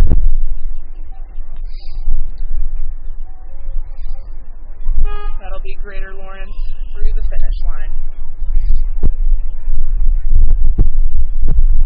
Great view of the inside of the boat here. You can see the athletes sitting in each seat with their feet attached to the stretchers, their riggers kind of alternating port and starboard down the boat. So it will be interesting to see which of these crews are going to throw out the same lineup for an event, the race tomorrow, same event, the 2v8. Should all four of those crews that were in hot pursuit at the end there show up tomorrow, it's entirely possible that we have the exact same result, but also probably higher possibility that we have a completely different result. Some crews might be fired up to make a move. Some crews might be fired up and build some confidence off of what they did today. So it will be fun for us tomorrow to kind of play off of what happened today should these crews enter the same event.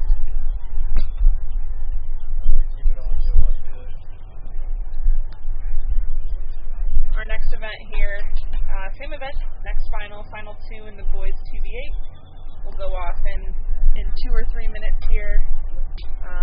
Lane 2, CRI, Manhasset High School, Lane 3, Friends of Port, Lane 4, Saratoga Rowing, Lane 5, Bromfield, Lane 6, Mercer, Lane 7, and Greenwich, Lane 8. These are all A boats except the CRI B boat.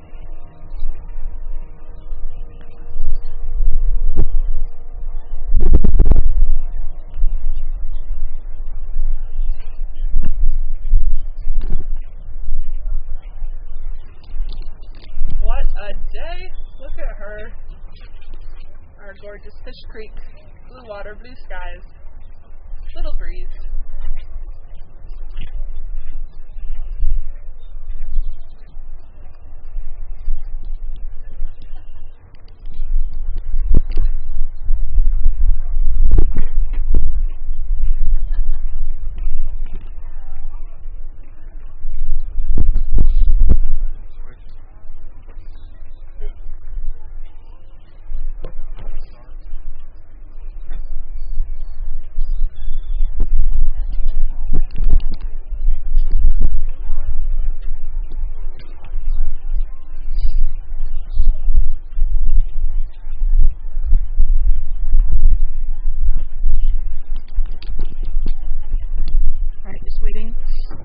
Next race to get underway. Seems to be quite the high bar that the first final step for at least entertainment purposes. For a nail biter.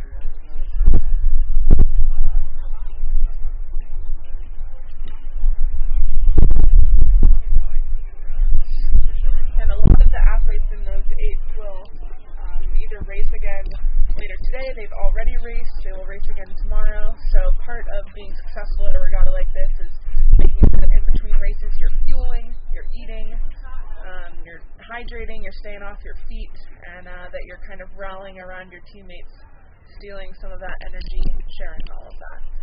On our screen here we've got that second 2v8 final.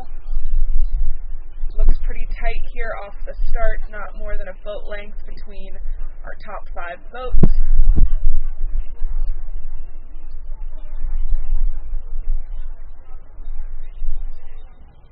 From your left-hand side of the screen, we've got PNRA Mercer, left hand of the screen, Greenwich, PNRA Mercer,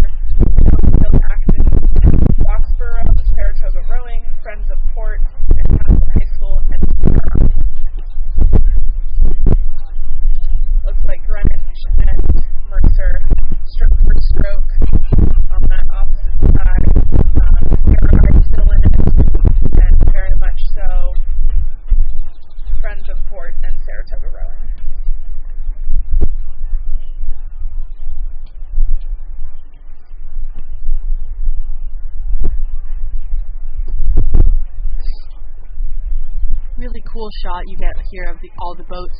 Rarely do you get this kind of a view of the rowing shells moving down the course together. You can really get a sense of all of the oars moving in unison. You can see how the oars are kind of leveraged on the pin of the rigger. You can get a really good sense of how the boat is moving across the water. You can see the puddles kind of getting pushed off of each oar as the boat leverages past that point in the water.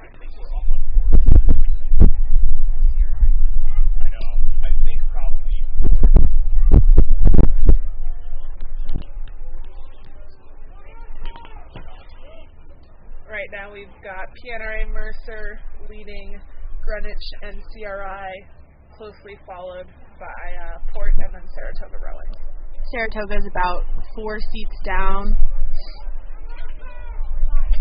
but definitely in contact with that crew. They're in fourth, trying to fight back here. But as we've been seeing all afternoon, the tailwind is really shortening the race for a lot of these crews. Can't wait to make your move. There's no waiting. And again, shaping up to be another fun finish. Greenwich, Mercer, CRI, closely by Port and Saratoga.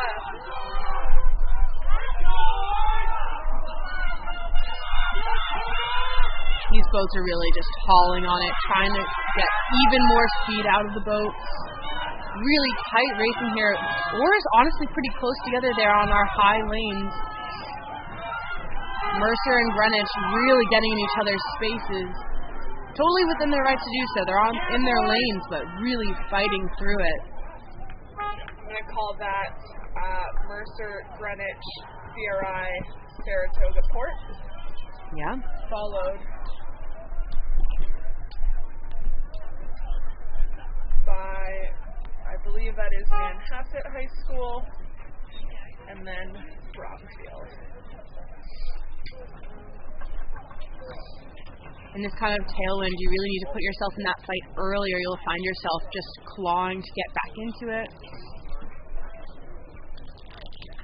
And another race, those 2v8s really fighting, really hyped in that last 250. And fighting through that whole first 1250, stroke for stroke, which makes the energy through that last 250 even more exciting. Knowing that every single stroke until the red buoys, you've been side by side.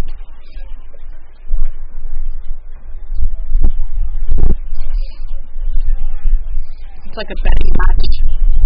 You're like, I bet you can't go faster than this. And you just keep upping the bet and upping the bet even more. And then some crews will just bluff all the way down the line. Maybe die out. And others will bluff all the way down only to find that they actually were holding quite the hand. They've got another pocket seat somewhere. But this time of season, you don't know what kind of hand you have. No.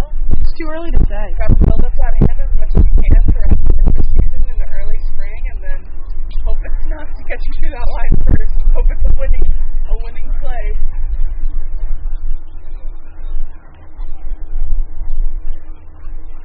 And we're definitely running nicely ahead of schedule. That race that just finished was the 219 boys 2v final 2.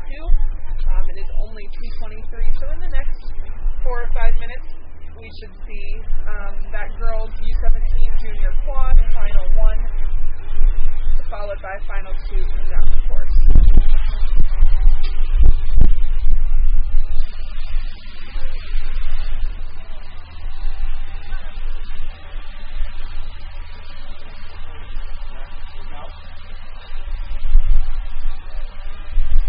So we have the times for those two 2Vs. Megan, did we already read the first final? I don't think we did. All right, we'll do it. So, Row America Rye won final 1 with a time of 4:30.0, followed by Chicago with 4:30.8, and CRI with 4:31.8. So, just about under 2 seconds separating the top 3 crews, followed by Pelham 4:33.8, so just 2 seconds off, or 1.4% off the winning time. Then 4:46 for the next crew, Greenwich. Wheeling Weston, Arlington Belmont, and Greater Lawrence will finish that field with times of 4:57, 5:19, and 5:37. Next you have the race we just saw, the final two. We had Mercer with a winning time of 4:38, so either different conditions, second slower, or potentially a difference in just the randomness of the field. It's also possible that, like, crew pushing next to you could create more speed. All would, yes, exactly. Or not push as much. It's a dangerous game to compare time. To compare across, but still fun. Dangerously fun. Exactly. Greenwich, 5:39. CRI 5:39.5, so just actually 0.4 between those two crews. Again, the winning time for Mercer was 4:38. And then you had a close finish between Saratoga and Port for 4:45.4 and 4:47.1. So just 1.7 between those two. And then finishing off the field, you had Manhasset and Bromfield, Acton, Roxborough.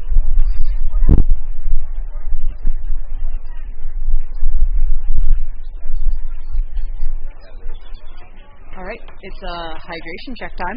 Everyone make sure you take a sip of water. Cheers, cheers! Not sponsored by Hydro Flask. So not rejecting the sponsorship either.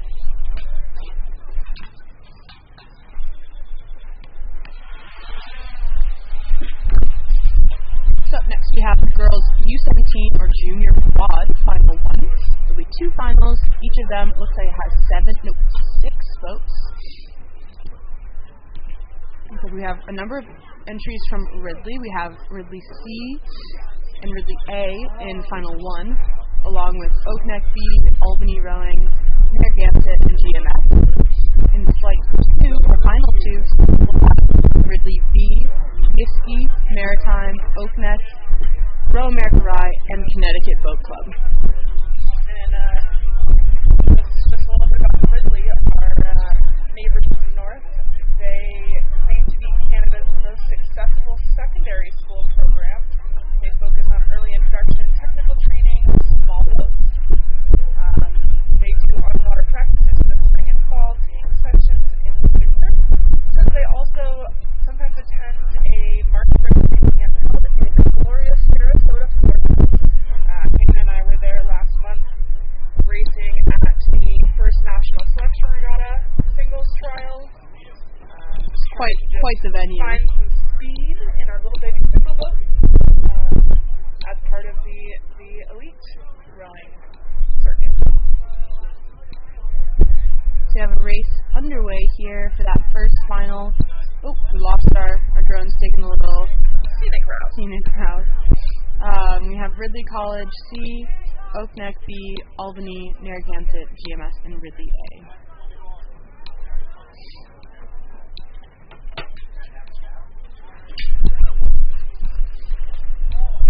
So these are straight quads, which means they have no cockpit, no person dedicated to steering, motivating, and controlling pace and split and speed.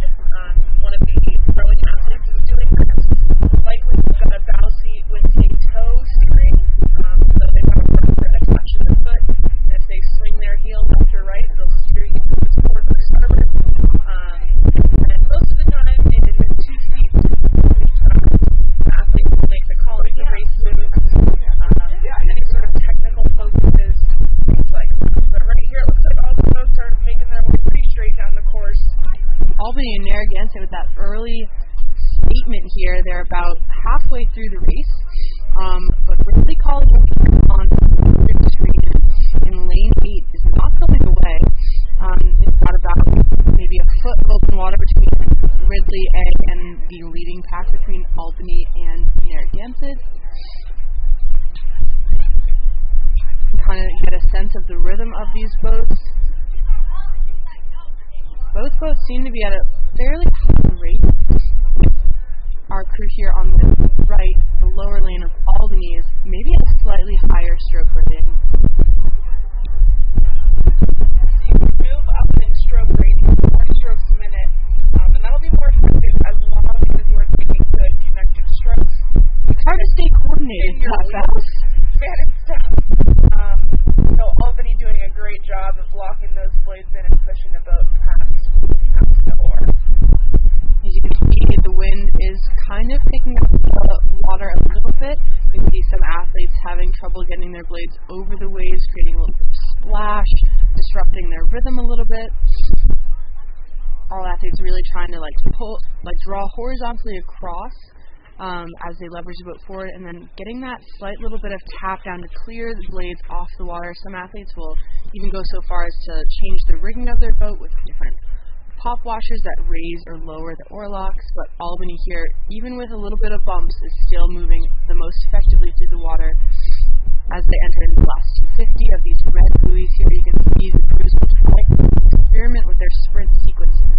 So the sprint often will break it up into little chunks or focuses of power and higher rate, just trying to empty the tank here as these athletes take their final strokes of the piece. Albany really stepping away, almost overlapping their deck. Really trying to push that margin away from the rest of the crews. You can see Ridley has really fallen off from that lead crew. But Ridley actually still holding on to the rest of that pack of A boats.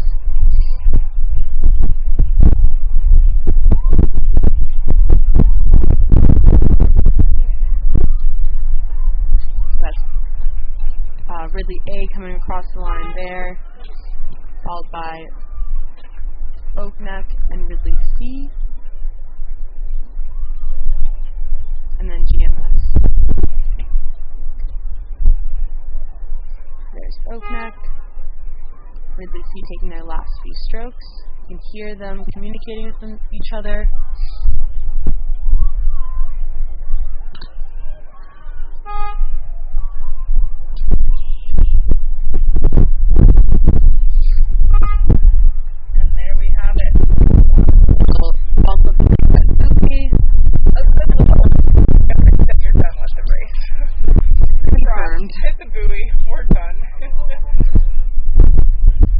So the finish line is actually just before those big orange buoys.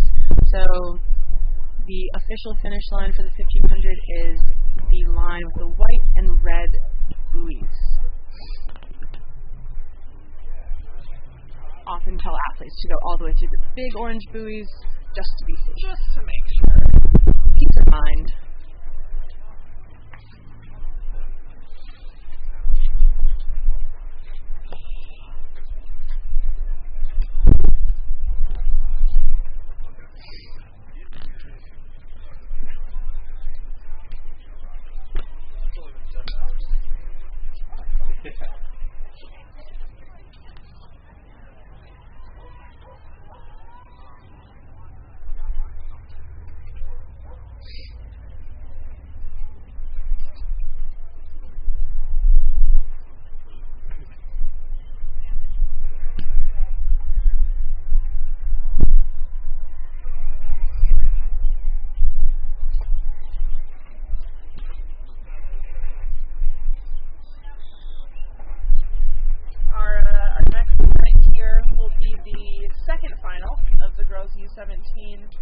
Junior quad. We'll have Ridley College B, Niskayuna Unirowing A, Maritime A, Oakneck A, Row America Rye A, and Connecticut Boat Club A. These are just our warming up crews here on that drone shot. Some 8s doing some drills or perhaps steady warm up by 6s. So Hannah and I, in addition to commentating on some of these races and coaching the Saratoga rowing athletes, we are full-time rowers ourselves as part of a squad called Orion, the Advanced Rowing Initiative of the Northeast. And our head coach, Eric Catalano, is also the executive director here at Saratoga Rowing, but we've got an assistant coach who coaches one of these boats in our next race, Niskayuna Rowing. Stacy, and she comes out and helps us in the morning before she goes back to Niskayuna. She's got an awesome help with technical skills and motivation, and she's always there for a good dance party pre-erg piece. So, Stacy, if you hear this, we're giving Nisky a cheer for you. We very much appreciate what you do.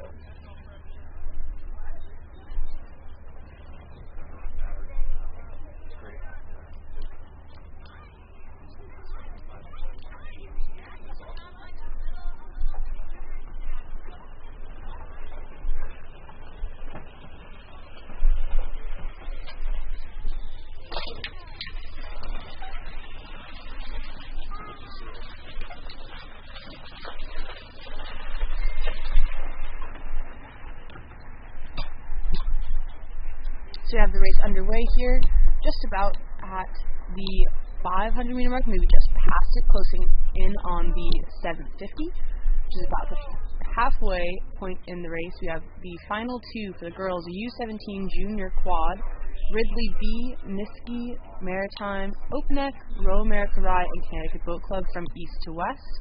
Their current leaders are in lanes 8, 6, and 4. And let's see, so that will be Connecticut Boat Club, Oakneck, and Niski A. Niski A just has about an inch of open water on the rest of the field, so watch out. We have a charging Maritime, seemingly unwilling to let up anytime soon. And Row America Rye, who's been dropped a little bit by Connecticut Boat Club and Oakneck, but is still looking across that field to the lower bow numbers and trying to hang right in there with Ridley and Niskiuna. And Maritime slightly off the nope, we've got Maritime just behind that Niskiuna boat. Oakneck looking really strong here, right down to the bottom of your screen. Really nice to see when the oars and the bodies kind of match up together. Usually that will happen together, but really trying to move the blades together so that you have one cohesive movement as a unit, trying to move your boat all together so that all of your efforts are almost like given a little boost. When you match, you almost get, even if you're rowing perfectly, if you're not rowing together, that will really impact the speed of your boat. So really nice matching and togetherness of that leading crew. Try to get hands out wide, especially in this tailwind. The more length and leverage you have, the easier, more free speed you could say. It doesn't cost you anything. If anything, it's just easier that way. Connecticut Boat Club not giving up, hanging right on to Oakneck in the middle there. And watch out for Maritime battling Niskiuna here. They're coming back to about a deck of overlap. You can see on the top right of your screen. You ducks in the way, flying out. Really out of this project. Maritime is charging back. Maritime, they call themselves the MRC Gals. Really trying to make a statement here that they can start down and fight back. We'll see if they have enough room to do so as they're in the last 250 meters. Got Oakneck with the stroke line, followed closely by Connecticut Boat Club. Looks like Niskiuna is holding on to a lead over Maritime, but not overtaken over Maritime, trying to make a last-minute move here. And Maritime has quite the program. They're about 45 girls strong with 11 seniors, 7 of which are D1 program commits. Really fighting through and actually overcoming Niski there. I don't know what happened. Niski might have caught a little crab as the winds and the waves picked up there. But Maritime is just fired up by anything by Pitbull. And all these fun facts they actually submitted to us for these shout-outs. They love to focus on last quarter finish exploration, and that kind of finesse around the release will get you quite far, especially in these windy conditions. So drills pay off, people. We have a goal is to place at nationals, which holding on in the sprint, that'll get you there. And finishing up this final B of the girls using your quads will be Ridley College. Uh-oh, they're gonna hit that. Ooh, Megan. Ooh. 10 points. A little more jarring than a boop, but it's okay. Coming up, we have the boys' version of this event, the U17 junior. Excuse me. Same number of athletes, slightly different.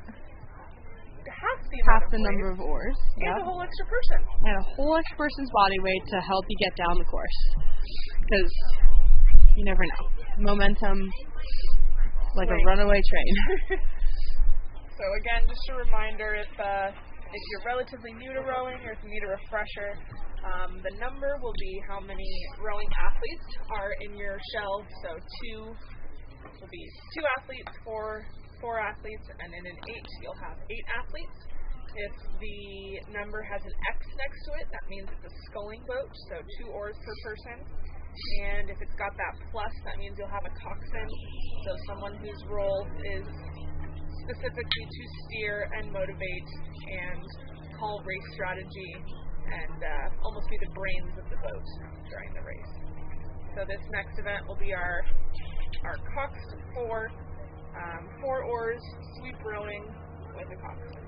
So some fun facts about some of these crews. We'll have Wayland Weston, Concord, Greater Lawrence, Litchfield Hills, Manhasset, Wappingers, Bromfield, Athens, Boxborough, and Row America Rye. Wappingers has given us some fun facts and shout-outs. Hit us. They're a team of 67 total, so we're in the boys racing. The boys team has 30 varsity athletes and 14 novices. Oh, excuse me. No, that's correct. They might have had a typo. They have 30 varsity boys ridden and then 14 varsity boys ridden. So unclear. They have a large team of boys. They have 9 seniors. Unknown if any of them will row in college yet, but they're the whole Wappingers' favorite team hype song is "We Are Who We Are" by Kesha. Their notable pre-race rituals is screaming "WAP Don't Stop" on 3. I like it. And their entire coaching staff is actually made up of Wappingers alumni. We have some 2012 alums, 2013 alums, and then one who is class of 2017. These varsity boys would like to qualify for nationals, and the novices are actually most excited to race with the varsity next year. This is the first race of the season for them.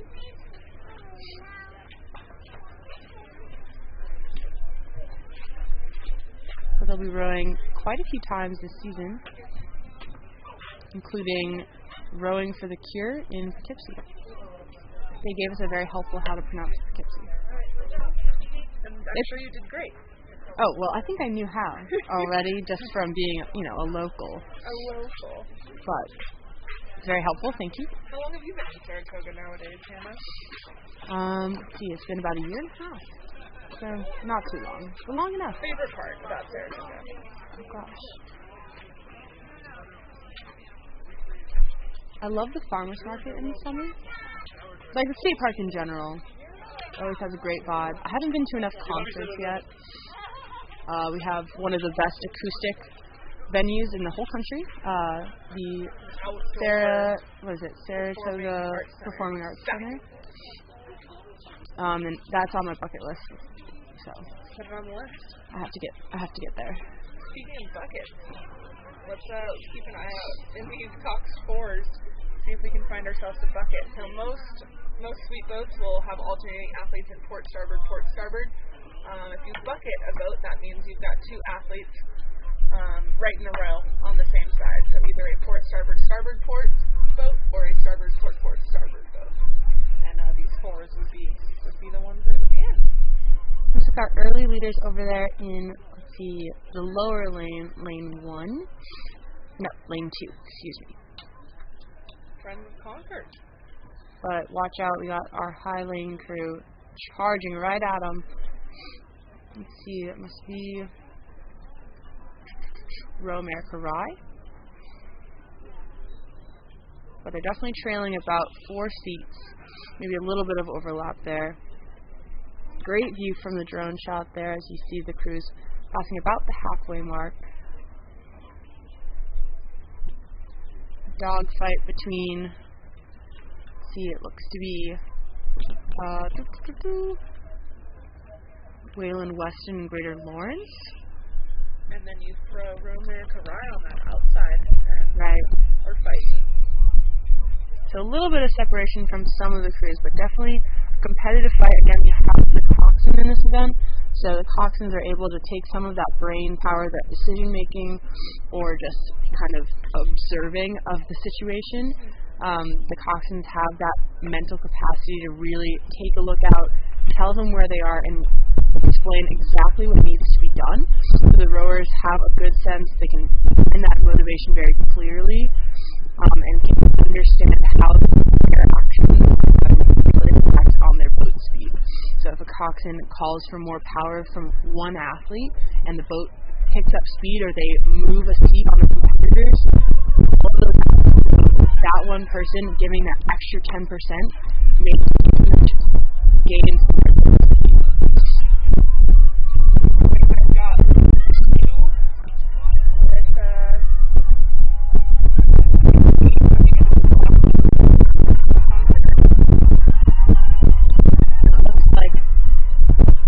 Watch out for Waylon Weston really picking it up here and separating themselves into a strong, almost secure second place. Again, these are the U17 junior forwards, so no seniors in this boat. Everyone's 16 or younger. Really awesome to see that kind of fight and resilience here at the younger age levels. Concord will take the win. And a sneaky, we didn't quite get it on the drone footage, but it looked like Romerica Rye. Followed by, I believe, Litchfield Hill from Wisconsin. Yeah, this is one of the widest race courses in the country, so it's actually quite hard to capture the full width of it. So, our apologies to Romerica Rye for quite explicitly sneak attack.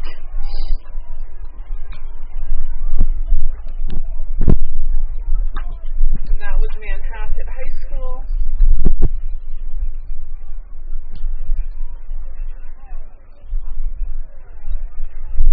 Wappingers Crew Club coming in these last 10 strokes here. Wade's going in, coming out. Good acceleration through that back here. They've got a stern cox boat, so this meaning that their brain power is sitting back there in the stern as opposed to loaded in the bow.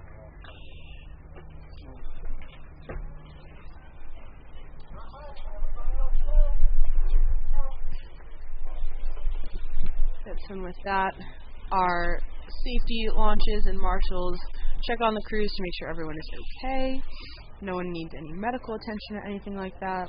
And they'll give that white flag over here to the timing shed. A nice shout out to the Wappingers senior boys. They've got 9 of them.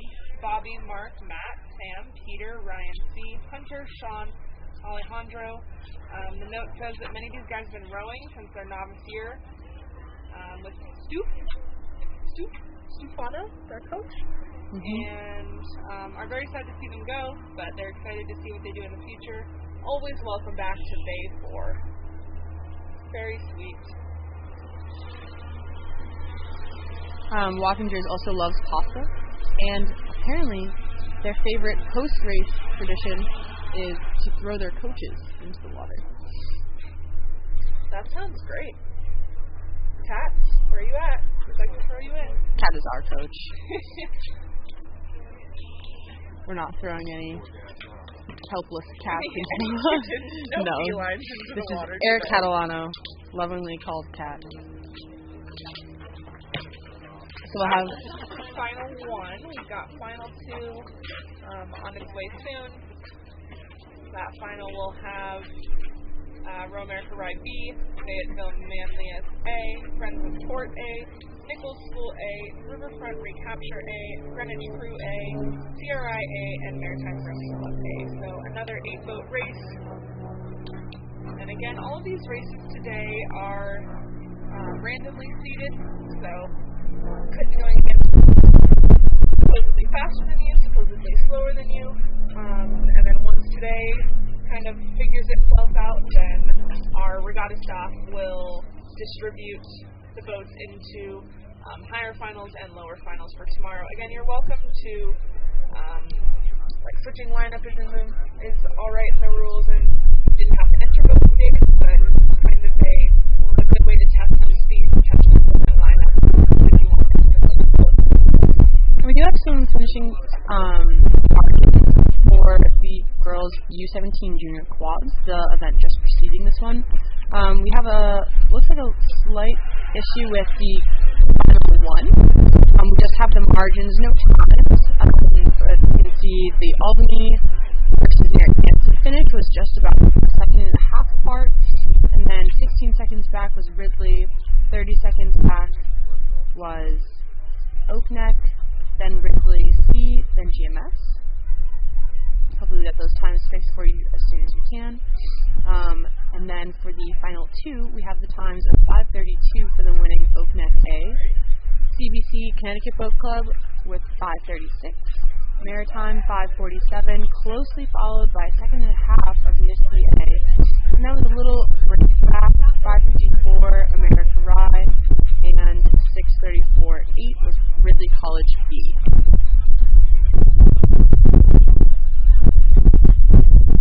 Again, big thank you and shout out to all of our volunteers. We'll be swapping out the boats shortly. So just to draw our attention for the viewers at home that almost all of this regatta is run by volunteers, from the skateboard holders up at the start line to the finish line timers to the food tent staff to the parking volunteers, really run by our Saratoga community. So we very much appreciate you. We are grateful for you. And if you are not volunteering here for this regatta, we've got more races this spring, and we've always got next year. So come help just out. Fun to hang out. You get to watch front row seats all the races. Especially if you're skateboard holding. Front row off the first spot. Couldn't be closer. No. So this is our 9P bridge here on the drone. At the finish line, you go underneath the bridge, you get out to our lake. About, 8K straight across, maybe 7.5K straight across. I think If you do a 8K. big loop, you can get 20, 25 if you go extra wide. So lots of great rowing here in Saratoga, but Fish Creek, this 1500, is our straightest, widest lane. So 10 lanes, 1500 meters, pretty much unlike anywhere else in the country. And there's 550 Waterfront, a restaurant that's helping us a ton with some trailer parking. You can actually launch off of those docks over there and row right around the bridge to our race course. And there we have Saratoga Boathouse and our pavilion. All of our boats kind of nestled in there with our pond, and we have about a regular track-sized length around that pond. So we do some timed miles here at Saratoga, running 4 laps around the pond. Hope it's not too muddy out, which we are almost renowned for being a muddy spot, so. It is a dream that it is sunny today. A little chilly, but sunny and dry.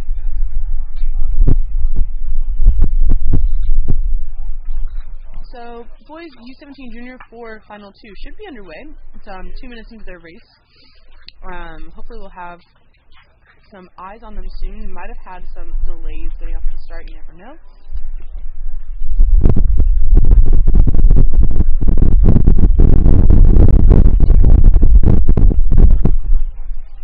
So in this race we'll have another 8-boat final. Row America Ride B, then Fayetteville Manlius, Port, Nichols, Riverfront, Greenwich, CRI, and Maritime.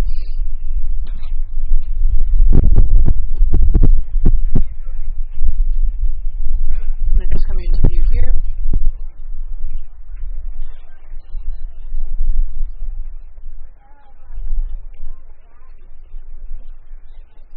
So they're just about the 250 mark here. Nearing in that white large buoy that marks the 500 mark of the race course. So it's a 1,500 meter race, 3 500-meter sections. If you want to break it up into your head into more manageable pieces, it's just under a mile, which you can row just about as fast as you can run. Maybe not a marathon level sprint. Looks like our early leader over in the high lane, so Maritime. Almost a commanding lead here with nearly open water on the whole rest of the field. And then you have another battle on the low lanes between Row America Ride B and Manlius.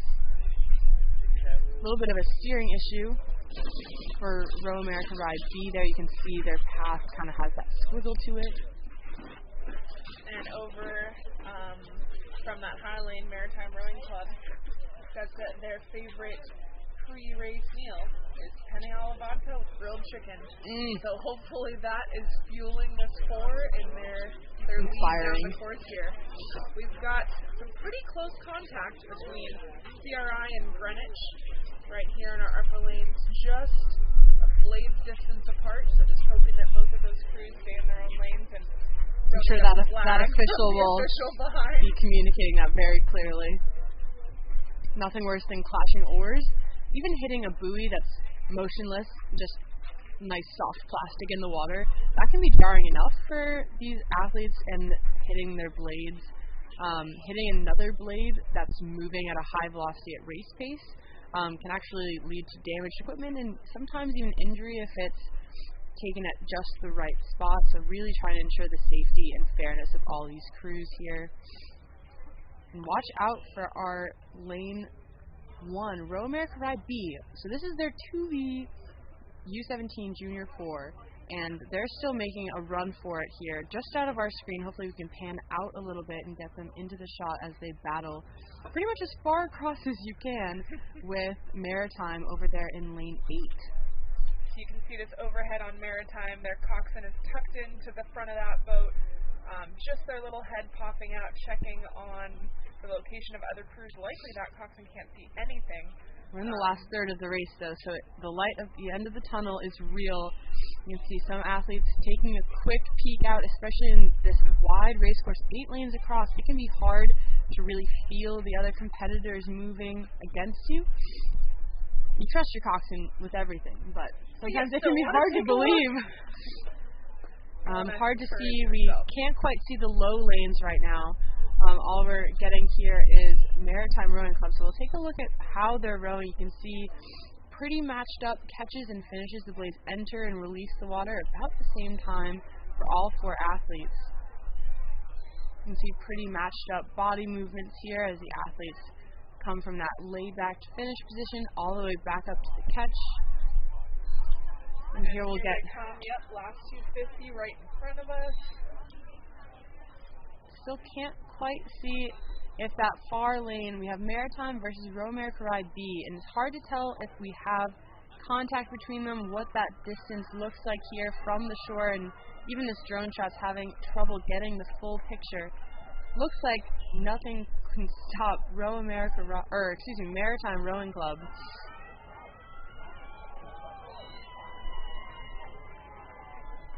Maritime Rowing Club really hammering it down this last 10 strokes.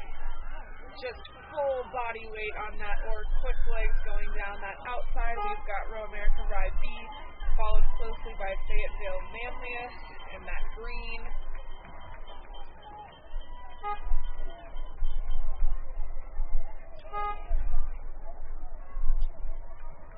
Greenwich coming right in. Oh gosh, near collision after the finish. Be careful, be careful. Hold on tight. That's Greenwich with the finish. CRI.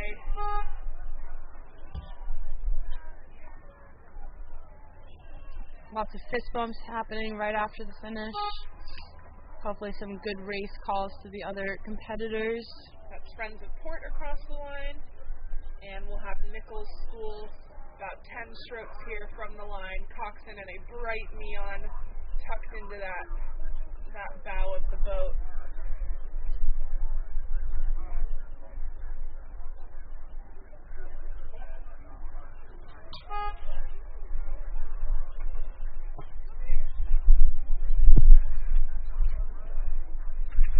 And that'll complete our event for those Cox 4s.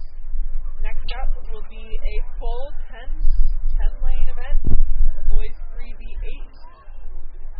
We'll have lane 0, Wappingers Crew Club, lane 1, Wayland Weston, lane 2, Pelham, lane 3, Saratoga, lane 4, PNRA Mercer, lane 5, Friends of Port, lane 6, Row America Rye, lane 7, Friends of Concord, lane 8, Bromfield Acton Boxborough, and lane 9, Greenwich Crew. So that should be started right about now. We'll see if we can catch them in that first 500.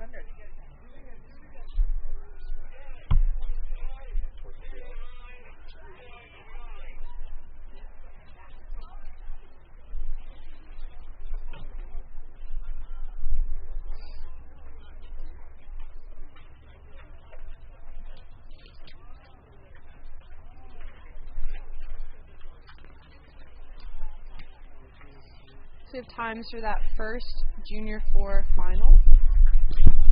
We had Concord with the winning time of 5:18. Row America Rye 5:20.4. Wayland Weston 5:23.4. Litchfield Hills 5:25.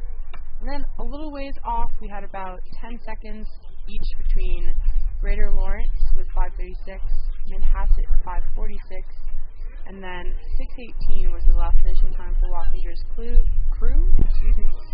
Bromfield actually scratched from that race. We were looking for it. Did not come down in that final one.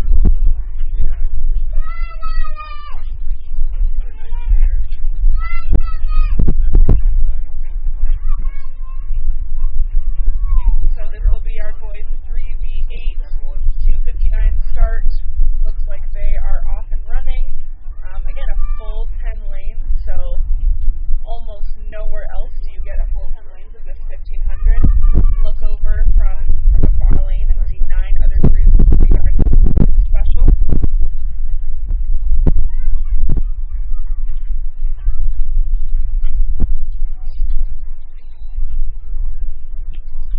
Full 90 athletes on the course right now.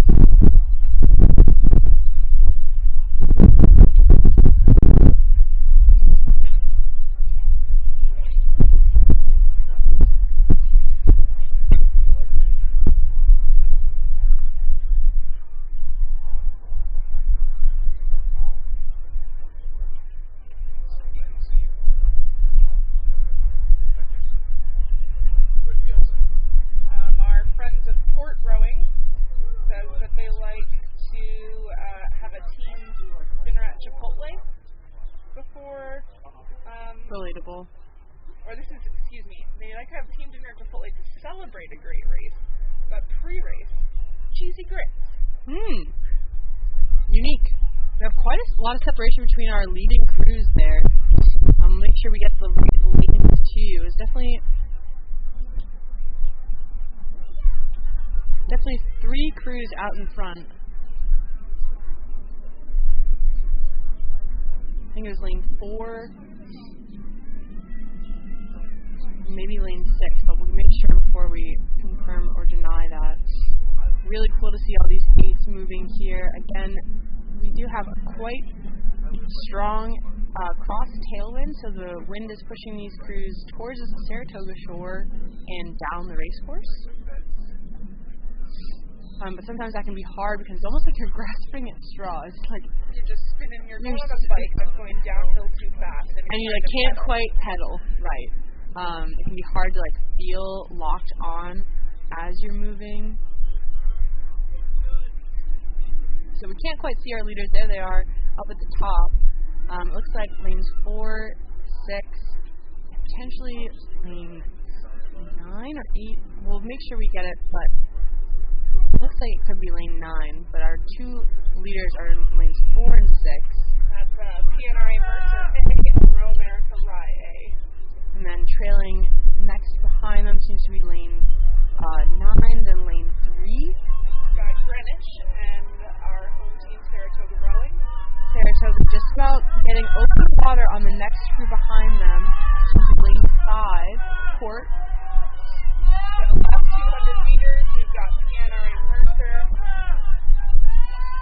and I believe this is Row America Rye coming down. Yep. Again, bow ball to bow ball. It looks like Row America Rye's got a little bit more pep in their step coming in these last couple. We'll see if Mercer can hold on.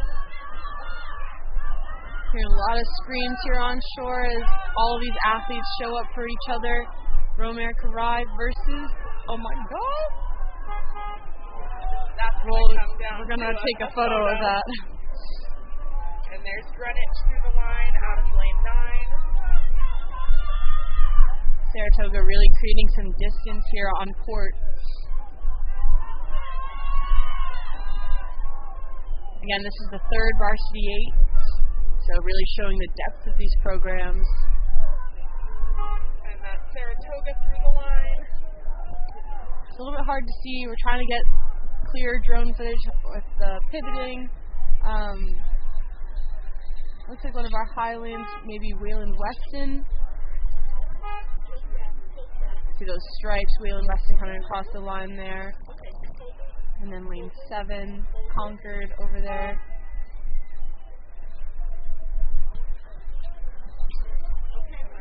Pelham Community.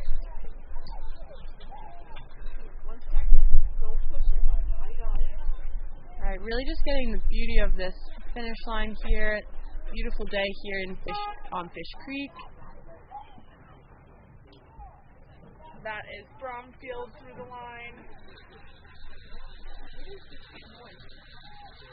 Okay, stop. And Wappinger's crew here in their last 10 strokes.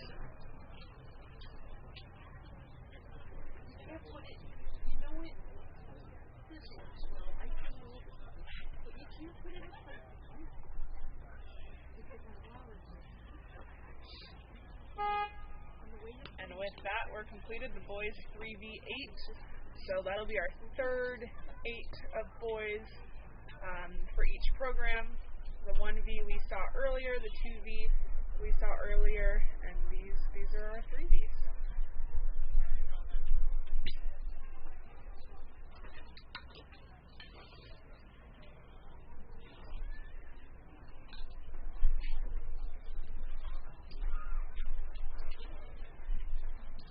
Alright, so hopefully we'll get up to see most of the girls' U16 freshman quad. This will be a 9-boat race. We have Gap in lane 2, but otherwise we have Surrey Cross, Maritime C, Saratoga B, Maritime B, Shaker, Oak Neck, Saratoga A, Port Jefferson, Maritime A, and Burnt Hills.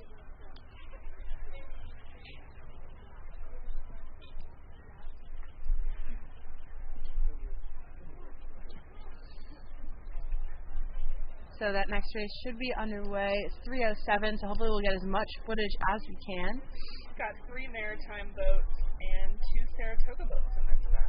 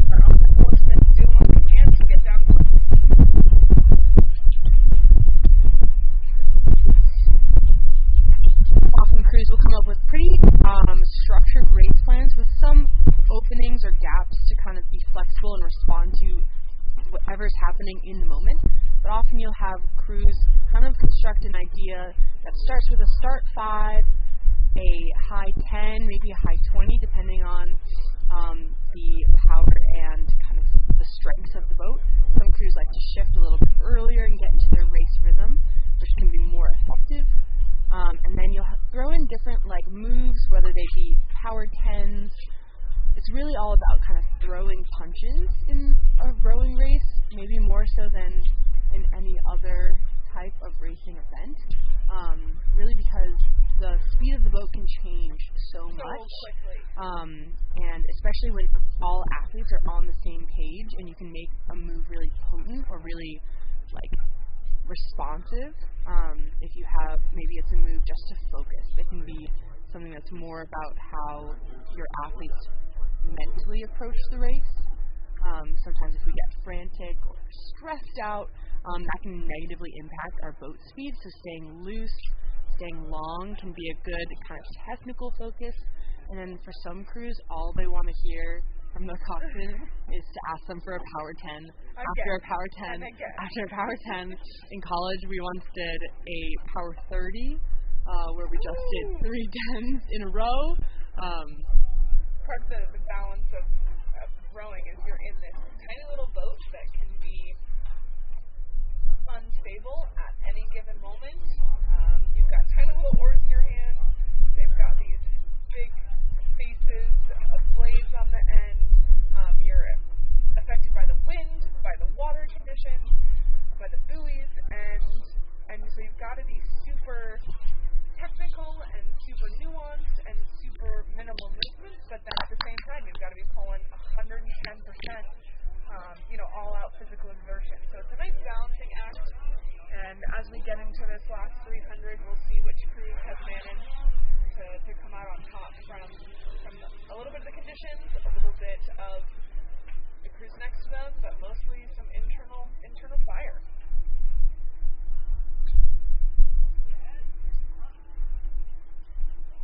It's a little bit hard to see and make sense of how the race is shaping up here. Looks like we got 2 crews in a lighter blue outfit. Could be the maritime crews over in lane 0 and lane 3. Could be my guess. The one in lane 0 is wearing a bright green hat. A lot of skinny strap unis. So fun for maritime in this race. They can look across the field and see teammates in lane 0, lane 3, and lane 8. So hopefully they're using a little bit of that energy across the lanes to continue to fight against these other crews. See those red buoys indicating the last 250 meters. And we'll take a look as they come into these red buoys, let you know whose foul ball's ahead into the finish. As they cross those red buoys, for rowers, that's kind of like the checkered flag at the end of a race. It's the bull's red flag. It's a sign to empty the tanks, to really go for it. You've got less than a minute left of your race. You can do anything for a minute. You can do anything for 20 strokes. Holy smokes, that is maritime. Maritime B with quite the lead on the field. Challenged only really by Burnt Hills on the side here, but a good 2 lengths of open between Maritime B and the rest of the field. I'm a little impressed here. Quite the lead, especially in a tailwind when the race is so condensed and so much shorter. Yep, that's Maritime out of lane 3 with a huge lead. Followed by lane 8 Maritime, closest to us. Yeah, you're right. And lane 0 Maritime, just behind our Saratoga quad. Just had to get in on the Maritime party.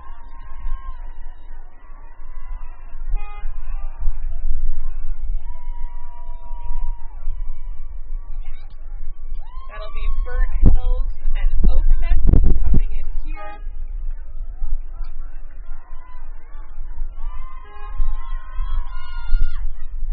Followed by another Saratoga rowing quad.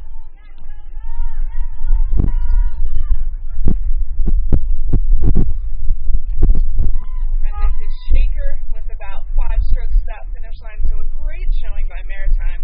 Way to really come out and crush that U16 quad. We've got a first, a second, Saratoga sneak in with a third, and then Maritime with a fourth.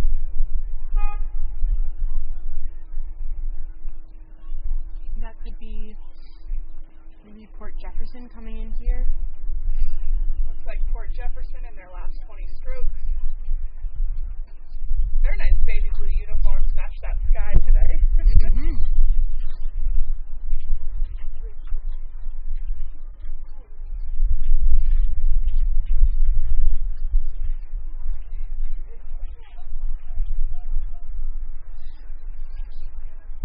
that'll do it for the girls U16 freshman quad. So some of these athletes are very, very new to rowing. Started in high school, maybe took it up late in middle school, and are now ready to become a little bit more competitive. So very excited to get down there without a coxswain. Nobody but yourself steering.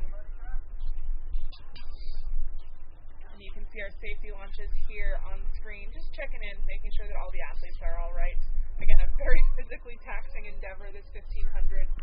I have read, no claim that it's perfectly true, but that a 1500 meter or a 2000 meter rowing race is like playing 2, 3, 4 basketball games back to back to back. Oh, wow. I'll have to get back to you on those exact details, but it's aggressive from the very start.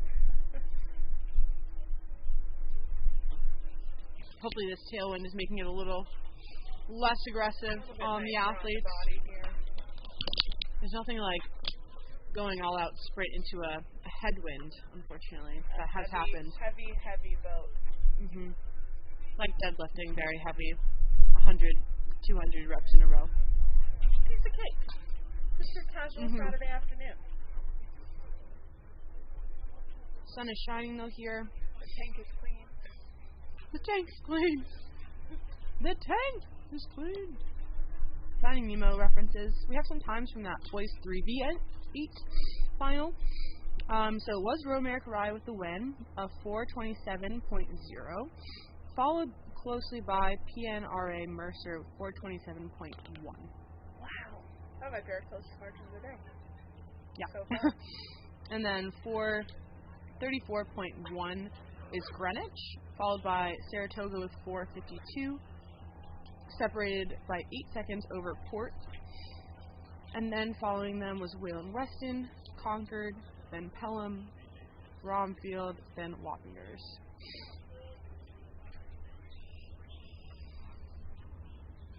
Our next race on the course right now will be your boys Novice 8, Final 1. This is just a 7-boat race. Manhasset High School, Greenwich Crew B, Riverfront Recapture, Greater Lawrence, Royal America Rye, Notre Dame, and CRI. That might be our first Notre Dame. I think there's second Notre Dame. Second Notre Dame site of today.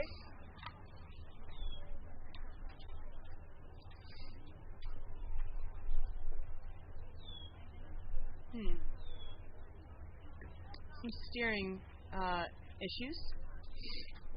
We seem to have an open lane where we're not supposed to, so the officials are undoubtedly screaming at the coxswains to correct that. Looks like we've got CRI A with the early lead. Whether or not they're in the correct lane is hard to tell for sure. Anybody's question. It looks like we're getting sorted out. These coxswains are probably trying to make the best of the situation without totally disrupting the boat speed. So any sharp turns, especially in an 8, will really hurt the speed of the boat. They're just so long. Dragon, do you know how, off the top of your head, how long they are? 60 plus. They're huge boats. So to take a sharp turn in a boat that big, it's like whipping an 18-wheeler. Like you just shouldn't do it. You're gonna hurt someone. But these coxswains are trying to make little adjustments without causing the refs any stress. We see one of these 8s looks like the one next to CRI, which is now behind CRI. Let me see if I can find it. So Notre Dame is now in the same lane as CRI, but I'm sure the official is actually looking at this and saying, well, they're not interfering with anyone but themselves. They're staying right with themselves. And it is good to note that these are our boys Novice 8. Yes. So it's entirely possible that these coxswains, this is their first trip down, maybe not a lane, but their first big 7-boat race. It could be down a lane. Could be totally down a lane. A lot of so Saratoga is very lucky to have a 10-lane buoyed race course, but many places are lucky to have even one buoy line down the course. Or even a buoy just to turn around. A lot of courses have just one single buoy, let alone a whole line, just because we coexist with a lot of other people that share the water with us that really don't want to have full lines in their way of fishing, of boating in general. So just like all these athletes are figuring out, all right, how do I put my blade in and take my blade out, and learning the mechanics of the stroke, push your legs down, swing your body, The coxswains are learning the mechanics of the boat and how much of a movement on the rudder moves you how far to port or starboard. So definitely probably a learning experience. It's like getting into a new car. Athletes. Right. How hard do I The brake? turning radiuses How are very quick can I different. turn? But it looks like we've all stayed safe so far. CRI with a big lead here, and they're just expanding it stroke for stroke. And novices, I believe, can be any age. Correct. So as long as this is your first season or your first year of rowing, I believe you can be any age. So it's kind of a wild card event. We might have people coming from all different athletic backgrounds in this event. Some people 3-sport athletes their whole athletic career. Some people just hopping into a sport for the first time, especially when it comes to coxswains who are just trying to figure it all out. Some with rowing experience, some without. CRI coming right down the line, looking pretty darn smooth here in this tailwind. Nice flow into that front end. Nicely put together technique for some novice rowers here. And we've got some tight racing coming back here, which is so exciting.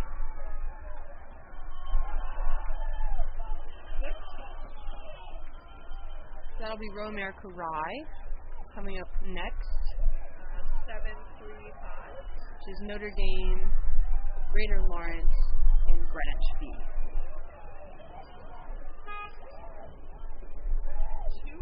Great drone shot here of the finish line. Notre Dame again finishing in lane 7. Potentially CRI was in the wrong lane. It's hard to tell. But it looks like they're finishing in the correct lane. Oh, over the head crab from Notre Dame right up to finish. The best place to catch an over the head crab is after the race is over. Make it through.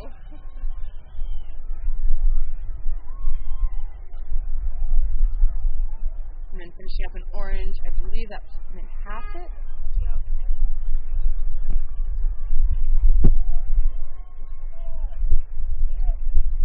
And then in blue, we've got Riverfront Recapture.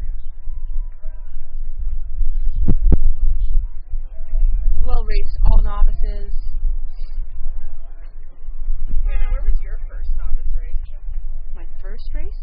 I believe it was actually a home race at Old Lyme. We had a lot of home races because we had a 1,500-meter stretch. We didn't have any buoys, but we had great markers at the finish line. So you just headed for the finish line. Yep. And as long as you ended near it, you were good. Yeah. My first was the San Diego row for the Cure. Because you started rowing in I college. started rowing in college, yep, so had none of this awesome high school racing experience. But we rowed 5-6s on the square. So you got a minute rest every 3 minutes. It was fantastic. That was your race? That was our race. Wow. We had been rowing for like 2 weeks. Wow. Just throw you right off the deep end. It was really nice. You only had to row for 3 minutes before you got a break. It was like a 5K, 4.5K, don't quote me on that, but you've come a long way.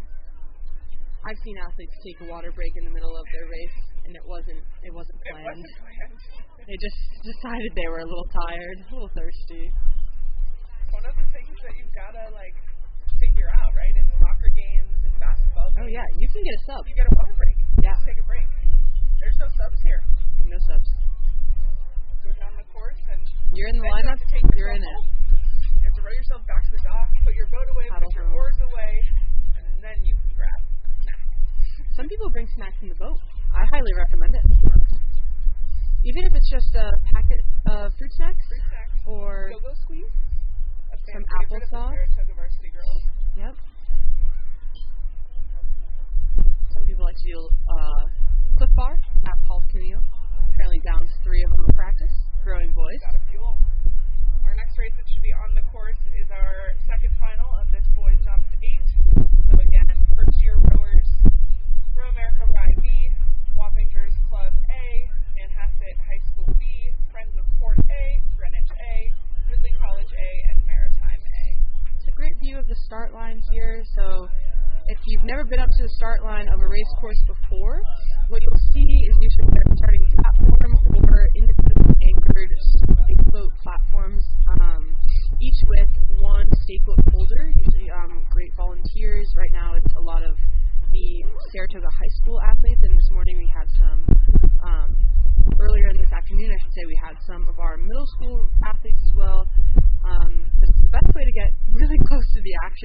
really holding onto the stern deck of the boats that are about to start, and we have an aligner there on the shore on the side that aligns the bow ball. So even if your boat is a little bit longer, a little bit shorter, you're not at a disadvantage when it comes to getting aligned. And then you'll see there's a starting platform up on the left where the official will stand.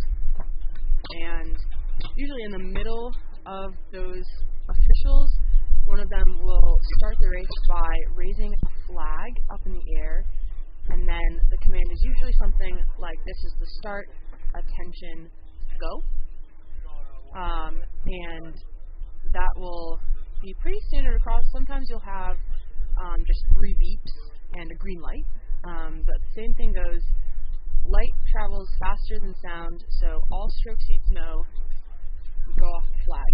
You go off the light, you go off the visual cue, because especially if it's a windy day, the sound will literally get slowed down, and you won't get as quick of a reaction time as you could.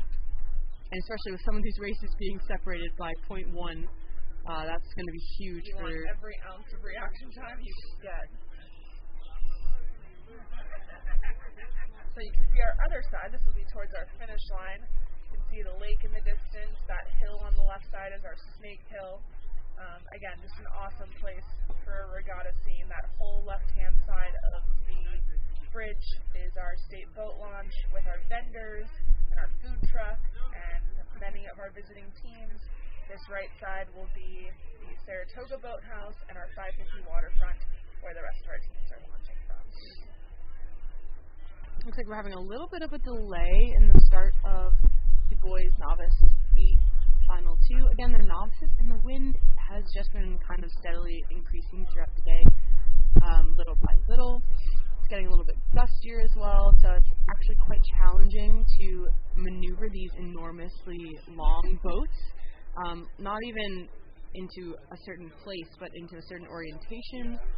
Make sure that you get it exactly on the stake holder. Like, their arms are only so wide, they can only catch you when you're so close. And so in the tailwind, you're actively being pushed away from your stake holder.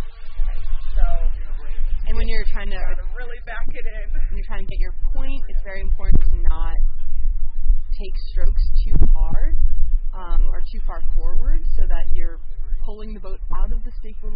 Again, you mentioned these are middle and high schoolers. They can't hold on if you're yamming on it. So maybe taps when you're adjusting. So all of those kind of little special skills that it takes to get into a stake boat kind of being tested here this morning, or this afternoon, for the boys novice 8. It looks like we do have a start. They're coming our way. In this race, we have Royal America Ride B, Wappingers A, Manhasset B, Port A, Greenwich A, Ridley A, and Maritime A. So 1,500 meters. This is a 7-boat race. First 500 is usually pretty fueled by endorphins, adrenaline off that start, just excitement from finally being able to start that race. That middle 500 is where we say often makes or breaks your race. A lot based on fitness, technical focus, commitment to moving together as a boat, and then by the time you enter that last 500 and move toward the red buoys in the last 250, you're ready to go. You're emptying that tank. You're just hoping for that buzzer and the finish line. So where these crews are at in that middle 500 is really time to settle in, to dig deep, to rely on all of that training from your winter months. And some crews will decide to sprint early here, especially if they know this is a tailwind condition. They know they're going to almost feel like they're running out of time, running out of space to make their moves. So it behooves all coxswains to make those moves early on, to really make a statement first or throw that first punch. And we'll see that will pay off for some crews, and other crews will kind of feel like they got left in the dust.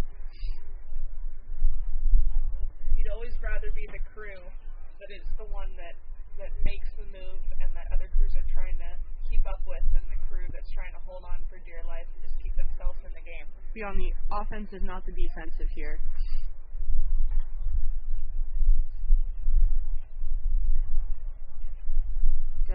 hard to tell from this angle how this race is shaping up, but you do have some early leaders in both of these crews wearing blue as they enter the last 250. Looks like Row America Rye and potentially Port. But again, we'll make sure to confirm or deny that as they get a little bit closer. We get better angles here. Looks like trailing is Manhasset. They're in orange. Here we go. Great view. Looks like we have a little bit of a V formation here. So that's going to be Greenwich, not Port. It's Greenwich leading. Then Row America Rye. And then Maritime. Trailing here. You can hear the excitement of these coxswains in the last 250. They're just doing everything they can to get those blades in and those legs down. Go, boat, go. 7. So that's 4. that was 7 or 6? That is 7 across the line. So I think 6 took the win. So that will be 2. Greenwich, 4, 8. then Row America Rye, then Manhasset and Maritime. I think Ridley was somewhere in that mix as well. And finishing it out. Port. Great racing, those novice crews. So we've got a small stake boat break here. We'll switch out our volunteers. We'll be back in 6 minutes for a boys 4v5v8. 2 boats, Friends of Port and Greenwich.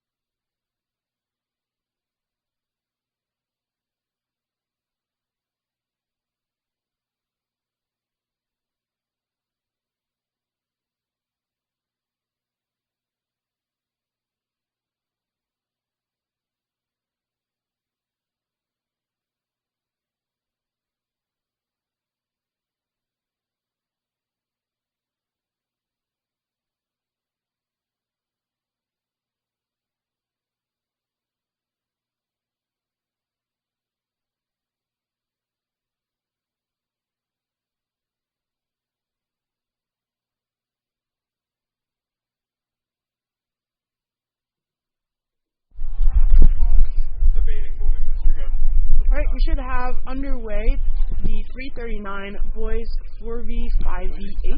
This is a two-boat race between Port and Greenwich. They'll be tucked together in lanes 1 and 2.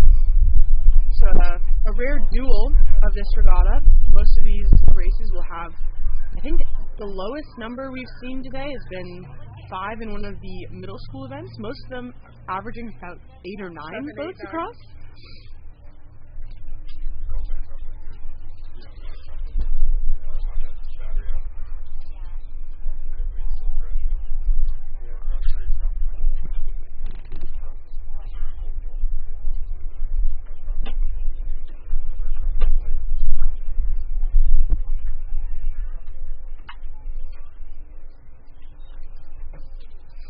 Hopefully we should have some of that footage soon.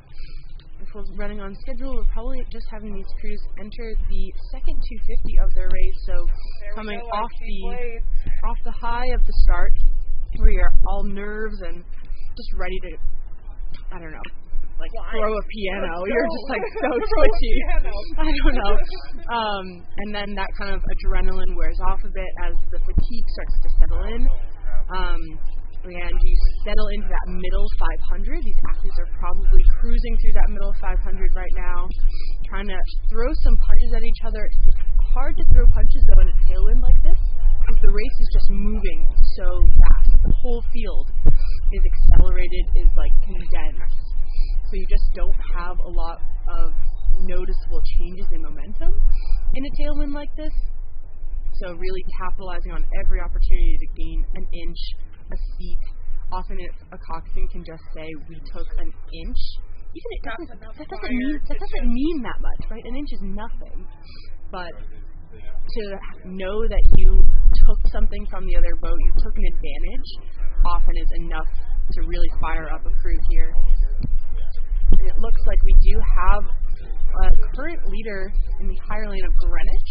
So Greenwich with about a length of advantage above or ahead of Port. You can see here on your screens, Greenwich really taking full advantage here over Port. And with this boys 4v 5v, very hard to tell depth of the team or anything like that without throwing in these lower varsity boats, so 2v, 3v, 4v, 5v. Friends of Port and Greenwich obviously have large enough teams that they are able to throw out this 4v, which is super exciting. And likely these two crews have only been racing their own teammates for quite a bit of the spring, so probably very exciting to just at least line up with someone that's not wearing your same uni, not on your same squad. Some fresh competition for sure. Again, really appreciating the attention to detail and focus that it takes to row an 8. It takes a lot to even get one person focused, to get 8 people focused on doing the same thing at the same time in exact, like, precise unison with each other. Really a remarkable feat here of teamwork and collaboration. Even here at this lower level, so these athletes might not be the top speed of their program, you can still hold each other to high standards of technique here as the athletes can unite together, knowing each and every athlete is giving everything they've got. My favorite call from a coxswain was to have each pair get a shout out. So the coxswain would call for more power from bow pair, and the whole boat could feel the added pressure from bow pair, and then go down to the next pair, so 3 and 4 seat. Now I want to feel your extra 10%, and you can actually feel when just 2 people in a boat of 8 people, when 2 people go just a little bit harder, the whole boat can really feel that impact, and you can work all the way down the boat, so each pair gets like a moment to shine and almost flex on the whole group. And what I think is also so fun about that kind of call is when, let's say Hannah's in 5 and 6 pair and I'm in 3 and 4 pair, when the coxswain calls 5 and 6 pair, like, I am also pulling for Hannah. Right. Even though I'm not in that pair, and then when the coxswain calls 3-4 pair, like, Hannah is also pulling for me. So super good way to, like, unite a crew instead of just calling 4 power 10. Like, pull for your teammates. Or, like Megan and her teammate in the fall, Tessa, pull for your moms. Like, how much do you love your mom? It's almost Mother's Day. It's almost Mother's Day. Do a 10 for your mom like I did this fall and it worked. Looks like we've got a pretty distinct margin here. They've opened it up to about, 150 meters between them, which is pretty remarkable. The depth of Greenwich. That's Greenwich with Friends of Port entering their last 20 strokes here. Well done, Greenwich 4V. Clearly some depth in that program here. They've shown some considerable speed in their other 8s.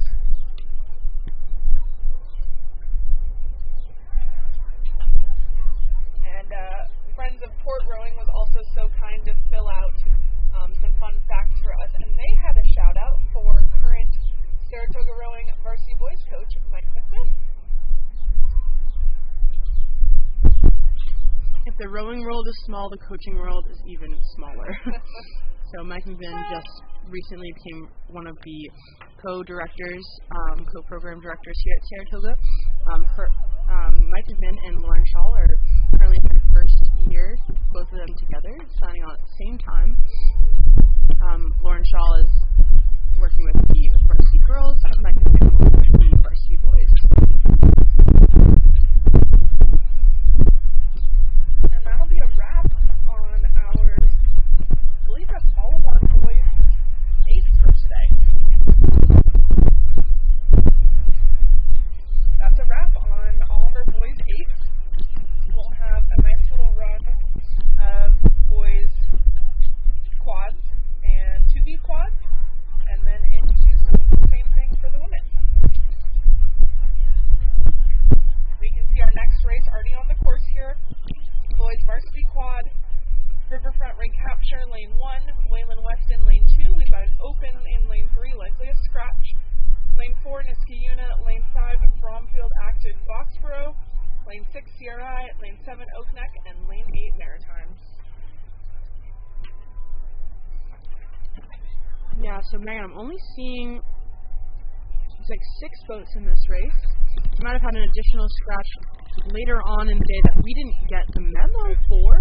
Looks like it could have been that CRI boat, because we only have lanes 8 and 7, then an open lane before we get to lane 5.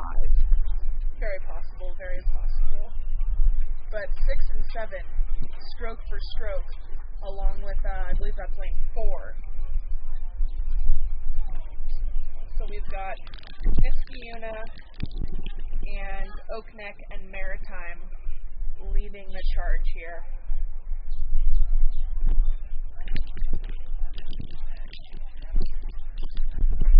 So these quads, again, we can see their puddles, so those white swirly patches of water where the blades are exiting. The goal is to push those as far back as possible.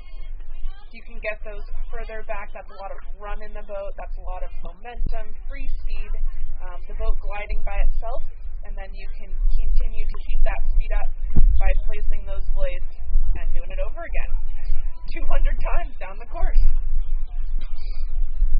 So these two leading crews of Maritime and Oakneck really exchanging punches here. They haven't gotten more than a seat really between them. They've been almost level this entire race. And especially in the quad, it's really difficult to be that responsive because it requires either someone in the boat to look over and take a little peek at how they're matching up with the other boat, their competitor, or it just takes a lot of feeling. Like, you have to actually be able to, with your peripheral vision, like, feel the other boat and feel if you're level with, let's say, your 3-seat. Are you level with their 3-seat? Are you on their stroke seat, or are you on their bow seat? Like, you can really tell where you are based on how you're matching up with the other rowers and the other shells. And it looks like Oakneck is taking quite the charge here. Now their stroke seat sitting on bow seat. Both boats trying to push away from that crew from Niskayuna in lane 4. Niskayuna doesn't have that same peripheral advantage. They can't quite feel them as easily. And again, no coxswain in this boat to give them that kind of feedback. Maritime holding on.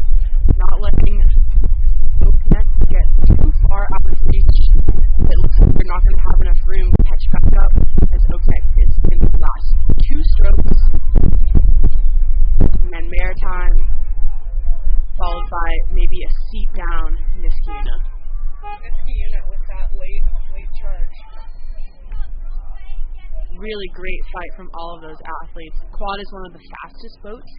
Quads can be very close in time to eights, actually. Maybe not quite as fast. I think a fast quad and a fast stage could be pretty darn comparable. Yes. So it's really fun to go fast. Like driving a car really fast. It's the same kind of adrenaline rush, except you're creating that horsepower. It's like those green unis. I believe that's Riverfront Recapture, followed by Wayland Weston. It should be Bromfield, Acton, Foxborough to finish out that field. Got a scratch from CRI.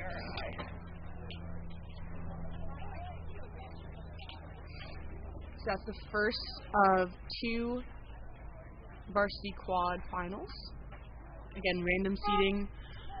So everyone in these races will get a medal, and it'll help to seed the programs for Sunday's racing. So this is a great opportunity for all athletes to get a lot of racing experience under their belts. It's a great way to build that kind of sprint fitness to just race and race and race and race. And try to take those lessons. Take the lessons into your next race. Mm-hmm. Times from that boys 4v5 beat, Greenwich with a 4:59, Friends of Port 5:40. And you can see here we've got some Saratoga varsity women launching. They'll be in these varsity 8 and 2v8 races in the next half hour.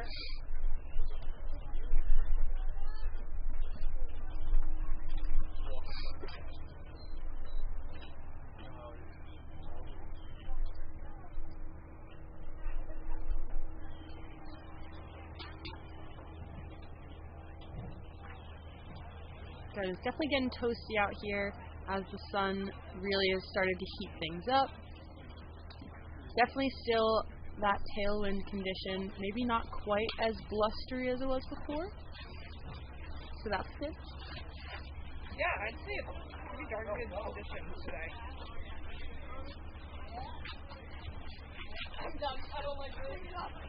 This next event should go off in the next 2 or 3 minutes here. Boys varsity quad final 2, so same boat class as the race we just watched, just our second final. And again, these 2 finals they are randomly seeded today and will be speed seeded tomorrow. We've got Shaker Rowing Association in 1, Friends of Port in 2, Burnt Hills in 3, Shen in 4, Ridley College in 5, Narragansett in 6, Y-Quad Cities in 7, and GMS in 8. Another 8-boat race here.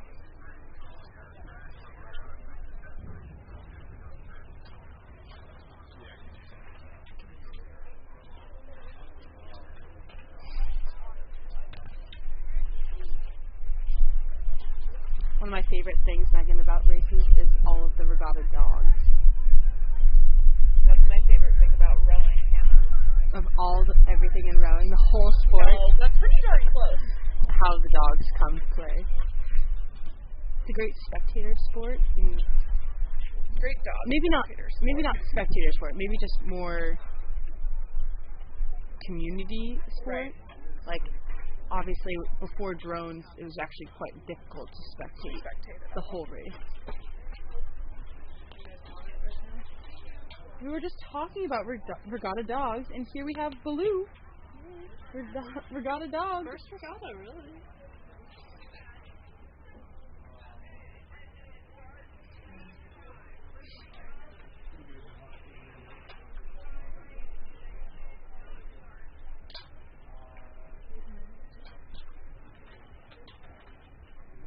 So in this next race, we have the boys varsity quad final 2. Got Shaker, Port, Burnt Hills, Shen, Ridley, Narragansett, Y-Quad Cities, and GMS. Right.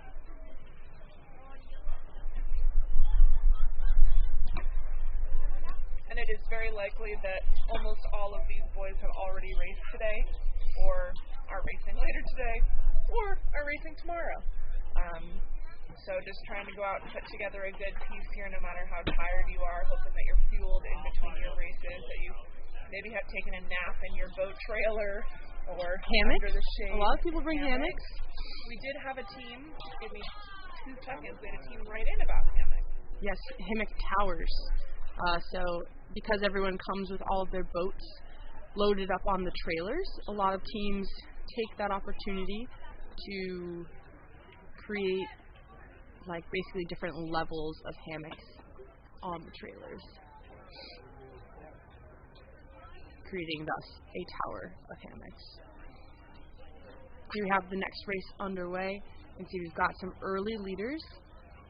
First leader is over here on the left in one of the high lanes. That'll probably be Y Quad Cities, separated by 2 lanes over. You have, I believe, Shen, then Burnt Hills, trailing just behind them, Port and Shaker, who are about level with the other 2 trailers from GMS and Narragansett.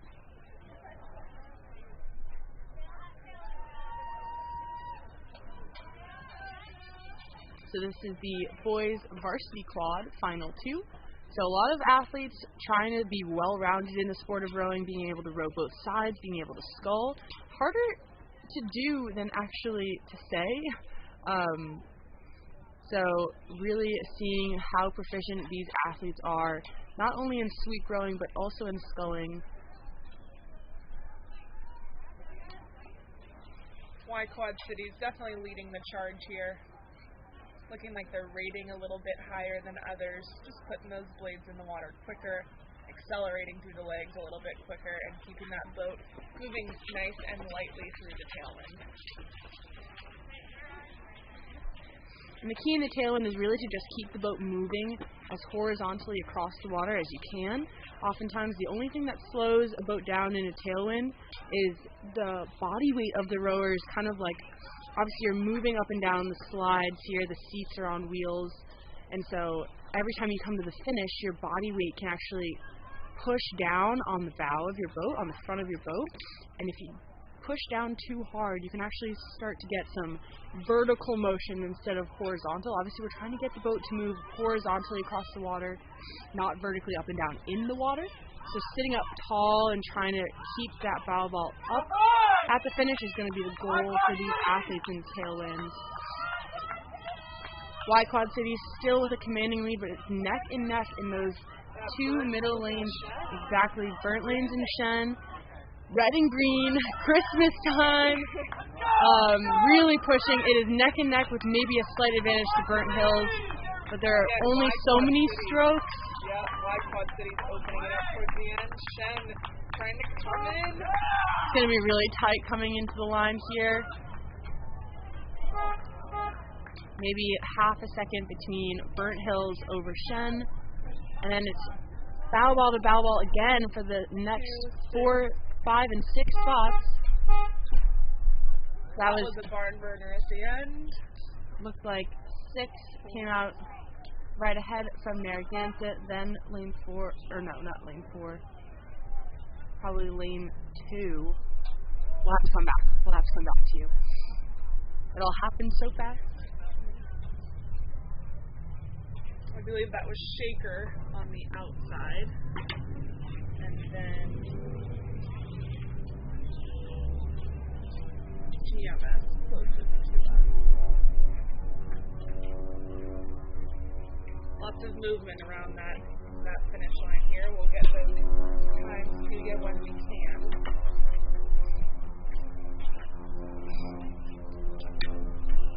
So that was the last 1V boys quad. We'll give you the times from the first final. What we just watched was final 2. But the first final was Oak Neck A with a time of 4:50, followed closely behind by Maritime 4:52, and even closer behind them was Niskayuna at 4:53. And then there's a pretty decent gap back to the next 3 finishers from Riverfront Recapture, Wayland Weston, and Bromfield.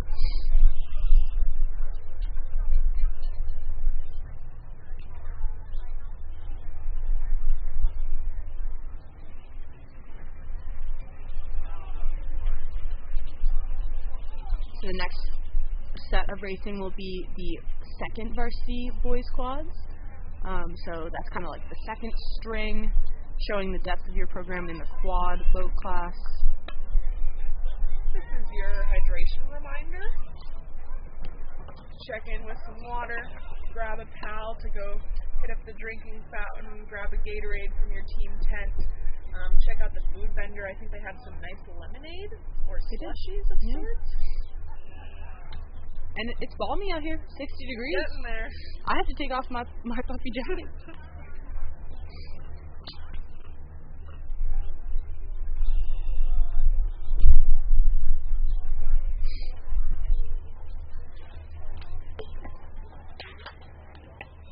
So these athletes are launching somewhere close to 30 minutes before their race.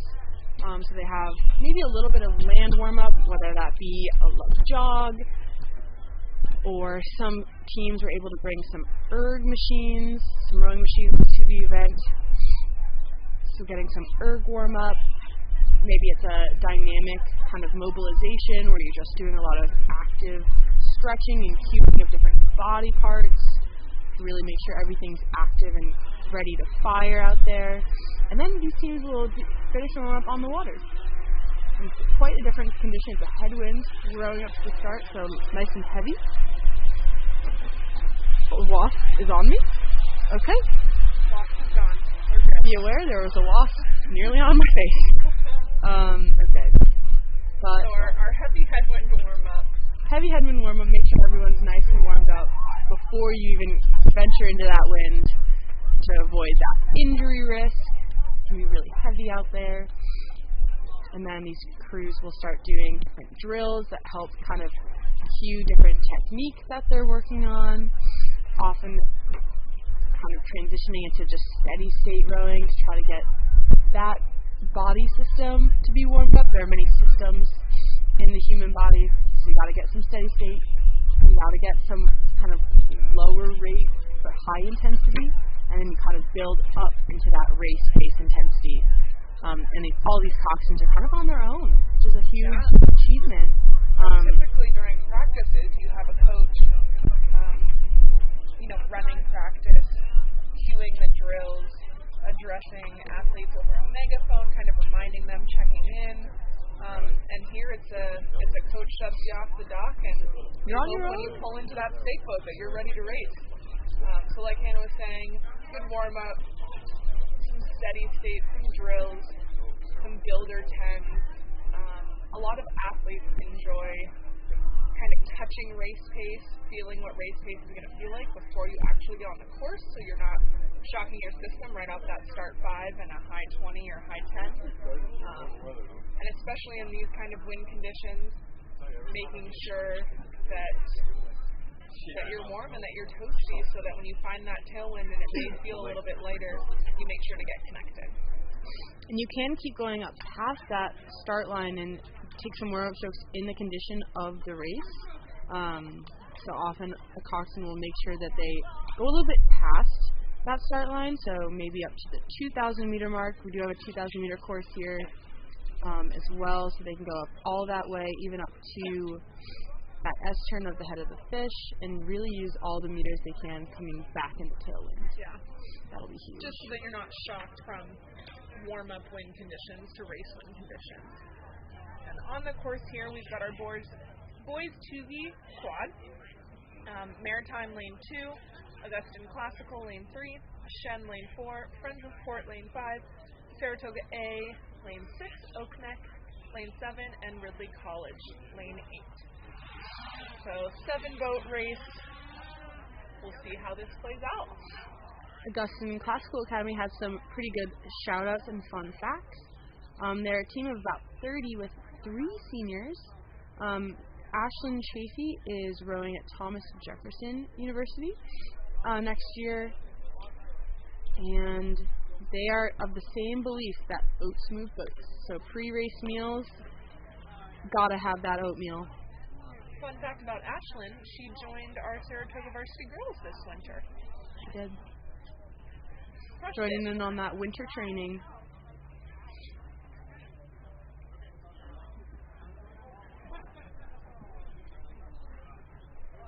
So Friends of Port Rowing, coached by Donnie is it Jensen or Jensen? I'm not sure, but team of 51 athletes with 9 seniors. Several of them are going to be rowing at college next year. Alexi is going to Tufts. Ben is going to Bucknell. Will is going to Colgate. And Hugh is going to UVA. Great work there, seniors.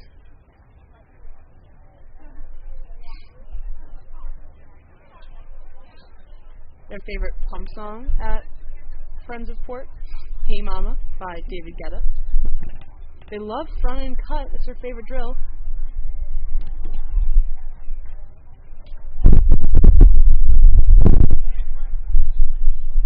Looks like lane 7, essentially.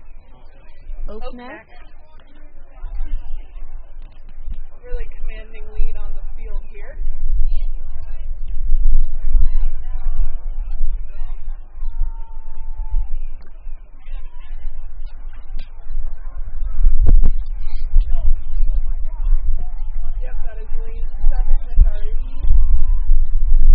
Wind kind of picking up here as these crews enter the last 250.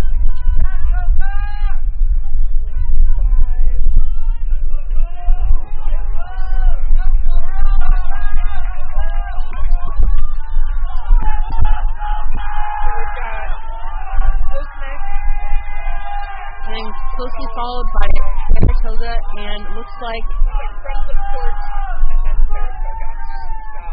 Friends of Port must have had their beet juice before this race, and they apparently passed Sparklers. I don't know, it seems to work. Close finish between Port and Saratoga.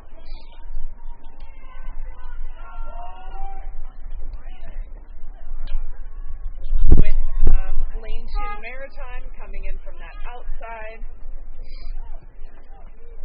Augustine Classical. And Ridley, maybe? Ridley here. Yep, look at that. Tight coming down to the line. I'm going to call that Ridley with a slight seat there.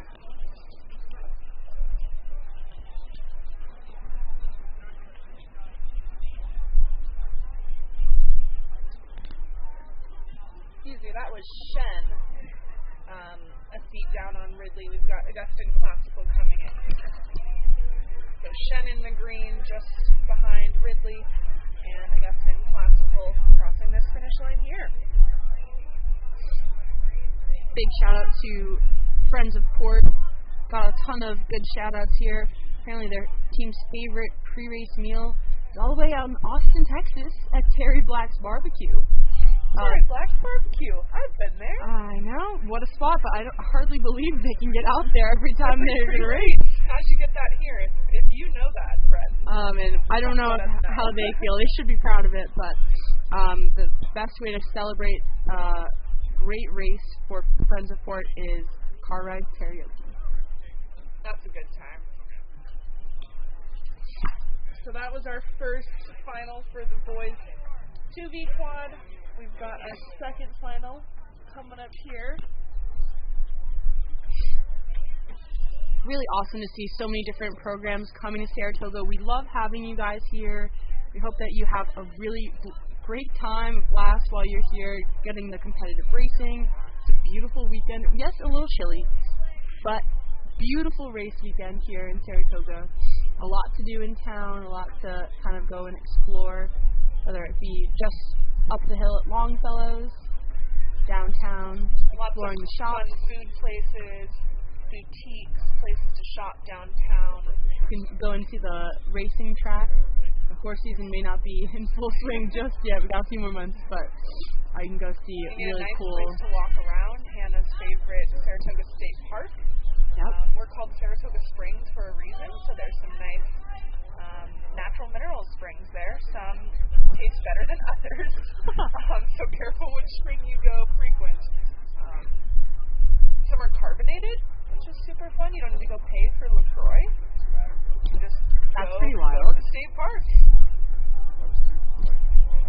Don't worry about refilling your SodaStream cartridges. Just head down to the springs.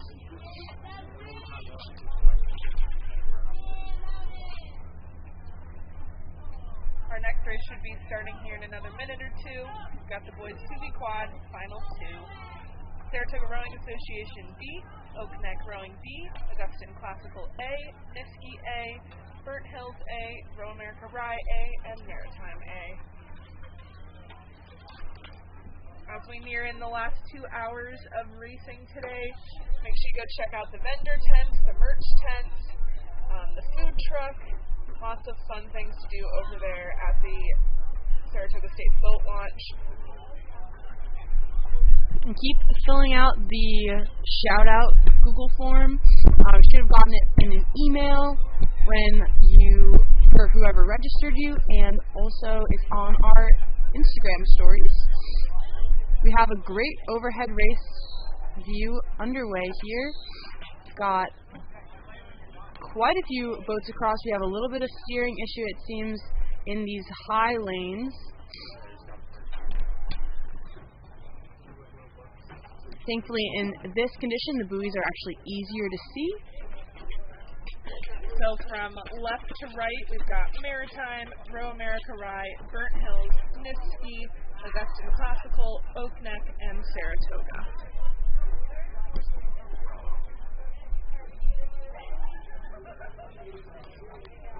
So Augustine Classical B seem to have a bit of a rougher piece, but their A boat here is really having a strong showing. Currently your leader with almost open water on the rest of the field.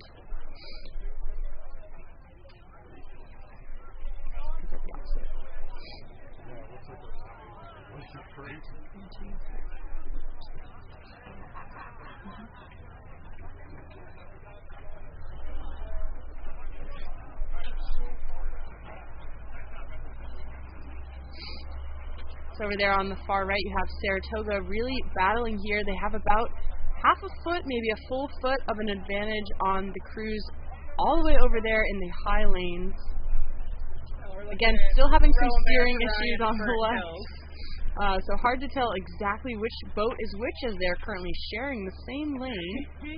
What we're going to do our best as they come into the last 250, we'll be able to see their team colors. It looks like our crew all the way over there on the left from Maritime is in that highest lane. If they're in the lane they started in, then Row America Rye would be challenging just behind Burnt Hills.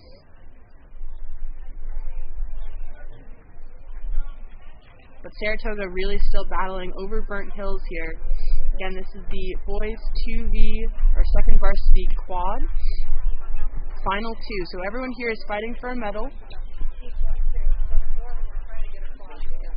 Saratoga and Burnt Hills are just neck and neck here. Bow ball to bow ball, and again, no coxswain, so these athletes are totally on their own for checking out the field, seeing where they are on the rest of their competitors. But ACA, Augustine, is really making quite the statement here. Their A boat still about open water on the rest of the field. Saratoga, Burnt Hills battling. Row America Rye just outside of contention of those top 3 spots, but still with a lot of contact. There's a lot of time left in this race. It may be a pretty whipping tailwind, but a lot can happen in these last maybe 700, 500 strokes. 500 meters, excuse me. I hope not 500 strokes. I'd say we're entering the last 250 almost. 300, 250 here. See that? No, don't do that. So still Augustine as your leader.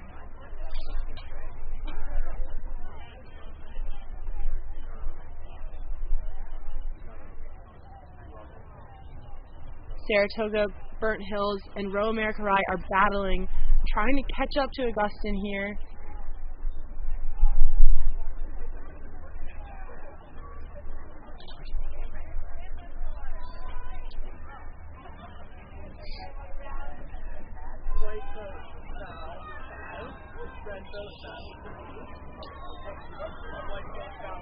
Niski. Excuse me, it hasn't been Augustine, it's been Niski, the early leader and leading through this whole time.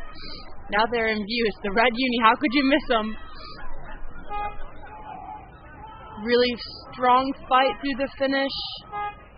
Yellow boat 8, white boat 7. and Maritime with maybe a seat over Row America Ride towards that end.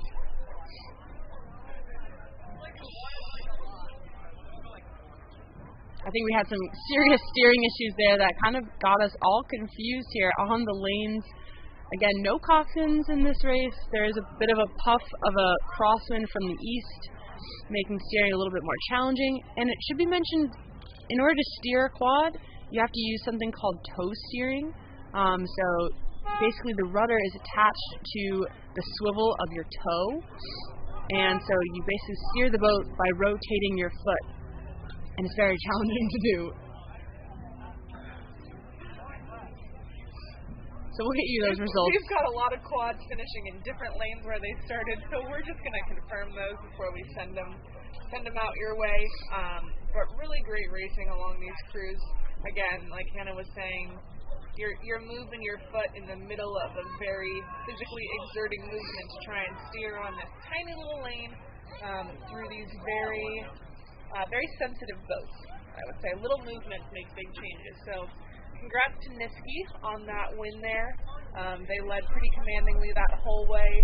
Not sure what lane we started in or what lane we finished, definitely well between, I think it was Maritime and Row America Rye and Saratoga, which just battled through that last 250 for places second through fourth. I believe it was Saratoga that just missed out on the medals, but really exciting race, pushing each other to be faster than you ever thought. We do have some times finishing from earlier the first varsity quads. So final two is the one we haven't told you yet. In first place, Y Quad Cities with a time of 4:42, and then we had that kind of really neck and neck close finish between Burnt Hills and Shen. They finished in times of 4:47.2 and 4:47.8. So 0.6 seconds between those two. Next we had Narragansett, 4:58, followed by Friends of Port, 4:58.2. Again, ridiculously close. Followed by GMS and Shaker with times of 4:58.8 and 5:07. So again, that last pack of three, 4:58.0, 0.2, and 0.8. Kind of nutty from that boys varsity quad final two. We have the 2V quad times from final one. It's not the race we just watched, but Oak Neck took the victory with 5:02. Friends of Port, 5:10. Saratoga Rowing, 5:12. Maritime, just a bit far off, 5:23. Ridley College, 5:38. Closely followed by Shen, 5:39. And then Augustine, 6:10.9. So we'll come back to you in a moment when we have those finishing times from final two. Megan, I spoke it into existence, they're here. Niski with a winning time of 5:02. And congrats to that crew, they did lead that whole way. Figuring out some lanes, I'm sure, in these blind top quads. But great work, Niski. Then Maritime, 5:04.7. Followed by Row America Rye, 5:05.2. So half a second between second and third. Closely followed by Oak Neck, 5:05.8. Then Augustine, 5:23. Ridley College, 5:43. Burnt Hills, 5:47. And Saratoga actually scratched in that race. So there you have it. A little bit of confusion, a little bit of steering issues. We're all back on track. And now we're going to be back on track. Well, our next race will be the Girls Varsity 8 final one. So this will have probably some of our most skilled rowers in all of these programs, your top 8 athletes and your top coxswains. And that should be off to start right now if we're running on time. We've got lane 1, Friends of Shen, lane 2, Riverfront Recapture, lane 3, Arlington Belmont, lane 4, Pelham Community, lane 5, Connecticut Boat Club, lane 6, Chicago Rowing, lane 7, CRI, and lane 8, Greenwich. So Girls Varsity 8, these will be our heavy hitters for the women this afternoon. A lot of teams will use these Varsity 8 races to do some selection of sorts, so they may put out a lineup this afternoon that will be different from the lineup tomorrow afternoon, just to see how these crews will fare in a competitive environment, but should be some pretty good racing.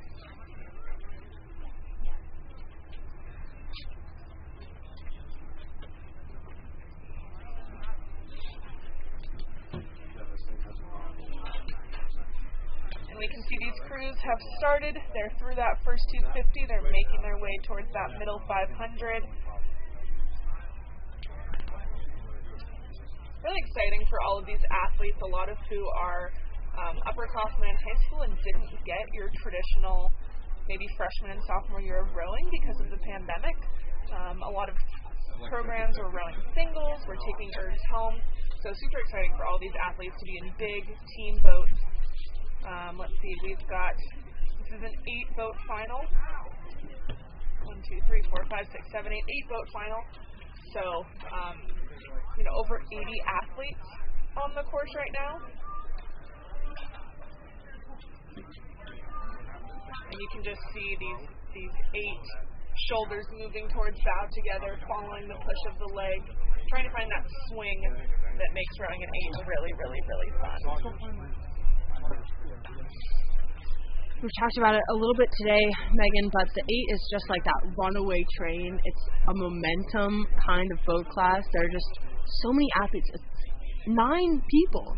And the weight of a 60-foot long boat. Yeah. It's incredibly huge, and it can get up to really impressive speeds.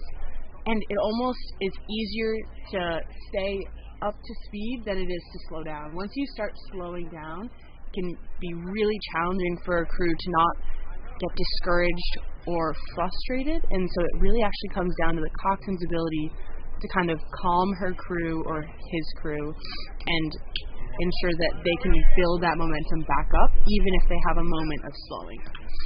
Right, so by allowing that boat to slow down, you just create a little bit lack of oomph, for lack of a better word, of like fight of fire, and then it's a huge boat with a lot of body weight, so it takes more energy to get it back up and running than just holding at that higher pace. So the goal of a lot of these coxswains, especially in a competitive race like this one, will just keep that train moving, keep everyone excited to keep going, maintain the pressure on the legs, and just convince them, like, yeah, we can be up here, let's go.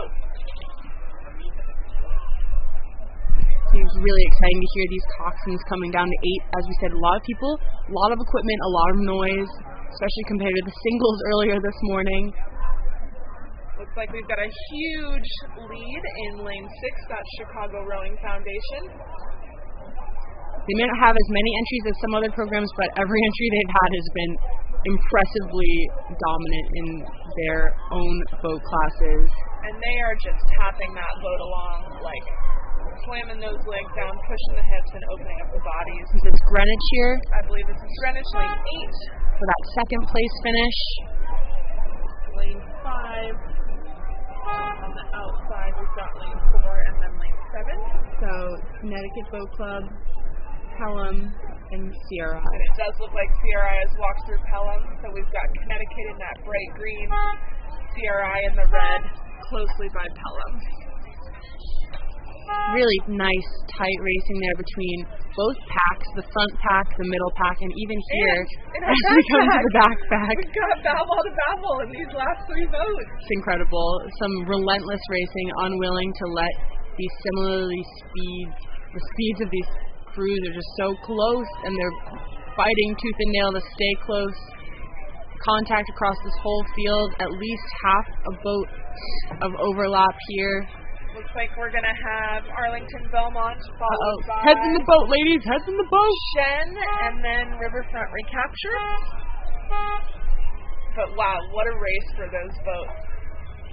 To be that close at the end, having 30 athletes within, 20 feet of each other. Pretty exciting. And you'd be surprised how much you can feel the competitors in the lane next to you. Often if you can kind of look at the other crew you kind of take a mental image of which athlete is in your corresponding seat, so you kind of be like, okay, let me just look at all these 6 seats. Do I think by looking at these 6 seats, can I take this 6 seat on and win in a fight?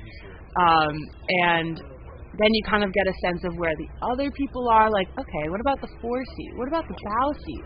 And if you're able to move and get that much advantage up on the other boat, you're like, well, I'm on the bow seat now.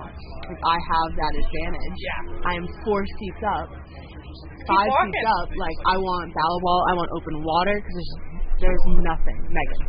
There is nothing like feeling open water on a crew. Nothing like it. In both directions, I'd say. Absolutely. Like for the better and for the worse. Like, it's wild how empty it feels to not have a crew next to you. And how absolutely wild it is to be stroke for stroke with another crew. Right. It's like the ultimate kudos or ultimate props to them, because you know how hard you're working to get that fast. Right there next and to you. To have them not give an inch, to not give up anything, it's almost inspiring in the moment, even as you're pushing your brains out on the footboards and just giving it everything. You're still acknowledging how hard competitors are working. Yeah. But we'll see similar racing, no doubt, in the future races of the day. Next up, we have the girls' Varsity Final 2. And this is a 9-boat race. Crazy. Greater Lawrence, Bromfield, Acton, Boxborough, Wayland Weston, Saratoga, Friends of Port, GMS, St. Andrew Rowing Club, PNRA Mercer, and Row America Rye.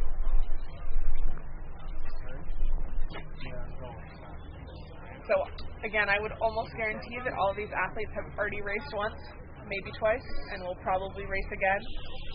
Maybe not in 8 yet, so now you get that full power of that train running aground. Maybe you'll have a coxswain because you haven't had one yet. Look at this first 250. We're on the course. 500. I can't quite tell here with this drone, but we're going to get closer and closer as they approach. And it is still tight here. It looks tight. And when it's this close together, it's actually quite loud. I don't know if... Flabbergastingly loud. I don't think many parents or folks watching at home have ever really heard how loud it is, but each oar is in this oar lock. And as you feather and square the blade, it's a clunk, right? It's like this loud thing. And then in an 8, it's 8 clunks at the same time when you're all matched up. And to have blades exiting the water, to have 9 boats across, making all that noise, screaming, and they're mic'd up. They have speakers all the way down the boat, so it is loud. You might even have athletes screaming as well, just warrior cries. We have a bucket here in lane 7. So the bucket is where you have. We have a bucket over there in lane 5 too. So basically, in most of these 8s you've seen today, we just alternate port and starboard all the way down. But in lanes 7, 5, and 4, we have buckets. So there are 2 starboards in a row in all of these boats. In lane 7, it's seats 2 and 3. In lane 5, it's seats 7 and 6. And in lane, oh gosh, it's gonna be out of my picture soon. 4 and 5. I think that was a mid boat bucket. So there's a lot of different theories about why you bucket a boat, why you put 2 of the same side right after one another. Some is it's better to match that way because you're literally looking at a human body doing the exact same motion with you, so that can be helpful. Other people believe it's just a sneaky speed boost. Some believe it's helpful in steering. But a 3-boat race here for first. Woo! And you can just, even from sitting here at the finish line, we can't see any boats yet. I can hear them. I can hear them. I can feel them. They're probably a third of a mile away, and I can feel the energy coming. And it's not just the coxswains. It's the rowers. It's the splash. It's the surge of these boats. The Row America Rye taking half a boat lead here or there. As we were talking about, you can feel that open water. There's nothing next to them but open water, and all they want to do is pass that open water feeling to the person in front of them and just pass the bow ball back down the boat. And it's really tough. Not a lot of time. CNRA, St. Andrews, GMS, Saratoga, almost all. But the top three is clearly separated just by sheer holding themselves. They've gotten themselves faster. Row America Rye. I think that was St. Andrews. No, you're right. Row America Rye, then CNRA Mercer, St. Andrews. Next looks like Port over Saratoga. Potentially GMS over Saratoga. I think Port might have actually come in right after I Saratoga. believe it was, GMS, Saratoga, Port. And then even a fight in these last three boats. Lane 0, Lane 2. So that'll be Greater Lawrence and Weston, followed by Bromfield. Excuse me, Lane 1, Lane 0, Lane 2. Okay, so Bromfield, then Greater Lawrence, then Yale and Weston. Great dog fight out there in this final two of the girls' Varsity 8.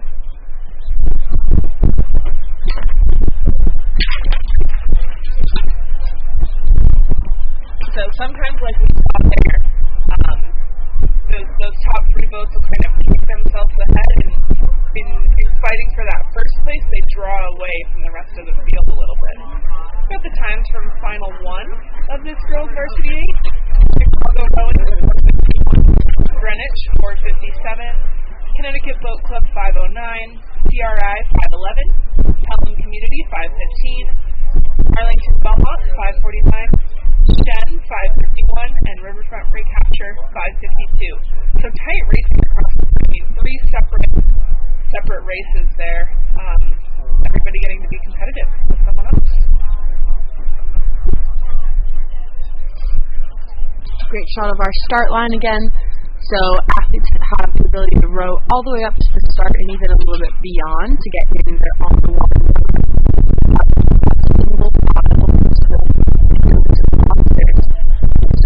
One thing with the southern frequency kind of goes along the shoreline. Of the start is another 500 and 750 until you get to the S turn, which is the big turn of the fall head race here, the head of the fish. But here we line up just that 1500 mark. There's a starting tower platform with the aligner. We have all of our racing officials to keep everyone fair and safe. All the bow balls will have to be perfectly aligned before the race can begin. And all the athletes know sound moves slower than light, so stroke seats go off the flag. And everyone else respond when your stroke seat starts. So sometimes if you're waiting for the sound or the go of a start referee's voice, you're going to wait longer than the movement.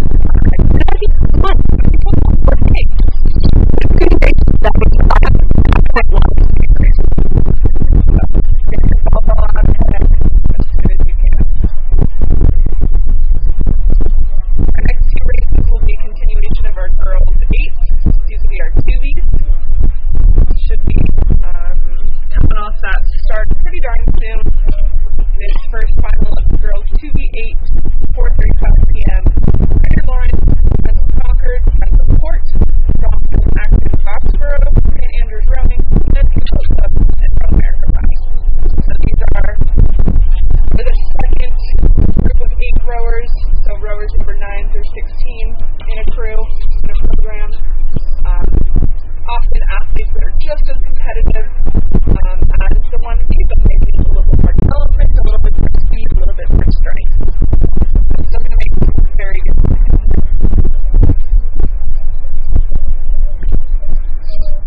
So oftentimes these athletes are getting locked onto the stake boat. We have a stake boat holder volunteer, which is actually today I think entirely Saratoga athlete. So they're about, how long are the shifts? 3.5 hours? 3.5 hours, somewhere in there. So if there's a 3-hour block where Saratoga athletes are not actively racing, they were encouraged to stake boat to help make this whole regatta possible with that portion of the regatta. So you have Saratoga athletes up there holding on to those stern decks, and then on the start marshal's command, the race will begin. And it'll commence with probably something like a start 5, where the stroke just is all focused on building the speed of the boat. And then, go ahead. Adjustment times from that second final of the girls' varsity. Row America Rye, 4:55. Mercer, 4:57. St. Andrew, 4:58. GMS, 5:06. Saratoga, 5:10. Friends of Port, 5:13. Bromfield Acton Boxborough, 5:27. Greater Lawrence, 5:33. Wayland Weston, 5:34. So, like we were talking about with those men's varsity, it's pretty darn close across. These two heats, 4:51, 4:57, 5:09, 4:55, 4:57, 4:58, 5:06, 5:10. So it should make for some really exciting racing tomorrow. And we have an exciting race here right before us as well. Row America Rye over there on the left. Connecticut Boat Club, then St. Andrews, Bromfield, Port, Concord, and Greater Lawrence. Currently, it looks like your front runners are Row America Rye and St. Andrews. Concord is also making a strong start here as we cross through that first 500 meters. A lot of adrenaline pumping in the first 500, but at the same time, these athletes have raced several times today. That pain and fatigue starts to set in earlier and earlier. You're just not quite as fresh, so these athletes are going to have to really dig in early here and adapt. Again, we see some booted 8s here. One of our leading crews there in the middle. St. Andrews has a 7-6 bucket. So their stern pair is looking normal, and then you just got a little repeat of the port side for the rest of the crew. Yeah, let's look really close together there, making sure that they're in contact is crucial. And watch out for Row America right here on the left. Making quite the move through that second 500. They're almost at the halfway point. They almost have full length of not open, but a full length advantage over the next crew. But a battle over there on the right side of your screen, those are the low lanes, so that's Concord versus Port. Concord with a slight advantage. Greater Lawrence and like Bromfield battling it out with 2 lanes in between them.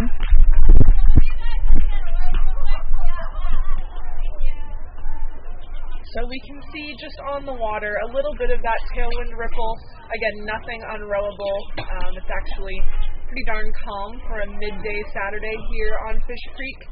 But Row America Rye really just running away with it. Big lock on those blades, and then a fast swing back in towards the bow. Greater Lawrence falling off a little bit as the rowers from Bromfield and Connecticut Boat Club seem to have some second half strength here. Connecticut Boat Club really trying to claw their way back into that leading pack, but they're about half a length of open water down on the rest of the field, and in this tailwind with only 500 to go, it might not be in the cards today. There's not enough room, not enough time for that Connecticut Boat Club crew to get back into this mix. So this is when you're in the middle of an erg piece or of some water pieces, and you have to dig deep, and it's your third piece of the afternoon after school. This is why your coaches have you do it, because you get to your second or third race of the day, and you're down by 2 boat lengths, and you got to make a move. Now's the time. Yeah, and look who's making a move. Port rowing over there in lane 5, Port rowing making a move on Concord, and St. Andrews really making a move on Port. So we're starting to see some kind of separation. Obviously our first place crew, Row America Rye, has been separated probably for the last 4 minutes. But really trying to make some statements here. St. Andrews in the middle. And again, these boats are still 250 meters from the finish line, and we can feel the excitement from the 80 women out there on the course.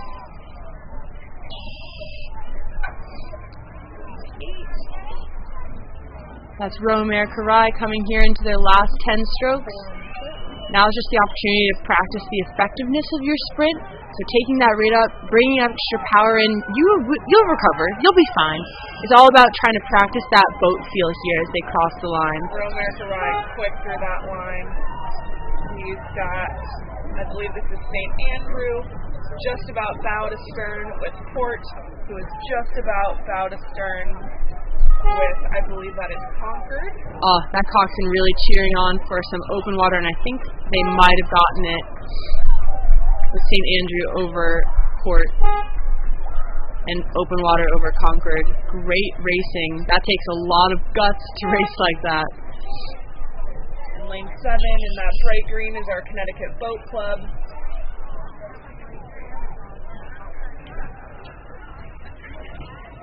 Here comes Bromfield, Acton, Boxborough in those beautiful blue boats, fighting right till the end there, and that outside lane. Greater Lawrence finishing out the pack.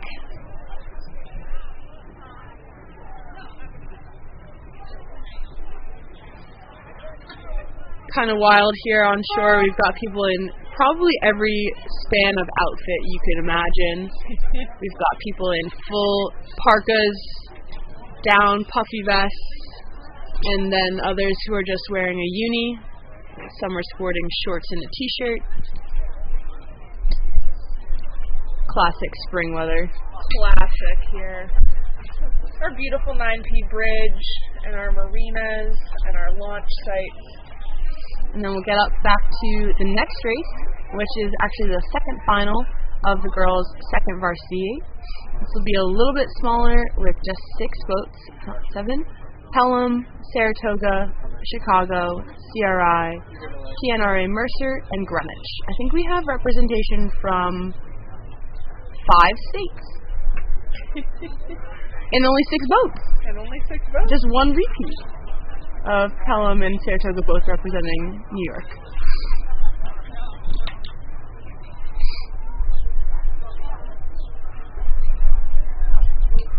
So again, that race should just be about underway. They're within 2 minutes before their start time, so as long as everyone else is locked on, the start marshal will try to get them ready to rumble, as long as everyone's aligned, and they're doing okay handling this crosswind. So it's still definitely an overwhelming tail, but the puffs of crosswind coming from looks to be the east slightly. Definitely going to make it difficult up there at the start line, especially in these 8s. They're so hard to maneuver. Often you'll see athletes do something that's called sculling it around. It's not turning a sweet boat into a sculling boat or anything, but basically athletes have to figure out and practice how to pass their handle up to the person in front of them, and that person, because they're a whole 4 feet in front of them, have the extra leverage to basically put the blade next to the boat and move the boat just side to side, no forward motion, so they don't pull the stake boat holder into the water. So you can just strictly so you can turn, adjust your point, but not go forward. Making it down the course. It's very difficult to do, but in a crosswind, it's definitely necessary skill, and a lot of these athletes are going to be just high schoolers, and again, with limited experience, maybe due to COVID and everything.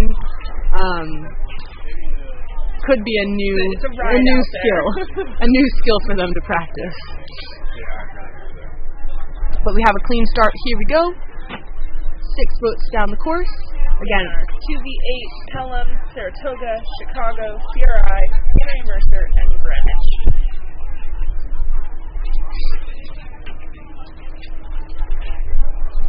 So just to kind of orient you, Pelham will be wearing some form of blue. Saratoga also dark blue. Chicago, I believe, also dark blue. CRI will be in red. PNRA Mercer is wearing their white unis with red accents. Red shoulders there. Red shoulders. And then Greenwich, I believe, is also blue. That navy blue. So we've got a lot of blue coming down the course. It's a popular color nowadays. If you don't know who to cheer for, just wear some navy blue. It looks like Pelham actually might have white with blue accents this year. Over there on the right side of our screen.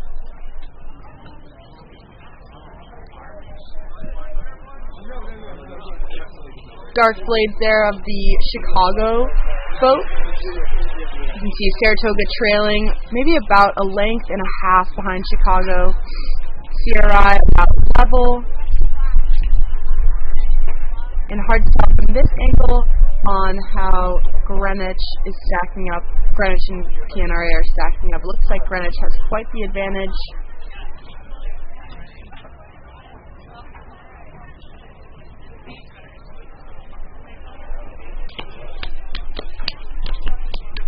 But again, these girls, 2v8s, will be coming into their last 500 shortly.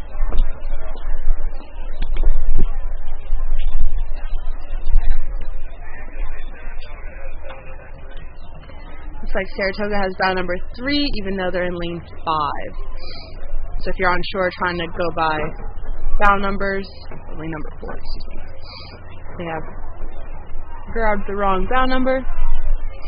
But I think they're in the right lane. A leader with Greenwich, followed by Chicago, then CRI, and then it's a dogfight for those 4 through 6 places. Great drone footage for you here. We're well into the last 250 meters. What a fight. Just raging through this finish. Chicago trying to hold up on CRI. We'll see if they can do it. And then CRI has enough time left. I'm sure you're not going to have much of a relief after those first 3 crews. Even though it's a tight finish, we have another tight finish coming with PNRA Mercer just leading ahead of Saratoga and Pelham.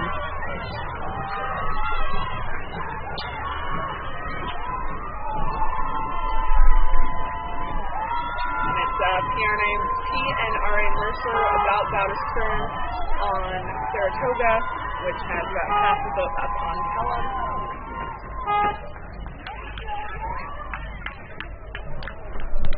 Some great racing there, both in that first wave of this event and in the second. Fun part about these big regattas is, although someone might not be the same speed that you are, you're going to find someone to go stroke for stroke with down that course. If you're just tuning in, this is Hannah Pinker and Megan Goodman. There are 2 Orion athletes here out of Saratoga. We are commentating this year's Saratoga Invitational. Up next, we have the boys U17 Junior Quad Final 1, which will be followed by the next Final 2.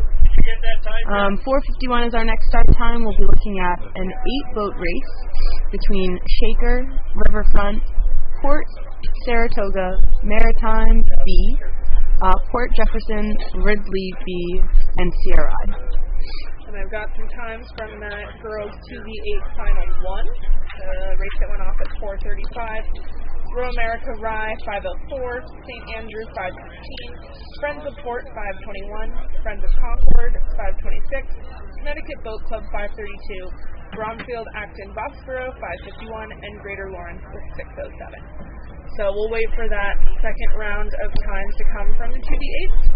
And from those 2 events, they will, our regatta staff will take a look at it, and tomorrow we'll have a little bit more seated racing. So if this was not exciting enough, it'll be even more exciting tomorrow. So should make for some good Sunday racing here, even if teams swap around some lineups and make some changes.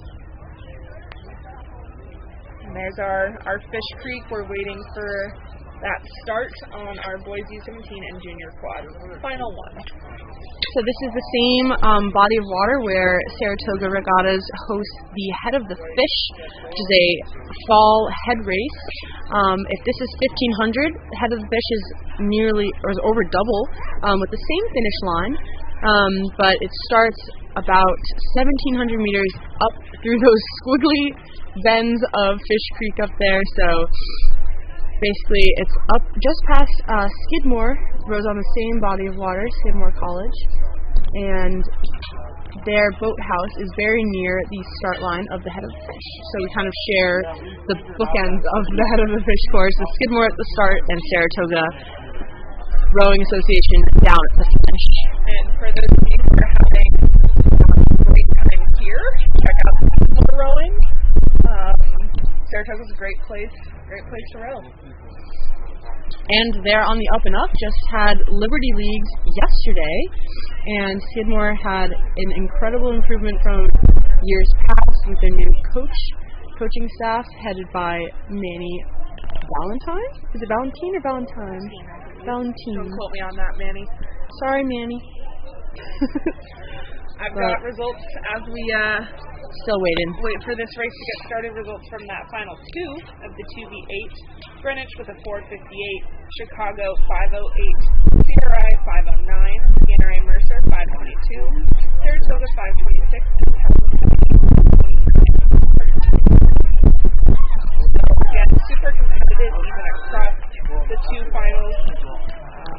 We'll see a lot of these events that had close racing final to final. Will get even more exciting tomorrow.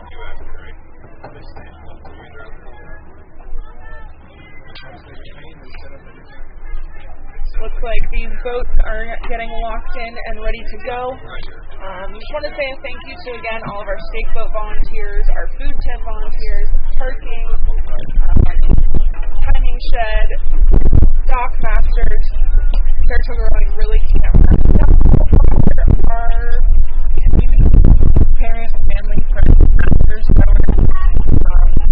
school help out with the school races, high schoolers help out with the middle school races. So if you see somebody in a Saratoga hat, give them a thumbs up.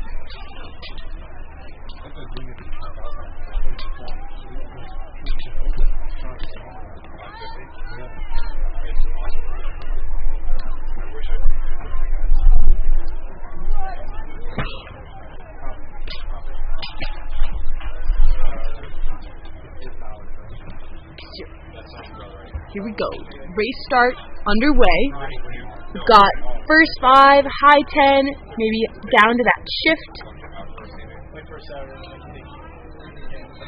It's like some squiggly courses. These are blind quads, and they are U17 juniors. So we got a boat stopped. It seems maybe a crab.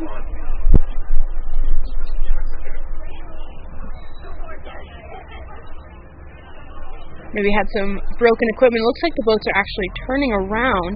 So it must have happened in the first 100 meters, or close enough to qualify for some breakage.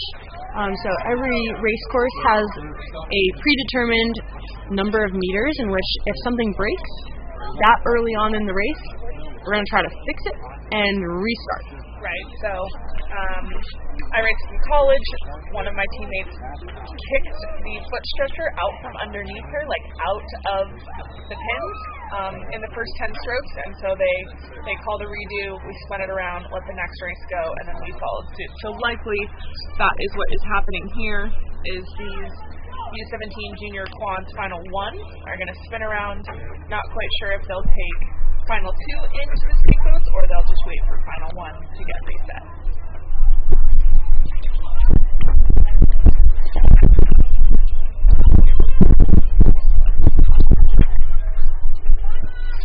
But we are in the last 10 races of the day for this beautiful Saturday here on Fish Creek. We've got some quads and some 8s and some Cox 4s. So very excited about those. Athletes cheering on your teammates in their final races or racing your final race. Hopefully everyone will get some good sleep tonight, find somewhere fun and filling and satisfying for dinner, and get ready to come back again and do some of it again tomorrow.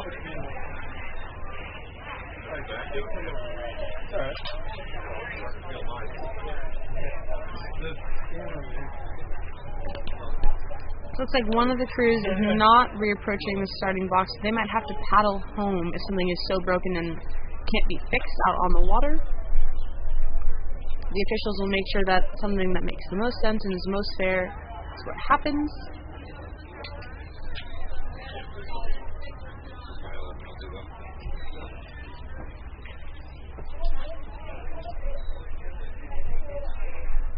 So it sounds like issues are happening with equipment from Port and Port Jefferson. Maybe they went to Port.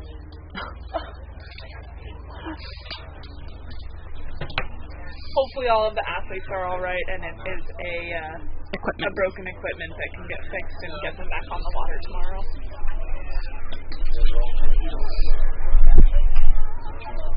Yeah, they just said there's something going on, little gear issues.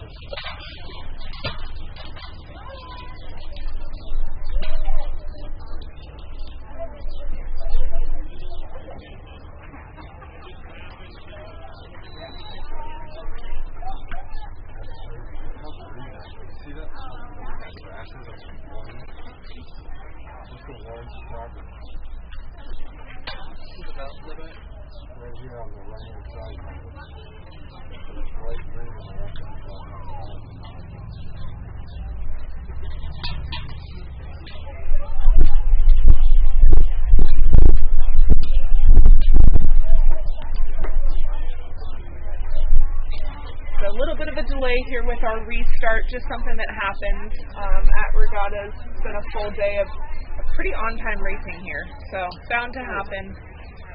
We will get you updated as soon as we know what happens.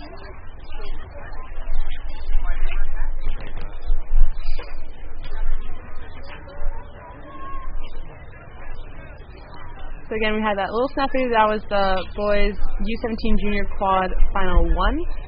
We'll try to see if we can get both that final and the second final underway. Then we'll head back over to the girls' team side of things with the U17 Junior 4 with Coxon.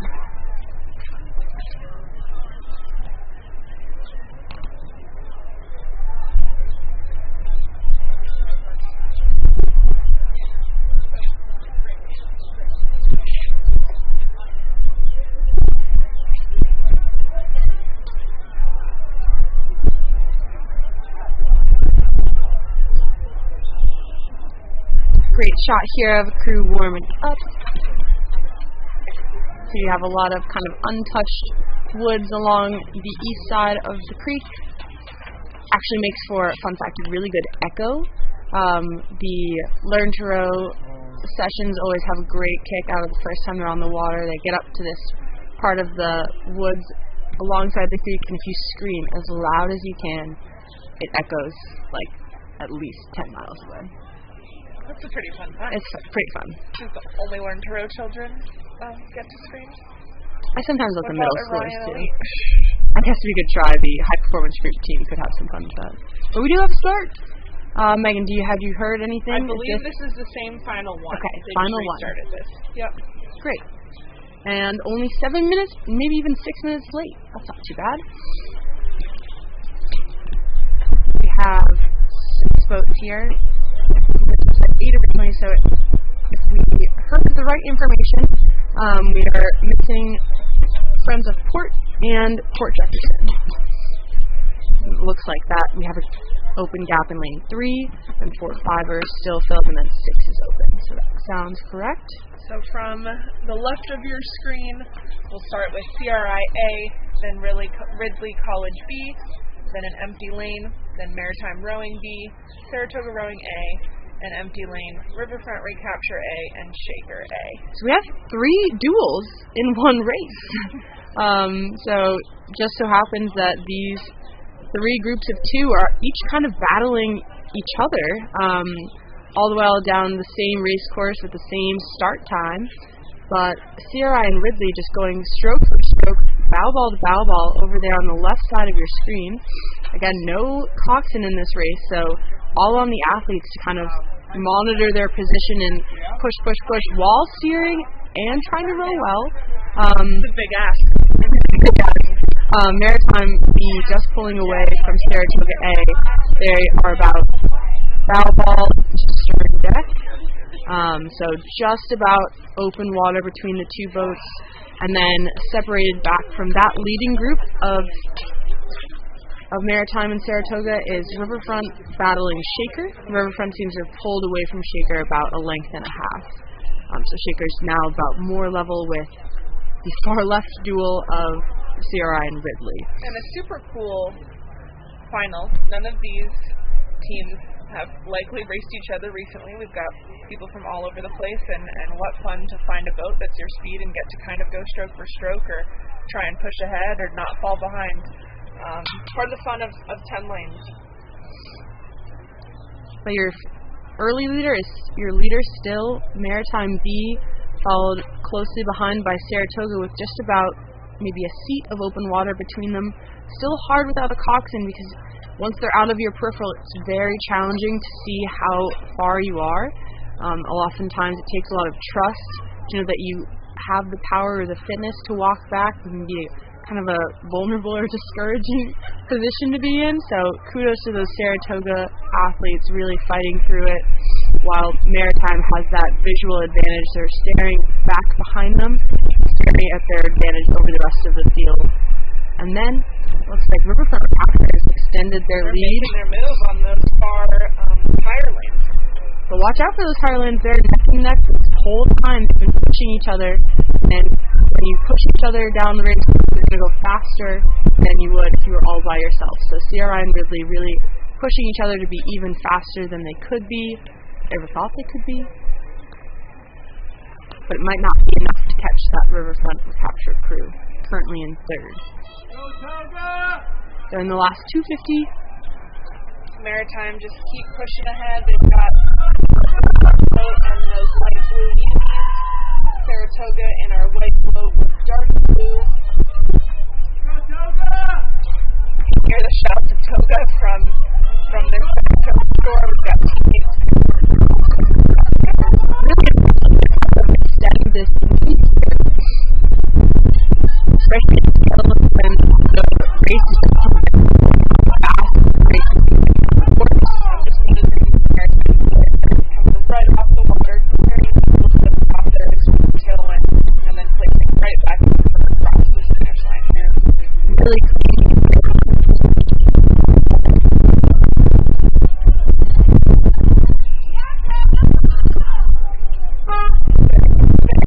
Course advantage. They just run the course, not necessarily an advantage, but racing lanes that they race in all week long.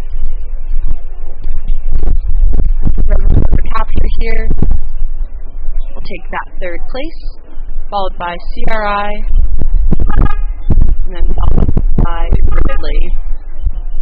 And here comes Shaker on our outside.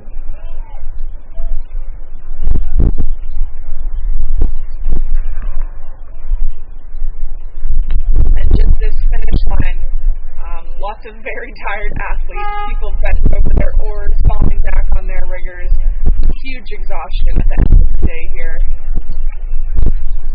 Hopefully they have snacks and maybe some dry clothes on shore. Get warm, fuel up. Recovery is just as important as the training we do, if not more important. If not more. So that's the final one of the boys U17 junior quad. 4 athletes, 8 oars. You've got to handle an oar in each hand. So we've got the port boat coming up here. It looks like we've got a broken blade. Oh gosh. Snapped in two. Athletes look like they're all right, which is always good. But a nice little memento of that collision will be that broken oar. Good work, ports, bow pair, getting them down the course on the outside. And kudos to all 4 athletes for trying to keep in good spirits. It's not easy. That's tough. Especially when you probably were looking forward to that race or had something to prove or just wanted to get something out of it. Looks like the next race is underway to try to keep us back on schedule. We have the final 2. It's an 8-boat race. Maritime C, Saratoga B, Litchfield A, Shen A, Concord A, Golden Weston, Row America Rye, and Maritime.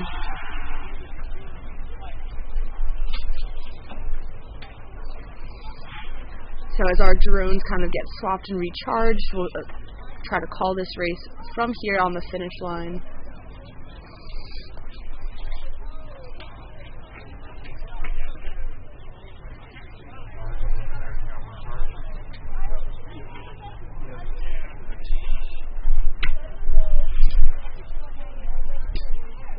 So over there on the low lane, we have Maritime C, and then on the high line, we have Maritime A. So kind of maybe our two front runners here on either end of the lake here. Maritime A looking really nice through this tailwind. They'll come into this last 300 meters here, start to hear the cheers from the spectators, not only on the Saratoga shore, but also on the state boat launch shore. We've got so many parents just lining the edge of the water over there. And then it looks like just behind them is Concord, followed by Shen. And Waylon Weston coming up behind them, very close to Row America Rye. Maritime A just cruising on this line. Varsity kind of making the statement, we row quads. And we row them well. Maritime A Varsity was checking on that line, making sure that he's got his line, telling his boatmates that we're almost there. Oh no, it looks like that far Maritime boat has Something's wrong. Something's wrong. Oh no, something's wrong. Maybe a pretty doozy of a crab. Friends of Concord coming through here, taking advantage of that Maritime boat being stopped. Friends of Shen moving past as well. Heartbreak City. Well raced Maritime. See, quite a performance. 3, 7, 6. So that's lane 7, Row America Rye. Then lane 3, Litchfield Hills. But Waylon Weston might have gotten that first buzzer. I believe so. Row America Rye, then Waylon Weston. What a fight. Litchfield Hills. That was a great race. That could have been a race all on its own. Those last 3. That Saratoga Ryan boat with the scratch. We didn't see them. And I hope that second Maritime rowing boat is all right. Looks like they crossed the finish line with all 4 rowing, so hopefully it was just a little bigger. 5 boats from the 5 strokes from the line. So those like crabs or diggers can kind of happen often in the sprint when fine motor skills start to go as the fatigue is really starting to mount. Your oar can basically get stuck in the water as the boat's moving really quickly. So if your oar gets stuck, it just wants to stay stuck, but the rest of the boat wants to keep moving. So it's on that rower to kind of somehow get the oar unstuck quickly, or else the handle will just the blade will stay back, the handle will come back the other way, which can cause both damage to the equipment, but also can hurt an athlete. A little bit of a whiplash. So trying to avoid those diggers or crabs and trying to keep rowing clean, even when you're fatigued, is something hard to practice because you have to reach that level of fatigue somehow. You can't manufacture that. Maybe rowing quarter slide out of 50. That could be a good drill. I've got results from our boys U17 junior quad, that first final. After they restarted, Maritime rowing B with a 5:08, Saratoga rowing A 5:16, Riverfront recapture 5:36, CRI 5:39, Ripley B 5:42, Shaker rowing 5:56. We actually just crashed Port Jefferson, so they might not have been up there at all. And then Friends of Port was our did not finish with our broken oar. And we have the next race underway, trying to get back on schedule if possible. Original start for time was 5:07, and we're just about the 500. So pretty close. Good job, all Regatta staff, for getting us back on track. Saratoga rowing B, Port C, Manhasset B, Greenwich B, Port A, Emma Willard A, and Row America Rye are the 7 boats entered in this race. It's so a lot of New York boats here. Girls U17 Junior Cox 4. It looks like early leader here in one of these middle lanes. So potentially Port here in the lead with Emma Willard trailing, and a close fight between Greenwich B and Row America Rye. So these Cox 4s, each athlete has 1 blade, 2 out to the port side and 2 out to the starboard side, and then a coxswain who you can see in this nice overhead view of our lead boat is tucked into the bow of that boat. She's got her hands on a rope that will lead to a rudder. And she's mic'd up. And there's little speakers throughout the boat, so she is talking to her crews, letting them know how fast they're going, where they're going, what they need to do in order to make moves. So it looks like your leader is still this group here in lane 6, Port, followed by closely Row America Rye versus Greenwich. Then trailing, we have Manhasset. And let me see if I can see here in this glare. We might have had a scratch here in our Friends of Port C. Saratoga, but no crew between Saratoga and Manhasset.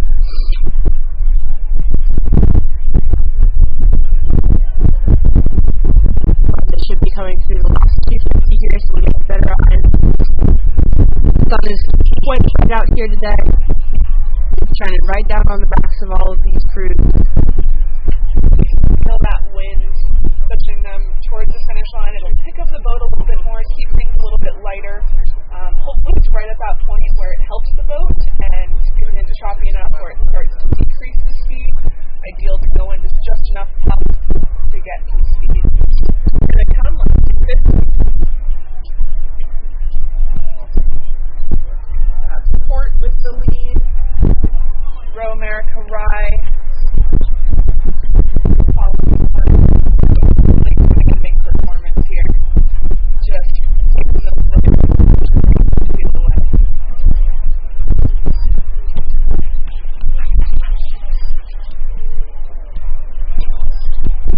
and this is the girls U17 Junior Class 4 Final 1.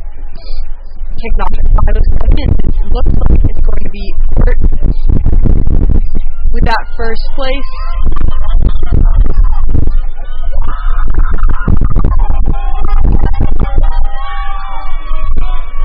America Rye and Greenwich. America Rye with that silver.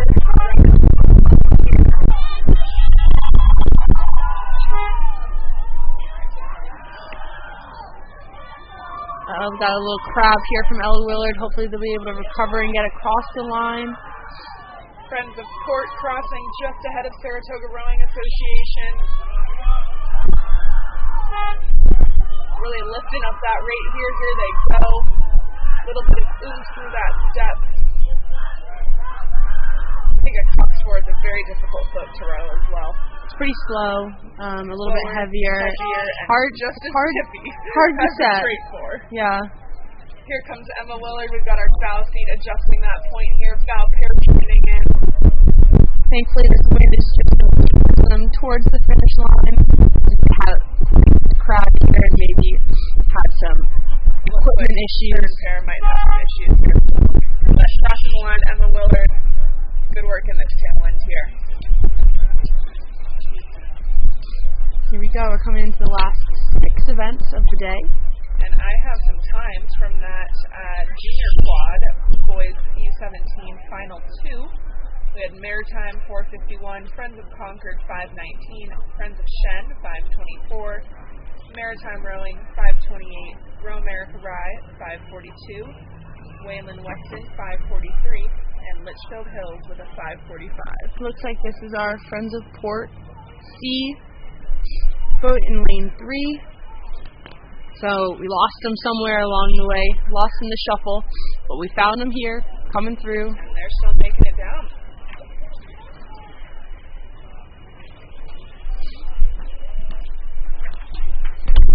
hear that coxswain just encouraging them with every last ounce of enthusiasm she's got. Get across that line.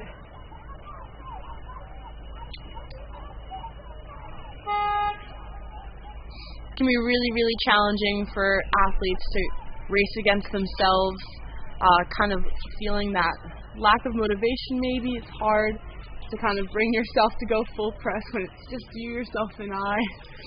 I don't know. These folks that end up by themselves and are still 110% effort on the legs. Even when you don't feel like going hard, it's good to go hard. Practice. Got a nice hydration reminder for all of you. Thank you, Megan. Our last 6 races of the day.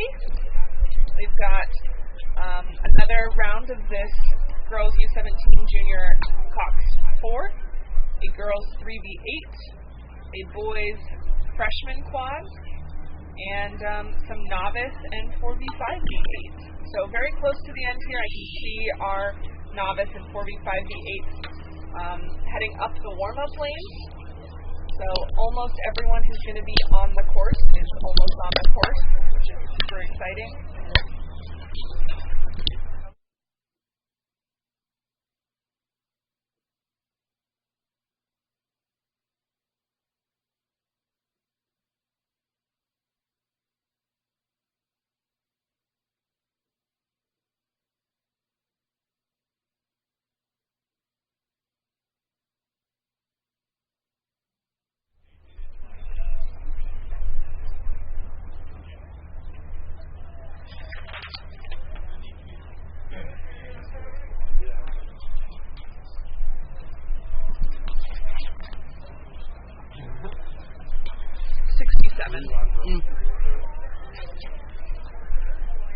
So just tally, we are 61 races into a 67 race day.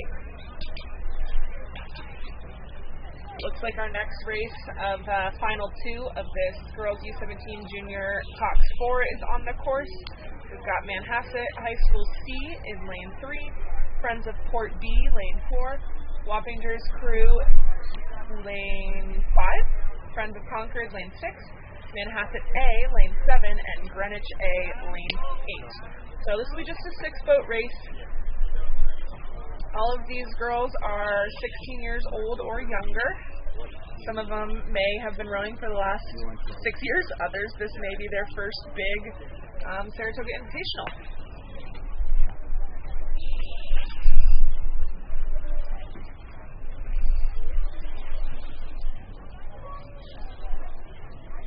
Early leader, Greenwich. Pretty impressive.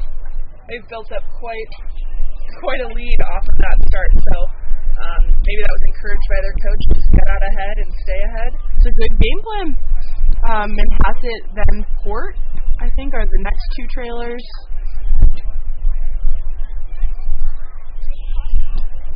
May have a scratch or 2. Not seeing Greenwich B. Or no, excuse me. I think we don't have any scratches. I'm seeing them. We've got quite some margins on this race, and that might just be the nature of it being an age-based event. So in these age events, it's limiting maybe size or experience or things like that, rather than just number of years in rowing. So in some of these novice races, a little bit easier to be closer together, whereas in these age races, you can have some women who have been rowing for quite some time. But we definitely have a leader here in lane 8, Greenwich Crew A. Now it looks like Manhasset A in lane 7, battling over 2 lanes. Port in lane 4. Right, with Port B. Hard to race that far apart. The coxswain's undoubtedly having to look across. I see Manhasset's coxswain hopping up, taking a look, and then hopping back down, just trying to keep her crew ahead of the Port's crew.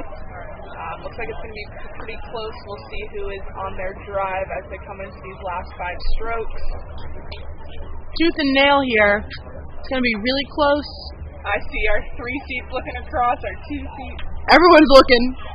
I'm looking. I'm going to tentatively give that one to Port. I agree. It's my Port, honors as well. and then Manhasset High School A, but really good race, both of those crews. Really fought to the end there. That was fun to watch.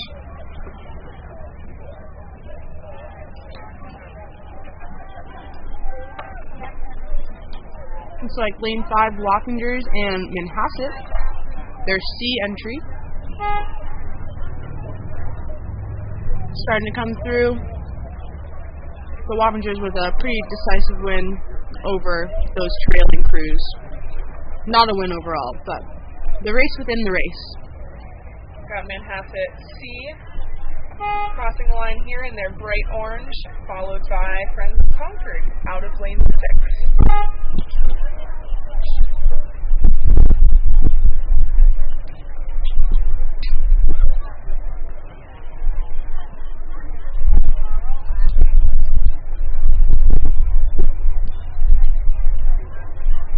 And that will be it for our girls U17 junior fours. I believe that's it for the fours for today.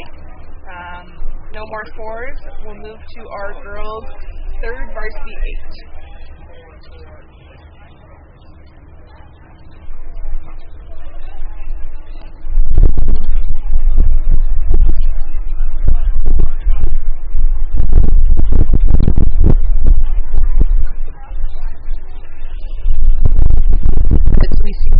Warming up here. Probably not the girls' 3 8s because their race is supposed to start momentarily. 2 minutes. I think they're making it.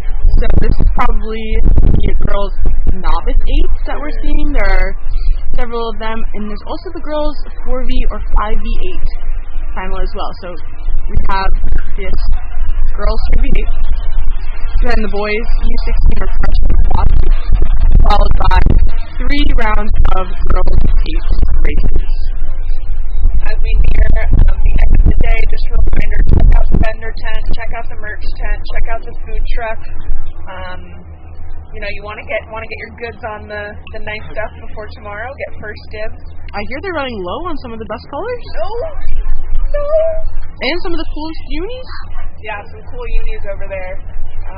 We had some Saratoga mods with Iron Man. Yep. I did see your Ted Lasso uni over there. I'm a big fan of Ted Lasso. Yep. Make sure you check out the Instagram link to send us fun facts because we've already used all of your fun facts for today. So we're going to need some more fun facts for tomorrow.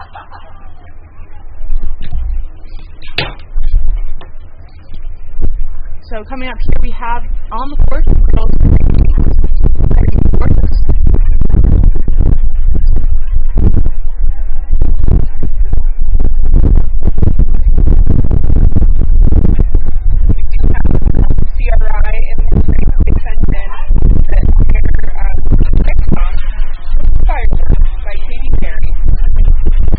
Great song.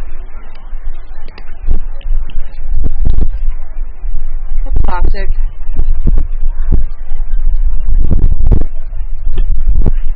A lot of team goals here, kind of across the board, are qualifying for nationals, win championships, some upsets. So be an underdog. Don't be afraid of a big win. Put the work in, row hard, have fun. I think Oscars up there doing a good thing today. So we're doing it. Fun to watch. We're Fun to watch crushing. teams.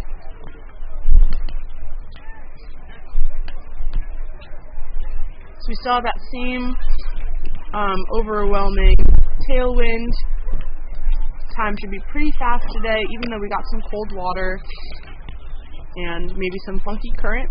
But tailwind, maybe a slight cross, making it a little bit more challenging up at the start line.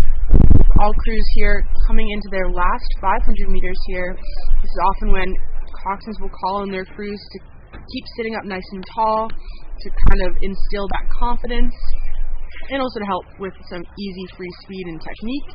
Even though when you're tired, all you want to do is lay down, punch over. In girls 3v8, lane 1, Greenwich B, lane 2, Pelham A, Lane 3, Friends of Concord A. Lane 4, Saratoga Rowing A. Lane 5, CRI A. Lane 6, Row America Rye A. Lane 7, PNRA Mercer A. And Lane 8, Greenwich A. So 2 crews from Greenwich in this event. 3v8. This will be our rowers 17 through 24, if I'm doing my math right. Some quick math there, Megan. I've been working on it all day long. Here we come. I'd say we're in our last 600, 700 here.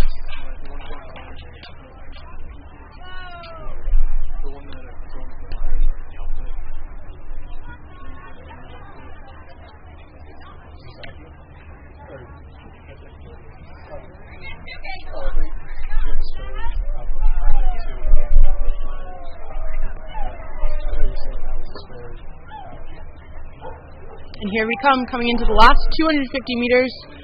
Coxswain seeing those red buoys. Even the athletes can actually see those red buoys as they come in, given that they're not pushing so hard that they've lost the ability to see color. But it looks like our crew over there in one of these low lanes, looks like Greenwich B is currently our leader. Maybe, but tying over there with the other high lane is Greenwich A. So we're in a sandwich between 2 slices of bread, Greenwich bread. Both of them in contention for the win here. With a Row America Rye trailing, sandwich. and some crazy steering happening there for looks like CRI potentially. That'll take a huge blow to the boat speed to take a turn that sharply. Hopefully they are all okay, and it was. This is quite tight here. I believe Greenwich A is going to pull off the win. We'll see if Greenwich What a move from Row America Rye! Oh no! Row America Rye will take it right away. They did not have that going into that 250. They had quite the sprint. CRI overcoming from that steering issue for that 4th place finish. And here we've got PNRA Mercer, and in the far lane, Talon Community, and our hometown favorite, Saratoga Rowing. This is our girls 3v8 Saratoga Rowing coming across the line here. We see those chevrons. Here's the cheers from our team. I'm not sure if you can hear them. It's been a long day. We've got a lot of Saratoga cheers here still on the shore.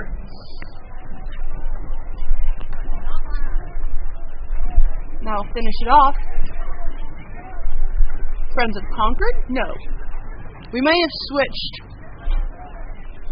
That looks like bow number 3, so we may have switched Pelham and Friends of Concord. Unclear. We'll get the finish times to you shortly. But great racing in those 3v8. Shows depth in a lot of teams that they field rowers 17 through 24 in an 8. That's awesome. Got the white flag from the referees. That means everybody's all right. The crews that launch from here, I believe in this one we just have Saratoga, and everyone else will return to the docks over at the State Boat Launch. So great racing there, all crews. Coming up on the boys U16 freshman quad. So if you're just tuning in and you're new to kind of the language that is rowing events, you'll notice that everything is English except for the things that matter. So you can see boys, English. Freshmen, English. But what does 4X mean? What is 4X? So you see you see 4X and you say quad. You see 4 plus and you say 4. That is the way. I'll tell you why. That is the way. This is a sculling boat, a quad. So every rower will have an oar in each hand, or 2 oars per athlete. U16 means every athlete in this race will be 15 years or younger. If they're turning 16 this year, that's so good. They have to go up in each category. So all athletes are going to be 15 or younger for all of 2022. And we have 9 boats in this race. Litchfield Hills, Shen, Port, CRI, Saratoga, Niski, GMS, Burnt Hills and Ridley. Those boats are getting locked onto their stake boats right about now. You can see them up at the top of your screen. So each of those platforms is anchored to the bottom of the lake, and on top of them is a volunteer stake boat holder. So all of these today are actually Saratoga athletes. So if you're not racing in this afternoon's session of racing, you were highly encouraged to sign up to be a stake boat holder. You get a very heavy-duty survival suit, so no one's getting cold or sick. A couple of athletes may have taken naps waiting between races, but basically they lay on those platforms, hold the stern of the boat while they get aligned. The athletes can begin running with the starting official. Not too tightly to stop them from going. If anything, it's actually quite hard to hold on. So here we go, we're off. Looks like we have a little bit of steering issue. Again, these are coxless boats, so the athletes are actually required for the steering of the boat. It looks like our lane 7 is veering pretty aggressively across the course here. That's going to be GMS rowing. It was, yes, lane 7, because we have 9 filled here. Full 9 boat heat final. So hopefully they can get back into their lane here. But otherwise, pretty packed heat. We've got all A boats, so that's exciting. All their top freshman quads. A battle for first here between Niski and Saratoga, closely followed by lane 2, lane 2, Shen. Shen even making a move here, trying to put themselves out in front. And the pack between them of, of Port and CRI challenging also. Really tight race here between Saratoga and Shen. Shen, I believe. But still contact on most of that field. Looks like Niski Yuna is trying to hang right in there with Saratoga and Shen as well. Great gritty racing here in the tailwind. Can feel hard to actually feel like you're pushing. It's like pedaling down a hill in the wrong gear and you just can't grab hold of the ground, or grasping at straws. Can be hard to kind of feel like you're effectively pushing the boat forward. So each athlete really trying to get their hands out wide for full leverage to help feel that catch even better. Neck and neck, bow ball to bow ball here. We have Saratoga and Shen with about 4-seat advantage over Niski, who has about open water on the rest of the field, but just open water, maybe a deck of overlap. This is a pretty tight race for freshmen quads. Certainly do. So Port and CRI trying to hang on to that contact they have with Niski. Saratoga taking a charge here, along with Shen. Again, no coxswains in these boats, so these athletes are trying to fight tooth and nail without really having someone who's not pulling as hard as they can. This is all on them. Saratoga making a little bit of a move here. They've taken maybe 6 inches. Great drone footage here. Super thankful to be able to watch this race unfold here. Saratoga taking another 2 seats. Shen slowly kind of falling off the pace here as they come into the last 500 meters. And again, this home course, these Saratoga Watch out for Burnt Hills. Go Burnt Hills. Burnt Hills eating into Niski's lead here over that middle pack. These Saratoga freshmen know exactly what that 500-meter mark on shore looks like. Saratoga has open water. That 250 looks like. Let's go, freshman boys. So we have a 6-boat race here, all with overlap. You have Saratoga as your leader, followed by closely Shen, and then Burnt Hills and Niski pretty much even.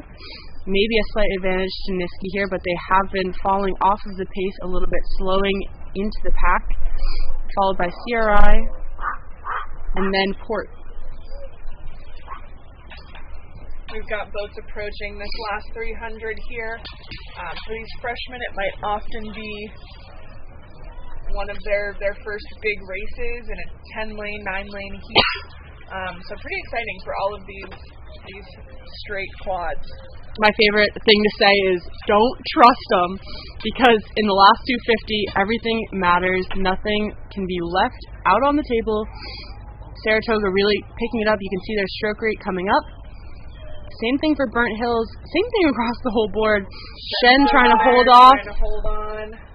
They took some early risks here. Shen's really trying to hold off this late charge from CRI.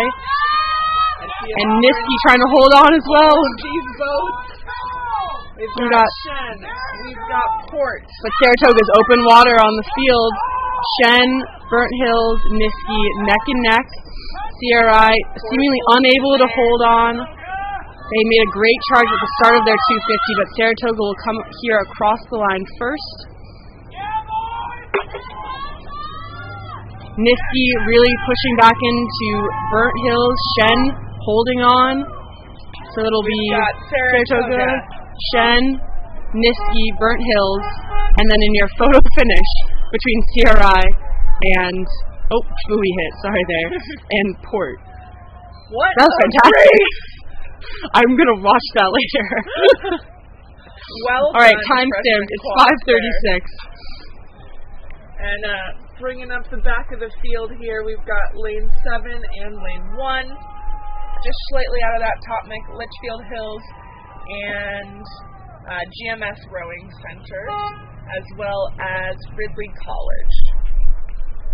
But great racing. Saratoga able to get out in front early on, even though they were challenged by everyone the whole time. Relentlessly pushing up there. Coach Billy, pretty pumped about this over there. So oh yeah, we can see him. And then here we have, looks like, can't see their bow from here. Maybe. I believe that is GMS Rowing Center A. Maybe late to the start. Great work there, quad. All right, now we're into the home stretch. We've got 2 8s. 3 8s left. So we have the 2 girls novice 8s, finals 1 and 2, and then the girls 4V, 5V 8.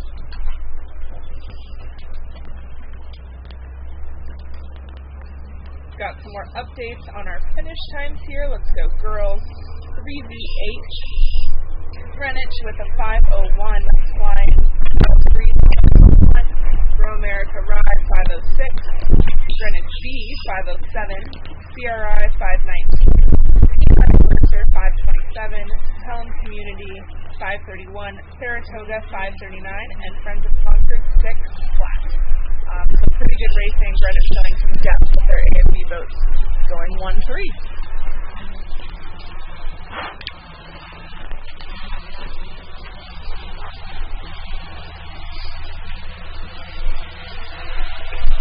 So starting just about now, we should have girls final 1. It's going to be a full race, 10 boats across. Couldn't be more full.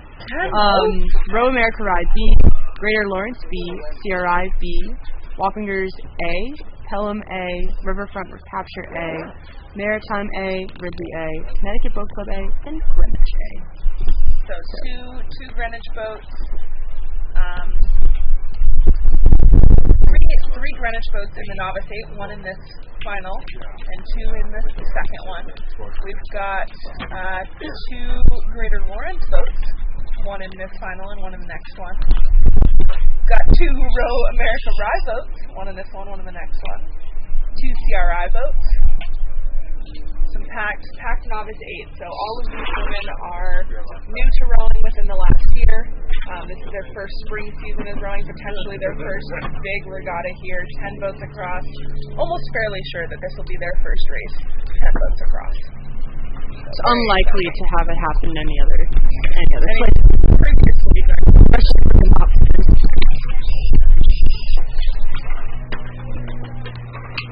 Alright, we do have this crosswind here, so it's still largely pale, but still pushing from the east. so these coxswains are probably experiencing their first ever stake boat entry and struggling to make sure they stay pointed. Might have some adjustments to make as they get off the line here. It's hard to do.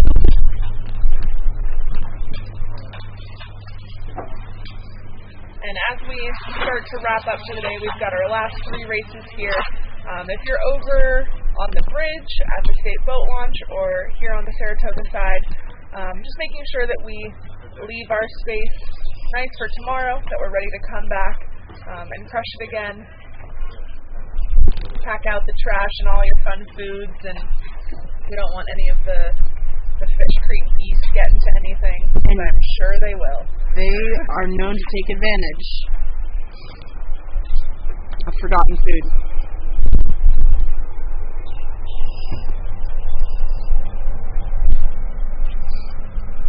Good, and again, thank you to all of our staff and volunteers, all of the marshals that make this race fair and safe, all of our volunteers that really kind of make the whole regatta run smoothly.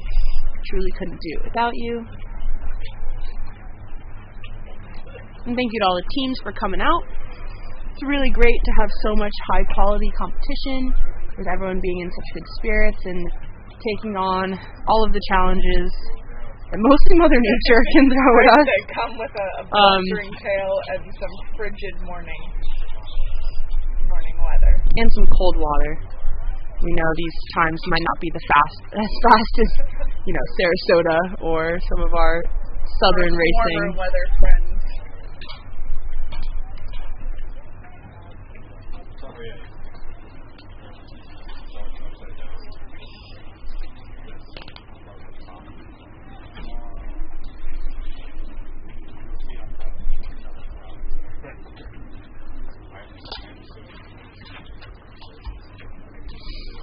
So while we wait for this race to come down, probably a little delayed with crews trying to get locked on.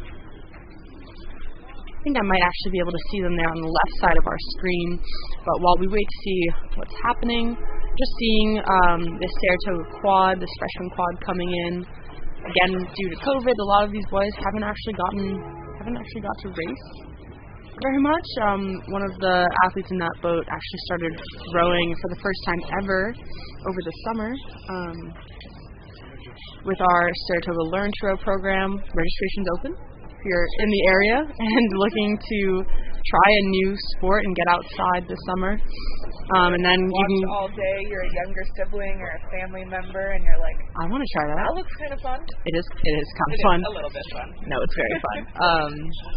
It's really cool to see athletes coming from the beginner level and starting to actually compete and win races is really awesome. Great view of our start line here. You Great can view see of the top of Fish Creek as well. It's a nice height over it. You can really see the twists and turns.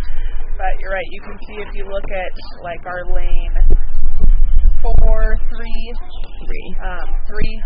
Some of these boats lane 0. Trying to get into those fake boats nice and straight. So often you can get that stern in, and then all of a sudden your bow is in the lane all the way to the left of you. You're perpendicular. Trying to make those adjustments, especially with some of this tail cross, is a challenge for these novice boats. And so far it looks like they're doing just fine. We're a little bit behind schedule, but nothing to be ashamed of. And it's mostly for the athlete's safety. Like, yes, if you squiggle your way down the course, it's going to take you a lot longer than if you went straight. But if you go full speed, pointed directly at your competitors, this becomes a very high risk contact sport, and we'd like to keep it not that. We'd like to keep it nice and clean. Right. Keep it internal as opposed to external. We'll probably have a quick start here, so in normal race conditions where maybe it's not so much of a crosswind, you would have the starting marshal call each and every crew's name all the way down the race course, but with 10 lanes and the amount of crosswind, I think that would be unsafe, as you can already see people are already steering into each other. Our lane 4 is still having some trouble with their oars over the buoys. You can see their coxswain correcting back.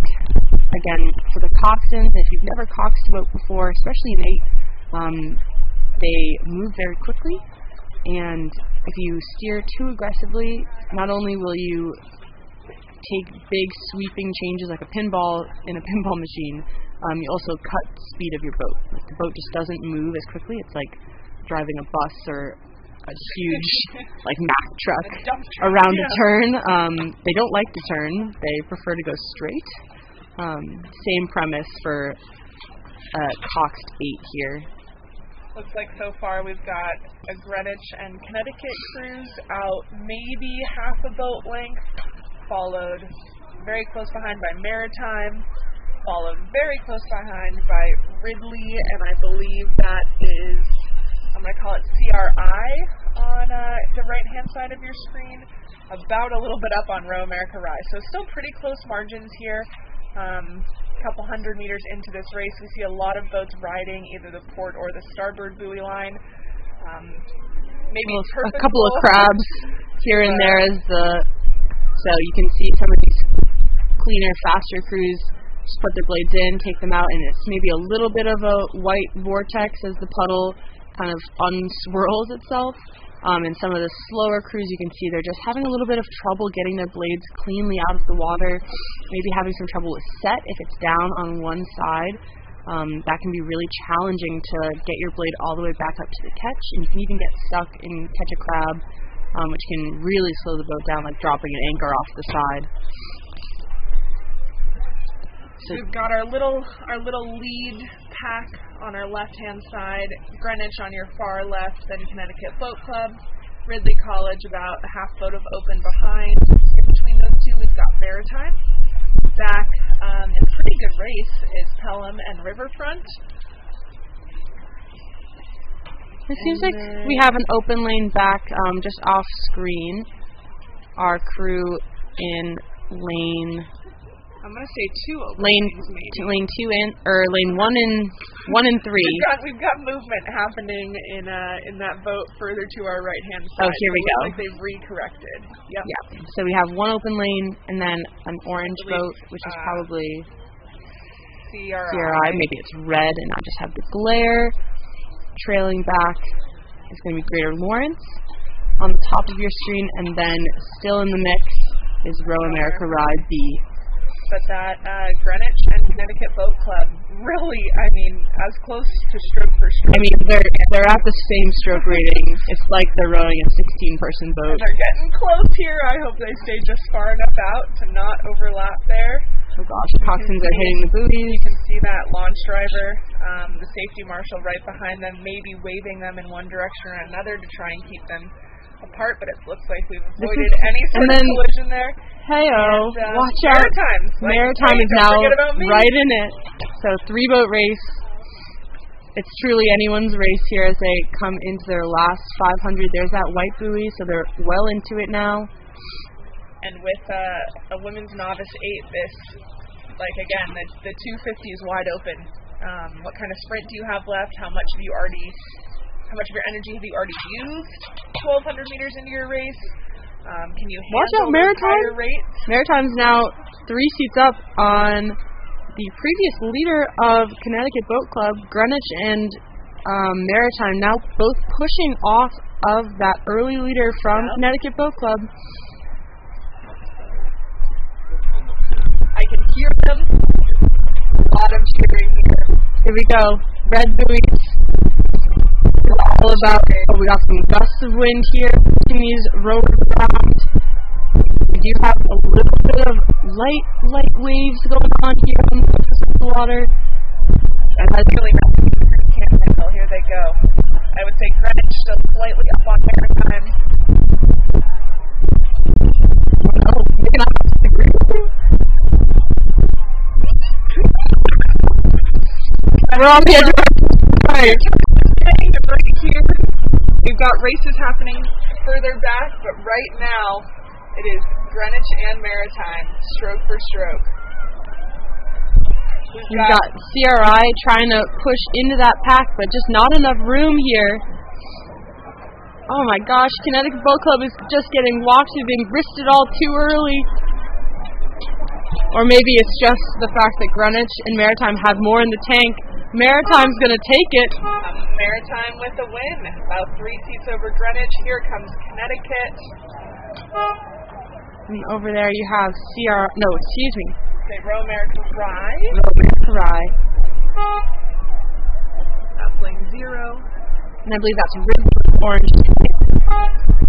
Yep, lane 7. Great racing from this first final of Novice 8. CRI seems to have an issue. 2 seats not rowing. Something's happened. Hold on tight, 2 seat. Hold on tight. Hope she's okay. Next we have, I think that's Greater Lawrence, or is that Pelham? Pelham. That's Riverfront. Riverfront. Oh yes, you're right. The blue. And then we've got Here comes Pelham.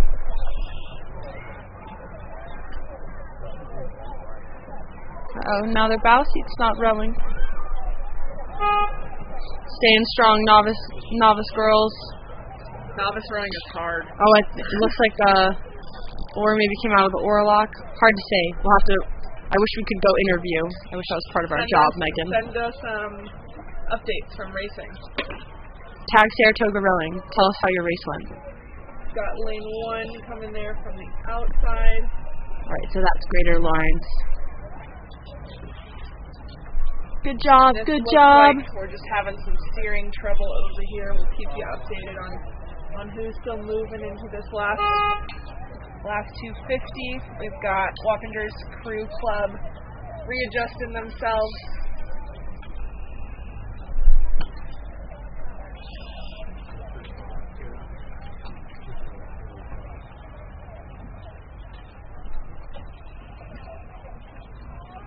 Safety launch checking in. Here we go. All 8 row. I heard you, Coxon. That's the call. There we go. Nicely done. Building it right back up for these last 10 strokes.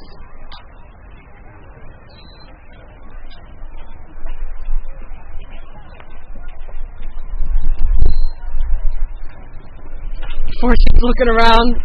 Where is it? Where's the finish line? I'm ready to be there.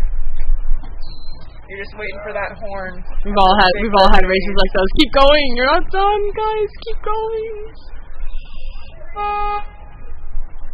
Way to stick in it. It's easier to give up. It's hard to stay in it. It is.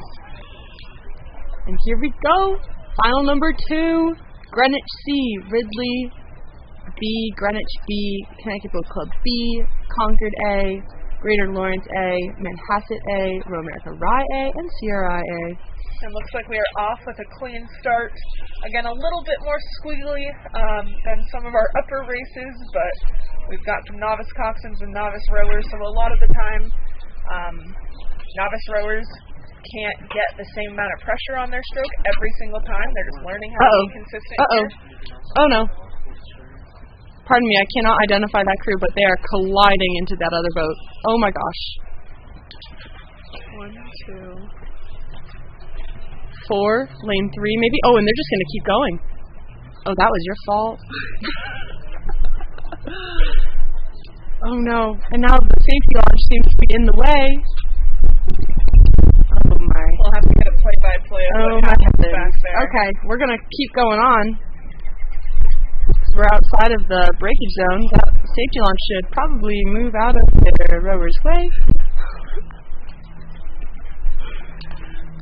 And just out of sight, you can see one of our early leaders here.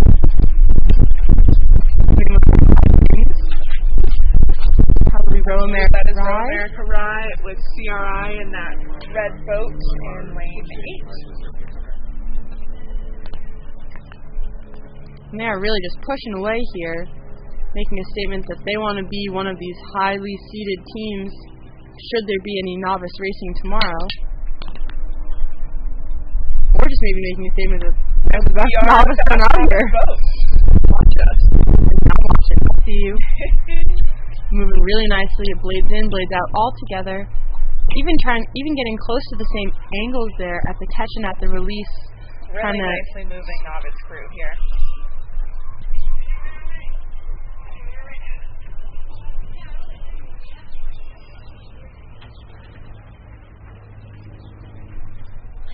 Again, you can see on the water here just a blip of a tailwind, hopefully enough to keep us moving towards the finish line and not enough to bounce us around too much. All of these crews have been seemingly handling the wind pretty well so far. I mean, girls are handling it so well. Oh my goodness. Cruising. Row America Rye here just quite literally cruising down the race course, making it look quite effortless, even though we know they're all pushing and leveraging their body weight together. And they're not clearing the waves either. Some of them are still bopping along, but they're staying loose enough to kind of absorb the shock of hitting a wave and then continue on up to that catch. Even as they enter their last 250s, you can see they're bringing that rate up. This is the Row America Rye final two.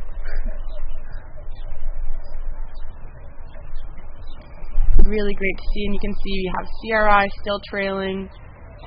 Looks like Manhasset is fallen off a little bit of the pace, followed by Greater Lawrence, Concord, all of these boats trailing over there in those low lanes. But this is just Row America Rise, time to shine. I would say they are 200 meters. Their coxswain's hungry for it. Finish it off here. Great work there, Row America Rye novices. But it's a dogfight for second. Here we are. We've got CRI. We've got lane 5 and lane 2. Greater Lawrence and Greenwich B.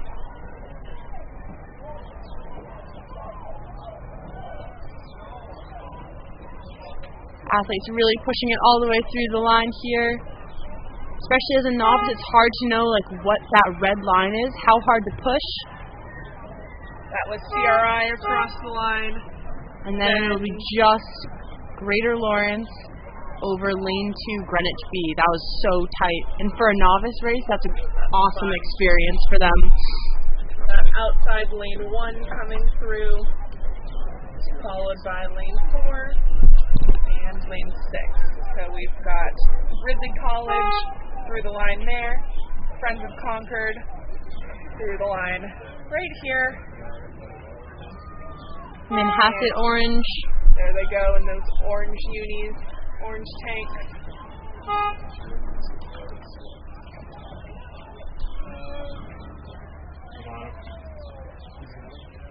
And with one more boat coming across the line, we'll finish out this girls novice 8 final 2.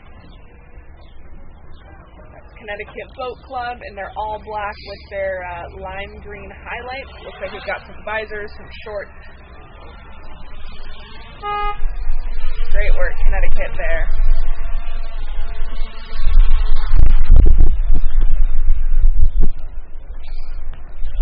All right, and with that, we're at the last race of the day. Dun, dun, dun, dun. So we've had quite a long day of fully jam-packed races with nearly 8, 9, or 10 boats in all these races. We're going to end on a pretty simple note with just 3 boats here. We have Row America Rye, PNRA Mercer, and Greenwich. On the line, these are women's 4B and 5B. So our 25 lots of probably room for experience and growth and happening in these boats, which is super exciting. With this picked up tailwind, looks like one of our volunteers from the Source Cup. Pretty pumped about it. But here we go, coming into the last 250 is our last race of the day. Row America Rye, PNRA Mercer, and Greenwich. Looks like PNRA Mercer is our current trailing boat, but we have a dogfight here between Row America Rye and Greenwich crew. They are neck and neck. Greenwich looks like they are hungry for that win here. Looks like they're going to be unstoppably here. Here we go.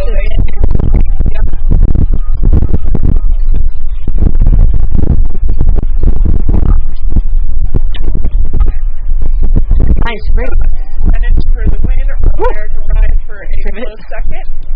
And our PNRA Mercer friends from New Jersey, bringing it home for our last race of the day. Here we go. A little choppier water here. Trying to stay loose and long. Nicely done. And there is Mercer for our third place 4v5v. That is it for our racing for today. We will bring in all of our safety and volunteer launches and everything, and we'll sign up for this evening. Yeah, thank you all for tuning in. Hope you had a great first day of racing. We'll see you back here tomorrow. Send in your fun facts, your stories from today. It's on Saratoga Rowing Instagram. Saratoga Rowing Instagram. Thanks so much. Happy Saratoga Invitational Saturday. We will see you tomorrow.